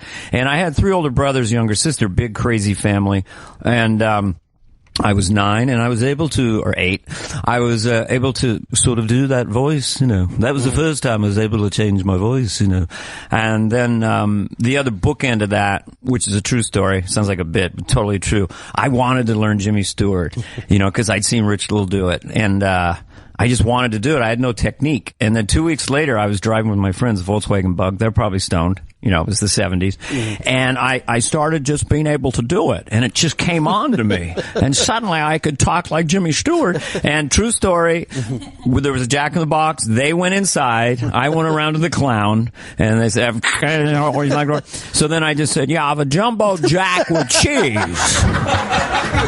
And a strawberry shake, and then they, is this Jimmy Stewart? So I knew I was in. Right. So those were 2 big moments. That'll actually help young people know that marijuana is always there for them to help. I was the one who didn't smoke marijuana at the time, and all the friends would get stoned. So talk about a great audience. Yeah. I would say every comedian is born in a Volkswagen Bug with his friends stoned. Yeah. And then you would just wind things down. I would do Star Trek bits for like an hour. It was fantastic. But what was it like going from being the funny guy with your friends to first stepping up on stage? Was that tough for you? Ridiculously tough. I had, I believe, as much stage fright as anyone I've ever heard about. My face, my neck would turn bright red, my hands would turn bright red. I'd be adrenalized, sweating all day before a performance. But this is a true story. I just was moved out at 19, was living on a frontage road near San Francisco airport, shithole. $58 a month rent, and there was a water bed in there. Ridiculous invention. Just a horrible way to sleep. And, living near the airport, and so saw a thing in the paper, local comedians in Berkeley, because I'd had this dream, but I never took theater or anything, just way, way too introverted. And I went over with a couple friends. So we're at a place called La Salamandra in Berkeley, Telegraph Avenue, a little hippie dive, went in the back, and these comedians started coming up. And I was like, wow, maybe I could do this. I took out a napkin and started writing down, like a Howard Cosell bit and this bit. And then this one guy comes up and I went, wow, this could be difficult. And he's all over the stage and it's like, whoa. And it was Robin Williams. And I thought maybe there's a lot of Robin Williams, I didn't know, I mean, he picks up his beret. For those of you who haven't asked it, this is a Frisbee. I was like, how did he come up with that? And, but I went up the 11 o'clock thing with a little bit of adult beverage help. And I kind of got laughed just by being awkward. I did, just politically incorrect, grotesque. I did John Wayne having sex. I just thought, well, up against the bedpost and spread them. I'm sorry. If you're aspiring, anyone listening, remember it was just goo goo gaga silly stuff. I did X-rated Wizard of Oz. So I know, just when you're first starting, the song with the scarecrow was like, I'd get hard and I'd have foreplay. I'd even have some more play if I only had a dick. This is what you do in the beginning. Still works. It still works. Well, yeah, if I only had a dick. Dun-dun-dun-dun-dun. Bring us back the witch's dildo, and it was a whole routine. That was my closer for several years. But I proceeded to bomb terribly. I quit all the time, and I took everything to heart. I'd be playing a banquet for $10, and everyone would be eating and talking and facing away from me, and I would play to silence, and my feelings would get really hurt. Now I look back and go, I just never had a chance. Right. The environment is very, very important. So I just bombed. Yeah, nobody would do well in that thing, but you don't know it when you're young, You don't know it. Because every moment you're trying to prove to yourself that you actually belong here, that you actually could do this. Because it seems like trying to be the president or an astronaut. To me, for me to say I'm going to be a professional comedian at that age where I came from, my dad was a high school teacher. Just seemed too fantastic. Yeah, it's a strange thing to get into. There's no path. There's no career path. It's not like oh, this person did this, so I'll do the same thing. It doesn't work that way. Well, timing's very important in life, and order. Like I always said. Speaking of Bill Cosby, he just did. His main mistake was he did things out of order. Like if he had had consensual sex and then offered the woman an Ambien, would have been fine. Right. No problem. Yeah. So things have to be in order. But I had the luck. If he gets out and he's off the reservation, it won't work with any woman because everyone knows. If he's demented like 90, I get you the pill. No, Bill, nothing's going to happen. But I get Can this go on the air? Should I leave the business? Being in the late 70s, the comedy renaissance was happening. Robin exploded soon after that with Mork and Mindy, but he was always coming back. So no matter how well I did, I would see him come in. And I go, I got to work harder. Yeah. And then the clubs were being built. There was no comedy club in San Francisco in the late 70s. The Punchline came in 79. By the time I got SNL in 86, there were 20 full-time comedy clubs in the greater Bay Area. Right. So I caught that wave and had a lot of mentors. You caught that wave, and you're wearing a Broadway video. Lorne Michaels sent me this. Yeah, it's just very comfortable. You'll find it works in all kinds of weather. It's a town hall in a way that it's not really in a town or a hall. But it's very intimate. You'll find it, Ron, he's very nice. Sorry. But that's the guy that changed your life, really, right? There were two gatekeepers at that point. There was either Johnny Carson or Lorne Michaels, in a sense. I mean, Jerry found a third way with his sitcom, but Lorne changed my life. Yeah, Lorne did. In the end of the day, did not have to choose me, and he did. And I had never done sketch comedy in my life. I'd only done stand up. My first time of doing sketch comedy was the first time I premiered on SNL. And I had to stop myself from looking at the audience because I get a laugh and go, whoa, but I'm in a sketch. And I was in the cold opening with Jan Hooks and Phil Hartman. I did not even know I was in the cold opening. And I did the church lady sketch, which was... There we go. Keeping it going. Applause on a can. That's another sound. This is like some sort of sound effect thing.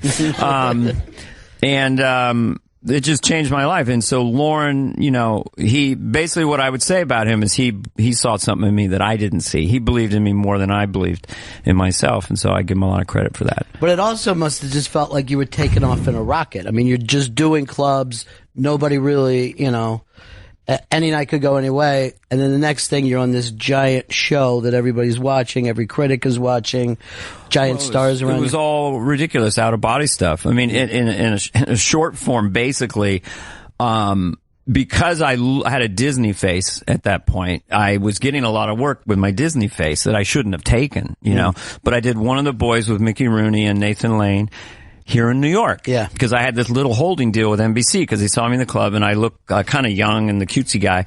And Fred Silverman saw me and said, that's Mickey Rooney's grandson. So I did that sitcom with no experience in New York with Mickey Rooney, who is certifiably probably the craziest guy I'd ever met. Had a .38 revolver. They're not going to get me. It's like, what?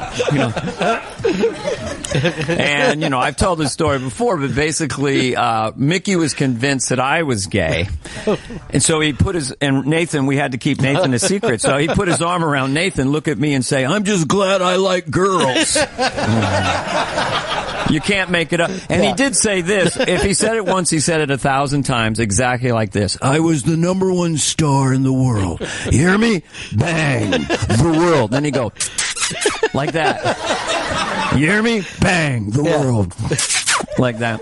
So the funniest, craziest guy. So I was evolving in the clubs a little bit, and I would go up to the 8th floor, and I would see Piscopo and Eddie Murphy rehearsing on Thursdays. And I was on the 6th floor thinking, man, I'd love to get up there. So I end up there 72 months later.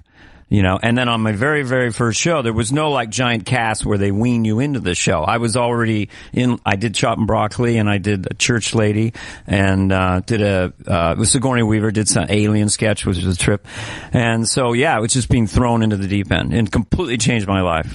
Was it enjoyable for you? Because it's always interesting to me. Some people make the show work for them, and some people, it just seems like it just rolls over them like a wave. Very funny people go there, don't like the experience. It can get really twisted and weird. I was very lucky to have the Church Lady right out of the box. Right. And I had Phil Hartman and Jan Hooks, God rest their souls, who were so brilliant and these religious scandals started to happen.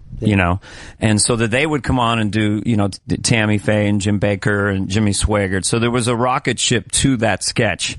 So I immediately was having success, and that was great to get out of the gate like that. And, I didn't realize I was, had some aptitude as a sketch player, because of being in stand-up, playing the honky-tonk bars, show us your dick, that kind of stuff, what I mean? Now I'm going to be a woman character for 2 minutes. Fuck you!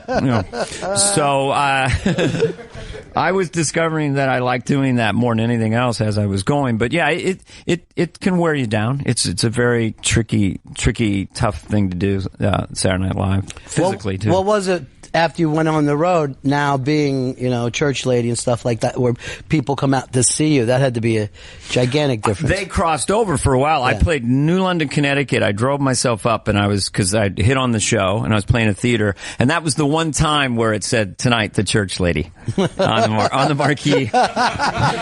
So I didn't, I never was really threatened by it because I always thought it was just part of what I did, but it did explode for a while. And I'd done it in my act dressed like in regular clothes, and then it was time to put the dress on.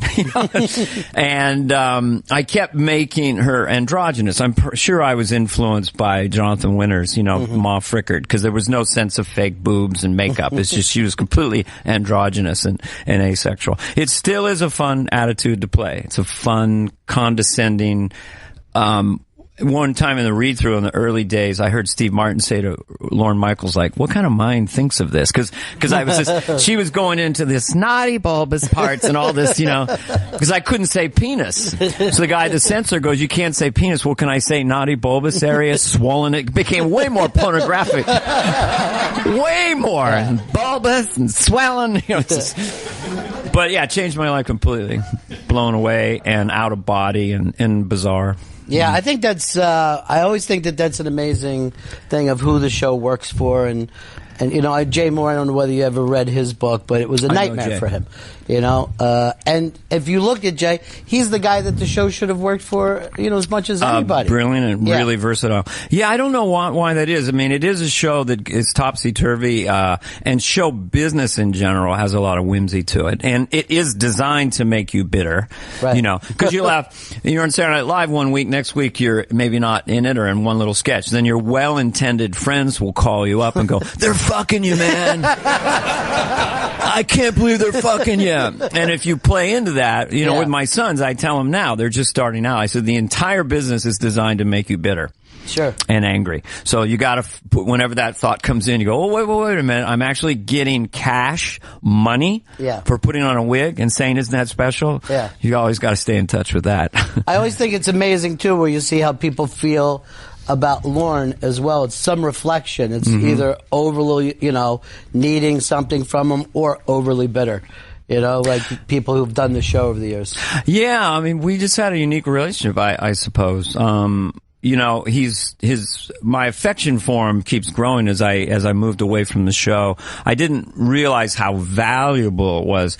Whatever you think of Lorne, he's just incredibly smart. And so to have the top guy be really, really smart is just nice. And right. you don't always have that in a brain trust. Well, yeah. And that's why he attracts people like Al Franken and Jim Downey and a lot of these Harvard brainiacs, because they knew they were talking with a guy who's really, really smart. So, but now that we can see it's 40 years, it seems even crazier that he's kept this together, Amazing. He always did say, oh, you just keep going. Sidney Poitier told me that.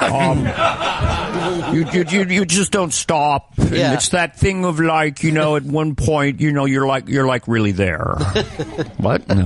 But I spent a weekend with him. My first year, he invited me up to Long Island. So Lorne and I spent a weekend together. We went, because Lorne, in a way, he's royalty. He's the Godfather. Sure. So just him doing normal things always, he would laugh about it. But we went to a matinee. I can't remember the name of the movie, but it's something about Lorne. Would you like butter in your popcorn? I mean, he would laugh because he's just a regular dude, but there is something about him. I mean, he's bigger than life now because he's just done this thing. And the 40th, it still goes through my mind. That experience was just so mind-blowing, that 40th anniversary. Sure. Well, they just showed that Prince, at the after party, and you're like, this doesn't happen. You know what I mean? Like what we just saw in that tape with all the people around and Prince coming out and crushing it. It would be in a movie at best, and you'd still go, that's a little ridiculous. A real regret, although I was on the Tonight Show with Prince, and then he did a concert out back, and so I was able to stand like 10 feet away from him, and I met him, and it was really, really nice. But my wife and I, we go to bed at 8:30 most of the time, but we're staying out late, and so we have a flight the next day. The whole thing's been amazing, and we're seeing McCartney and Jimmy Fallon's up there, and we're like, whoa, and I think we left at like 4:02, and we just missed Prince. That was the thing. So we were cowards and babies leaving it. Usually at 4 a.m. God, we're just getting started. That was it. He came in with his full band. Never have an early flight after a 40th anniversary show. Yeah, that's it. Yeah. For 50, when 50 happened. We promised some of these people they can ask questions. Now, it's First Impressions is the show. This is my producer, Chris Stanley. Hi, Dana. And there's some applause from...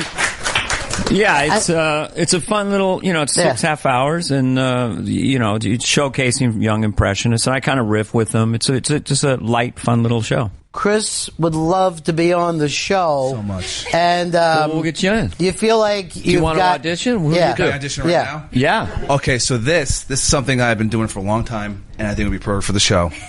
Okay. Have you seen the movie Seven? Of course. Now this is Morgan Freeman in Seven. California, John Doe has the upper hand. Stay away, California. John Doe. He's got the upper hand, Joe. How's that, Dane? I love it. I love it. You're in. But yes, I'll have my people call. Like, I have to tell you the truth. If you're in, then anyone in the country could go. Because, I wish that you didn't even tell us what movie it was from. Yeah. Well, you actually do a segment like that where you guys sit and try to guess who they're throwing at you. Right. And it's not always easy. Yeah, we have a big bowl, and they pit the paper, and then they might see Morgan Freeman. If they don't do it, they have to attempt it. It's even like if they've never done it before. Right. Yeah, that's ballsy. Do you want to try to throw one at me? I don't do. Or yeah, go ahead. Throw any impression. It's embarrassing when you don't do it. I mean, it's terrible. Margaret Thatcher. Margaret Thatcher. Well, Ronnie, I am so sorry that we're not going to be able to spend any alone time. I'm basically doing Downton Abbey. Can I do my Downton Abbey? Yeah, do your Because there's a character named Mr. Bates, but I switched it for the joke, What on earth is wrong with Master Bates, Mr. Carson? Well, my lady, Master Bates disappears for long periods of time, my lady. Where most unusual sounds are. We must find out what's wrong with Master Bates. What could Master Bates... I know it's horrible, but it's just funny, right? It's just funny.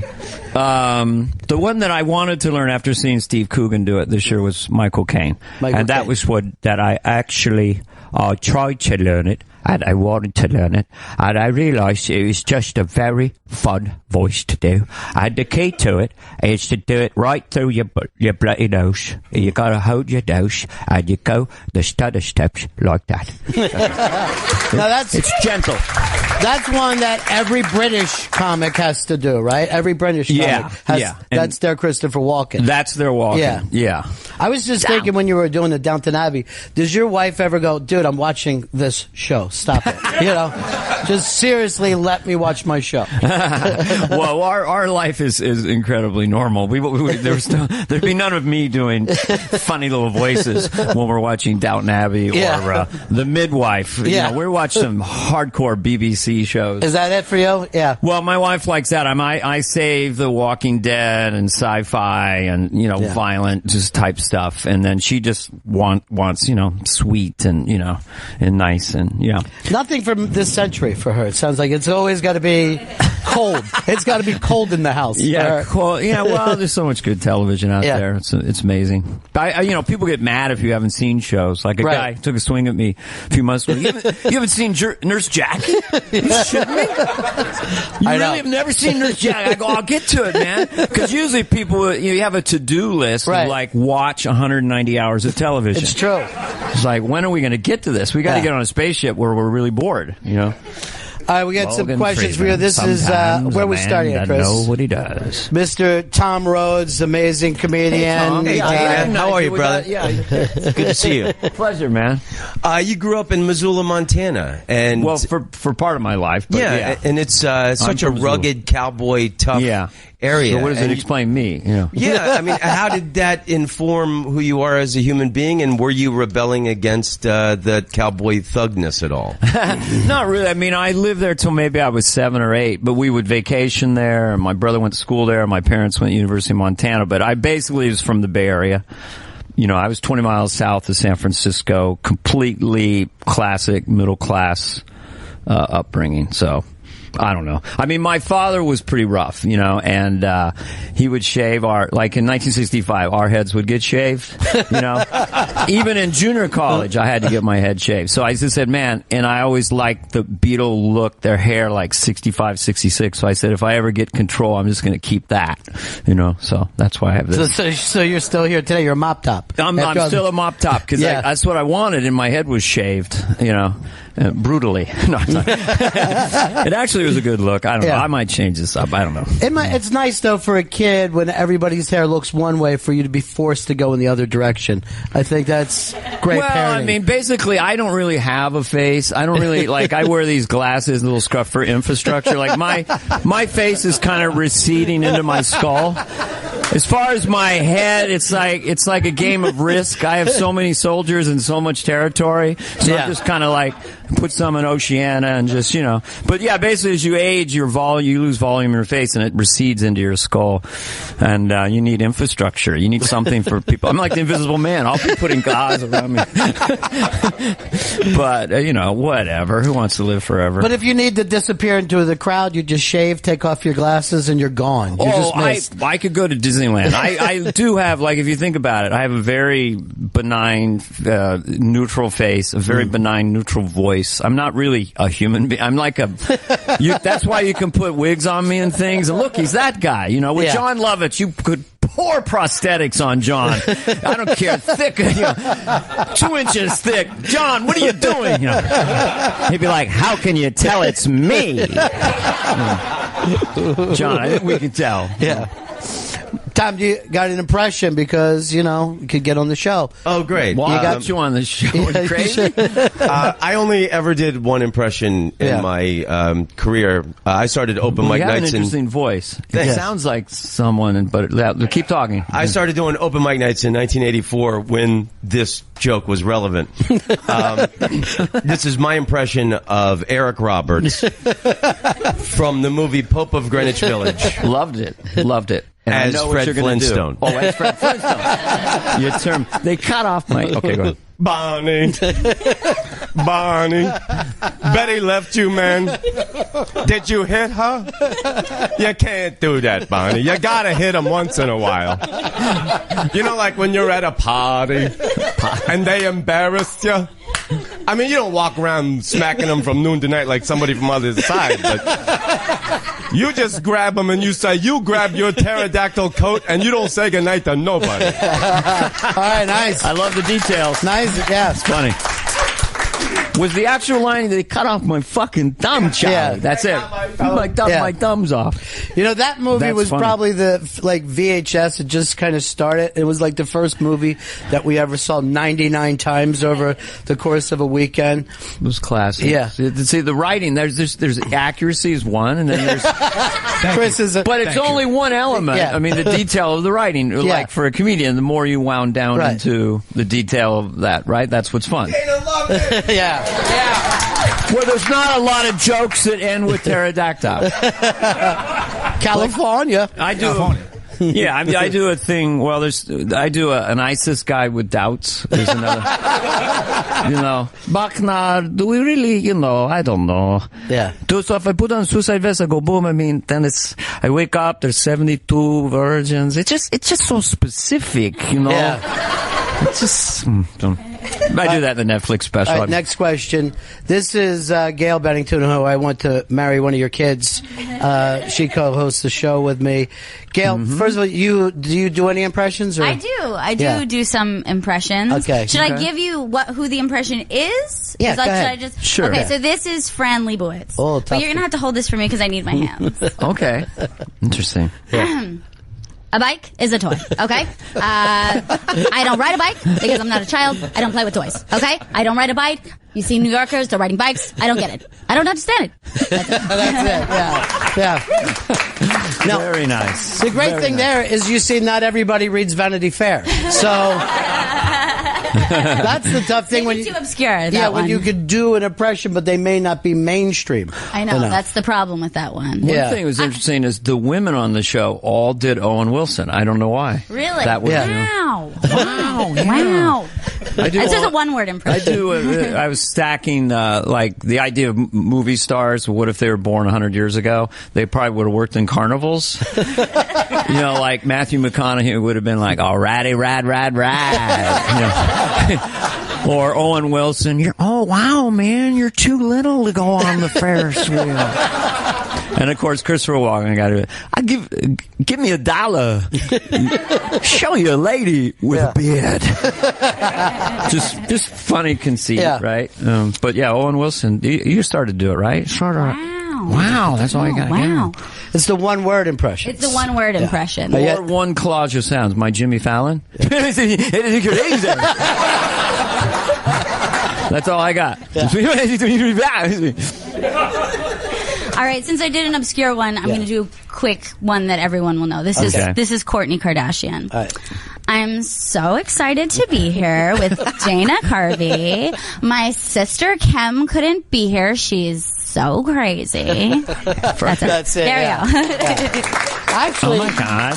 A lot more women doing impressions now. The pilot, your first show, the woman's great.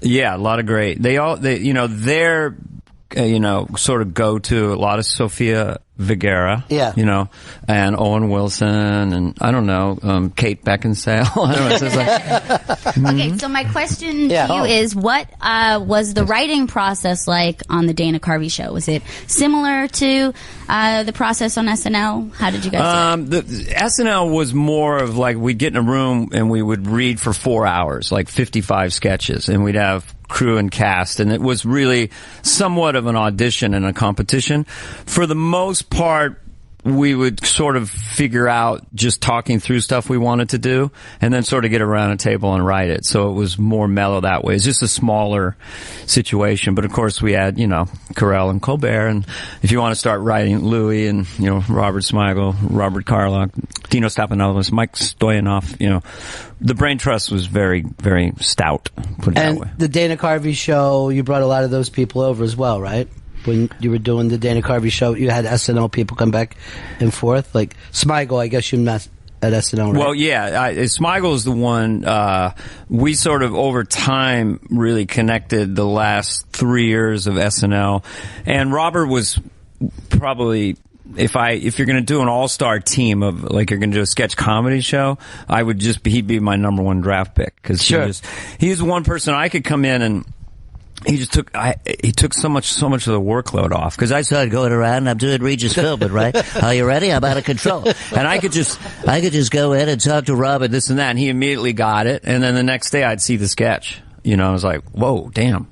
So I did that with him. He loved my Carson. Is that weird? Is that wild? Yeah.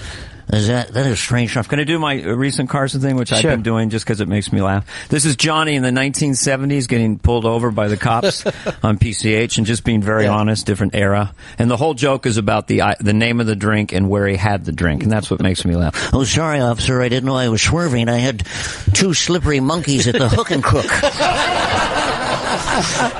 And that with Mark Pitta, we'll just kind of go all day, and anyone could make it up. I had 2 frozen soldiers at the Windy Summit. It doesn't really matter. I don't know, why is it funny, right? I guess it's just a bygone era. He admits he's drinking, but that doesn't even seem like alcohol.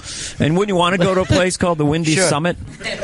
And we always kind of knew that he was having a better life than anybody else. There was just something about Carson where you're like, it seemed like he beat the system somehow. He lived large, man. My wife and I had this trainer who dated Johnny when she was 25 and he was in his 50s, and said he was really smart, really nice. But should I say more? He liked the ladies. But when's the last guy who had a job like that could go, I'll take off 33 weeks this year without worrying about somebody stealing my gig? Unbelievable. I know, that's the grind. He was, I think toward the end, he would like 180 tapings. I think Leno was maybe doing 80, or they were almost equal before he left. That's what made him last. It was great, And Letterman and Leno both would come in with the flu because they didn't want anybody else in that chair. Well, and I think especially Jay, obviously his work ethic will never be equaled. I think he would have gone 52 weeks. Yeah. Man, why would you watch TV instead of do a show? I mean, why would you be on vacation when you love ones when you could be someone telling jokes? Why would you do it? I mean, the love of stand up that Jay has which is more than family. Is transcendent. Yeah. All right, what do we got here? This is Jeff M. Yeah. Mm-hmm. Oh, you cheaped out on the name. Oh, you didn't want to use his last name? What is this, an AA meeting is what he's saying? Jeff Mucciolo.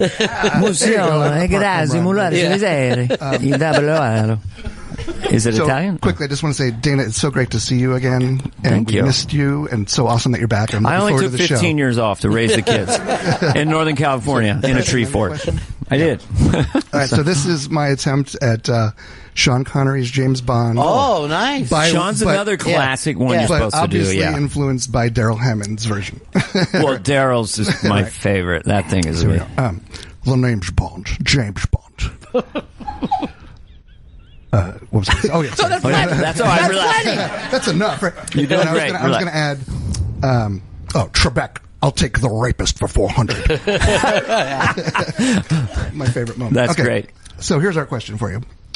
Dana, what was your favorite moment of the SNL 40th anniversary, the show itself? Oh, by far. There was this, I had met Paul McCartney at Lorne Michaels' house. I was telling this story at the Seth Meyers show, but, and I, really kind of connected with him a little bit because when I first met Paul McCartney at Lorne Michaels' house, I'd never been on TV. I was just hanging out there because Lorne said, come out and visit, this before I'm on television.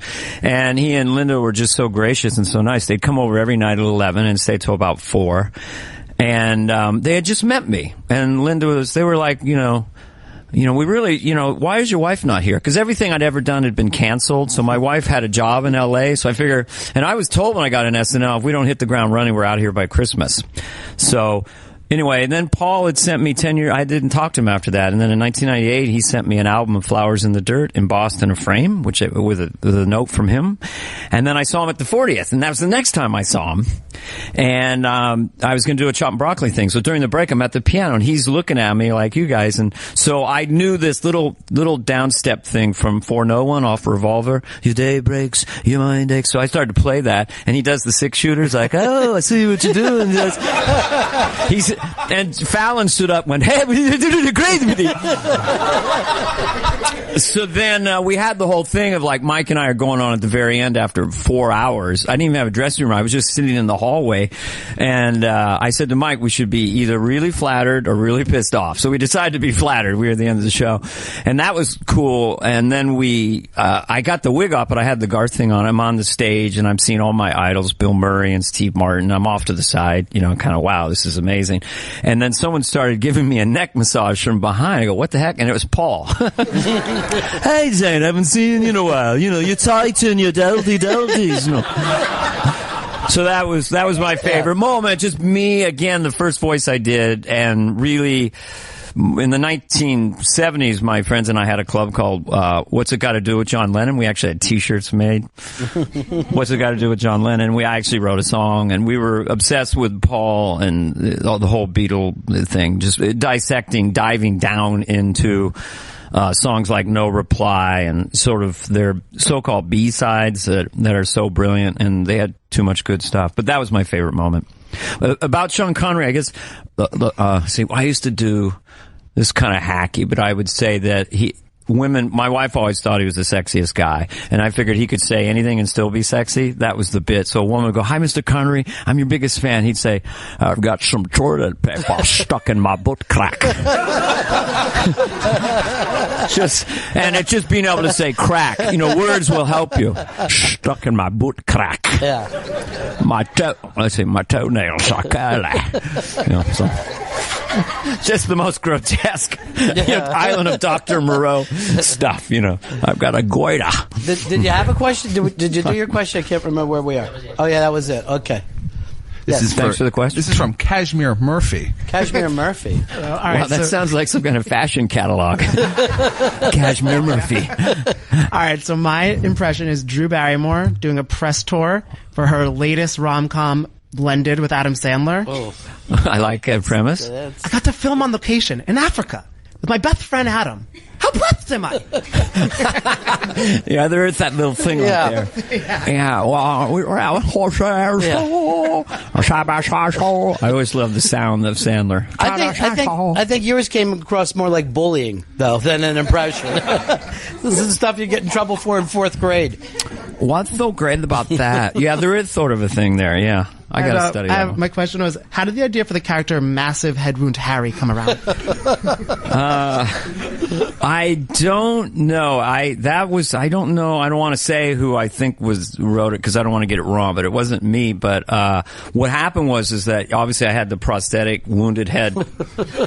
And they put like basically, I think Gerber's baby food on it or something, meat flavor. So in the dress rehearsal, the dog was, going after it pretty good, but maybe not as much as they like. So they go, well, all right, let's put more on it, Yeah. So then on the air, it was like, 'cause the dog is pulling monstrously. So at that moment, I had a choice to either hold the prosthetic thing and let the sketch work quasi-real, or let it go and have it be one of those sketches. Hey, look, surprise! But I was like, when to not take that joke in the moment and have it sustain. Like when I did the Pepper Boy with Adam Sandler, it was going so good. We like a pepper, you like a pepper. So Chris Farley, who could knock you out with one line, he just has one line where he goes, "Why, thank you, Pepper Boy." So Sandler turns away from the camera to me, and he's starting to break. And I leaned into him and kept the Italian accent and said, "Don't break." It's on there somewhere because I thought the sketch is really classic. It's going classic. Let's not have that be the joke that would, But I came from a different era. Lauren said you didn't like us to break, and you thought you'd get fired if you broke. It's Carol Burnett, where you're all out there laughing. It's self-congratulatory, but the culture of it changed with Sandler and, of course, Fallon. Fallon, of course, that's his thing. And I love it when people break, but in those particular circumstances, I thought usually you break when a sketch kind of sucks. I mean, Kate McGinnon did a brilliant one recently where they just broke in a very subtle way, where she's playing the woman who's abducted, but they held back, and it sort of works. So I thought that was kind of a thing that you'll want to see over time, But those kind of stories is what makes SNL so great, because it's those old. It still has that show business feel. You know what I mean? Like a Sid sees her, it's live. There's llamas backstage and all that. Those are still. It's completely hasn't changed when you go in there. I remember once Keith Richards was hosting, and he he did have the half gallon of Jack Daniels in his dressing room, and during the lunch break or dinner breaks, like at 5:30, and we had a horse on the show that week, and I was just organizing props in this little side room, and no one was around. It was just nobody, and the horse was over there tied up, and Keith Richards was just sort of walking around by himself. And he doesn't see me, and he goes up to the horse, and he put the horse's head in his hands, and he goes, "Look at you, you're a fucking horse." I thought it was so funny. You were just describing what it is, and then staggered back toward his dressing room. Yeah. But Earl Flynn would have done that 50 years before, yes. No, it was Robert Mitchum, the same thing. He had just having a drink and doing the show. And I mean, Charlton Heston, Robert Mitchum, those guys, Wayne Gretzky was really cool. Athletes, Michael Jordan, you're seeing him really out of his element. Or Sting, you're about to go on a sketch with Sting, and he's going, "How's my hair? How's my hair?" So it's fascinating. Just see people vulnerable trying to do something they don't normally do. I'm growing up music fan. You had to be crazy about just standing there every week and seeing some of those performers. I remember just standing like 5 feet off to the side, with Neil Young, doing "Hey, Hey, My," or whatever. I remember being at a party with Neil Young, and it was the night before I was going to go to the White House and meet my wife there because George Bush invited us, and Neil Young's, it's just very cool hanging out with Neil Young. And he goes, "It's a human thing, man," that I was going to the White House. And then he looked up and he looked at Chris Farley and he just goes, "That fat kid's funnier than shit." Isn't that funny? That fat kid's funnier than shit. That actually could have become a song. It would have been great. Well, there was one night where we went out to dinner. This wasn't every night, but we were with Neil, maybe 6 people, and Phil and I were there. And so Phil and I decided, let's really make Neil Young helpless with laughter. So Phil was doing a Japanese character. I'm doing that. We went all out just to turn Neil Young helpless. That was fun. Helpless. Helpless. Hell. That was the song that I actually was on a bootleg album of Neil Young. Is that right? I was in the audience and they go, "Dana Carvey, report backstage." This is the Fillmore in San Francisco. Yeah. And I went back into Neil's bus, and he was cooking pasta, and his manager is there, and Neil's like, I gotta wait for this to kick in. They go, "Can you go up and do a few minutes?" So, your hero won't be here, but welcome, So So I used to do this Neil Young from McDonald's bit. So I just sang that a cappella, you know. Yeah. Well, I dreamed I saw the golden arches, you know, with big echo. So that worked out. And then like 8 years later, my kids are in 8th grade, and this father, who's a real Neil Young freak, he goes, "Hey, I got this bootleg album. You're the first track." Is that right? Yeah. So 6 degrees. Yeah, Does it get yeah, applause? nice. Yes, that's good. That gets applause. This is Anthony Cifelli. My impression first? Yes, your Whatever impression I'm going to do first. Sylvester Stallone. Wait, hold on. An Perfect. Italian kid doing Sylvester Stallone? It's a reach, I know, but listen, let me do it first, alright? Because, you know, I've been a big fan of yours for like, I don't know, like 20, maybe 30 years, you know. I already wrote you a part for Rambo 12, you know. So it's, you know, it's very nice, you know, you're a good man, you know, I like the church lady, you know, I do the whole thing. Yeah, so it's great. Oh. I like it. You want me to keep going? No. And my question is, did you have Wait, just take a pause for yourself. Give me a minute. Did you have a favorite moment working with Phil Hartman? Many, but I would say that Phil and I, when we were, because I was finally relaxed about the show, when we were doing the Johnny Carson sketch, that was the one time where, Phil was just such a laugh button for that, and we were just so relaxed. That sketch to me was so dry. It was the only time that I got rid of my sort of stand-up neediness completely, where I just, if the audience didn't laugh, I was completely fine with it, because it was just, you know, that whole thing of, for those of you at home who were, you were watching a thing called a television, you know, it's so quiet, and having Phil there, yes, you know, old reference, lost on you. But that one, and I think as a moment with Phil and I, this goes back, but you know, not everyone's under 40. When Ross Perot had Admiral Stockdale, he chose this guy who just bombed in the debate. Where am I? Who am I? So Phil played the vice presidential, and I was Ross Perot, and we're just driving along. Yeah, well, you did real great in that whole thing. And then I drop him off, and then try to ditch him, and then Phil's running with the green screen trying to get back in the car.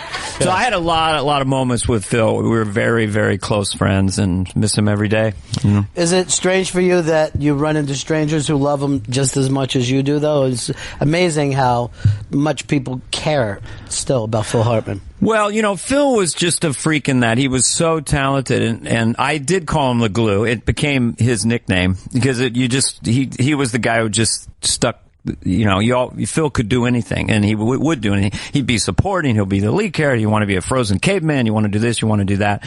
And yet, he was so talented, it's almost like he was uninterested. Dan Aykroyd's another one who I find, when you talk to him, he wants to talk about supernatural things, or science, or astronomy.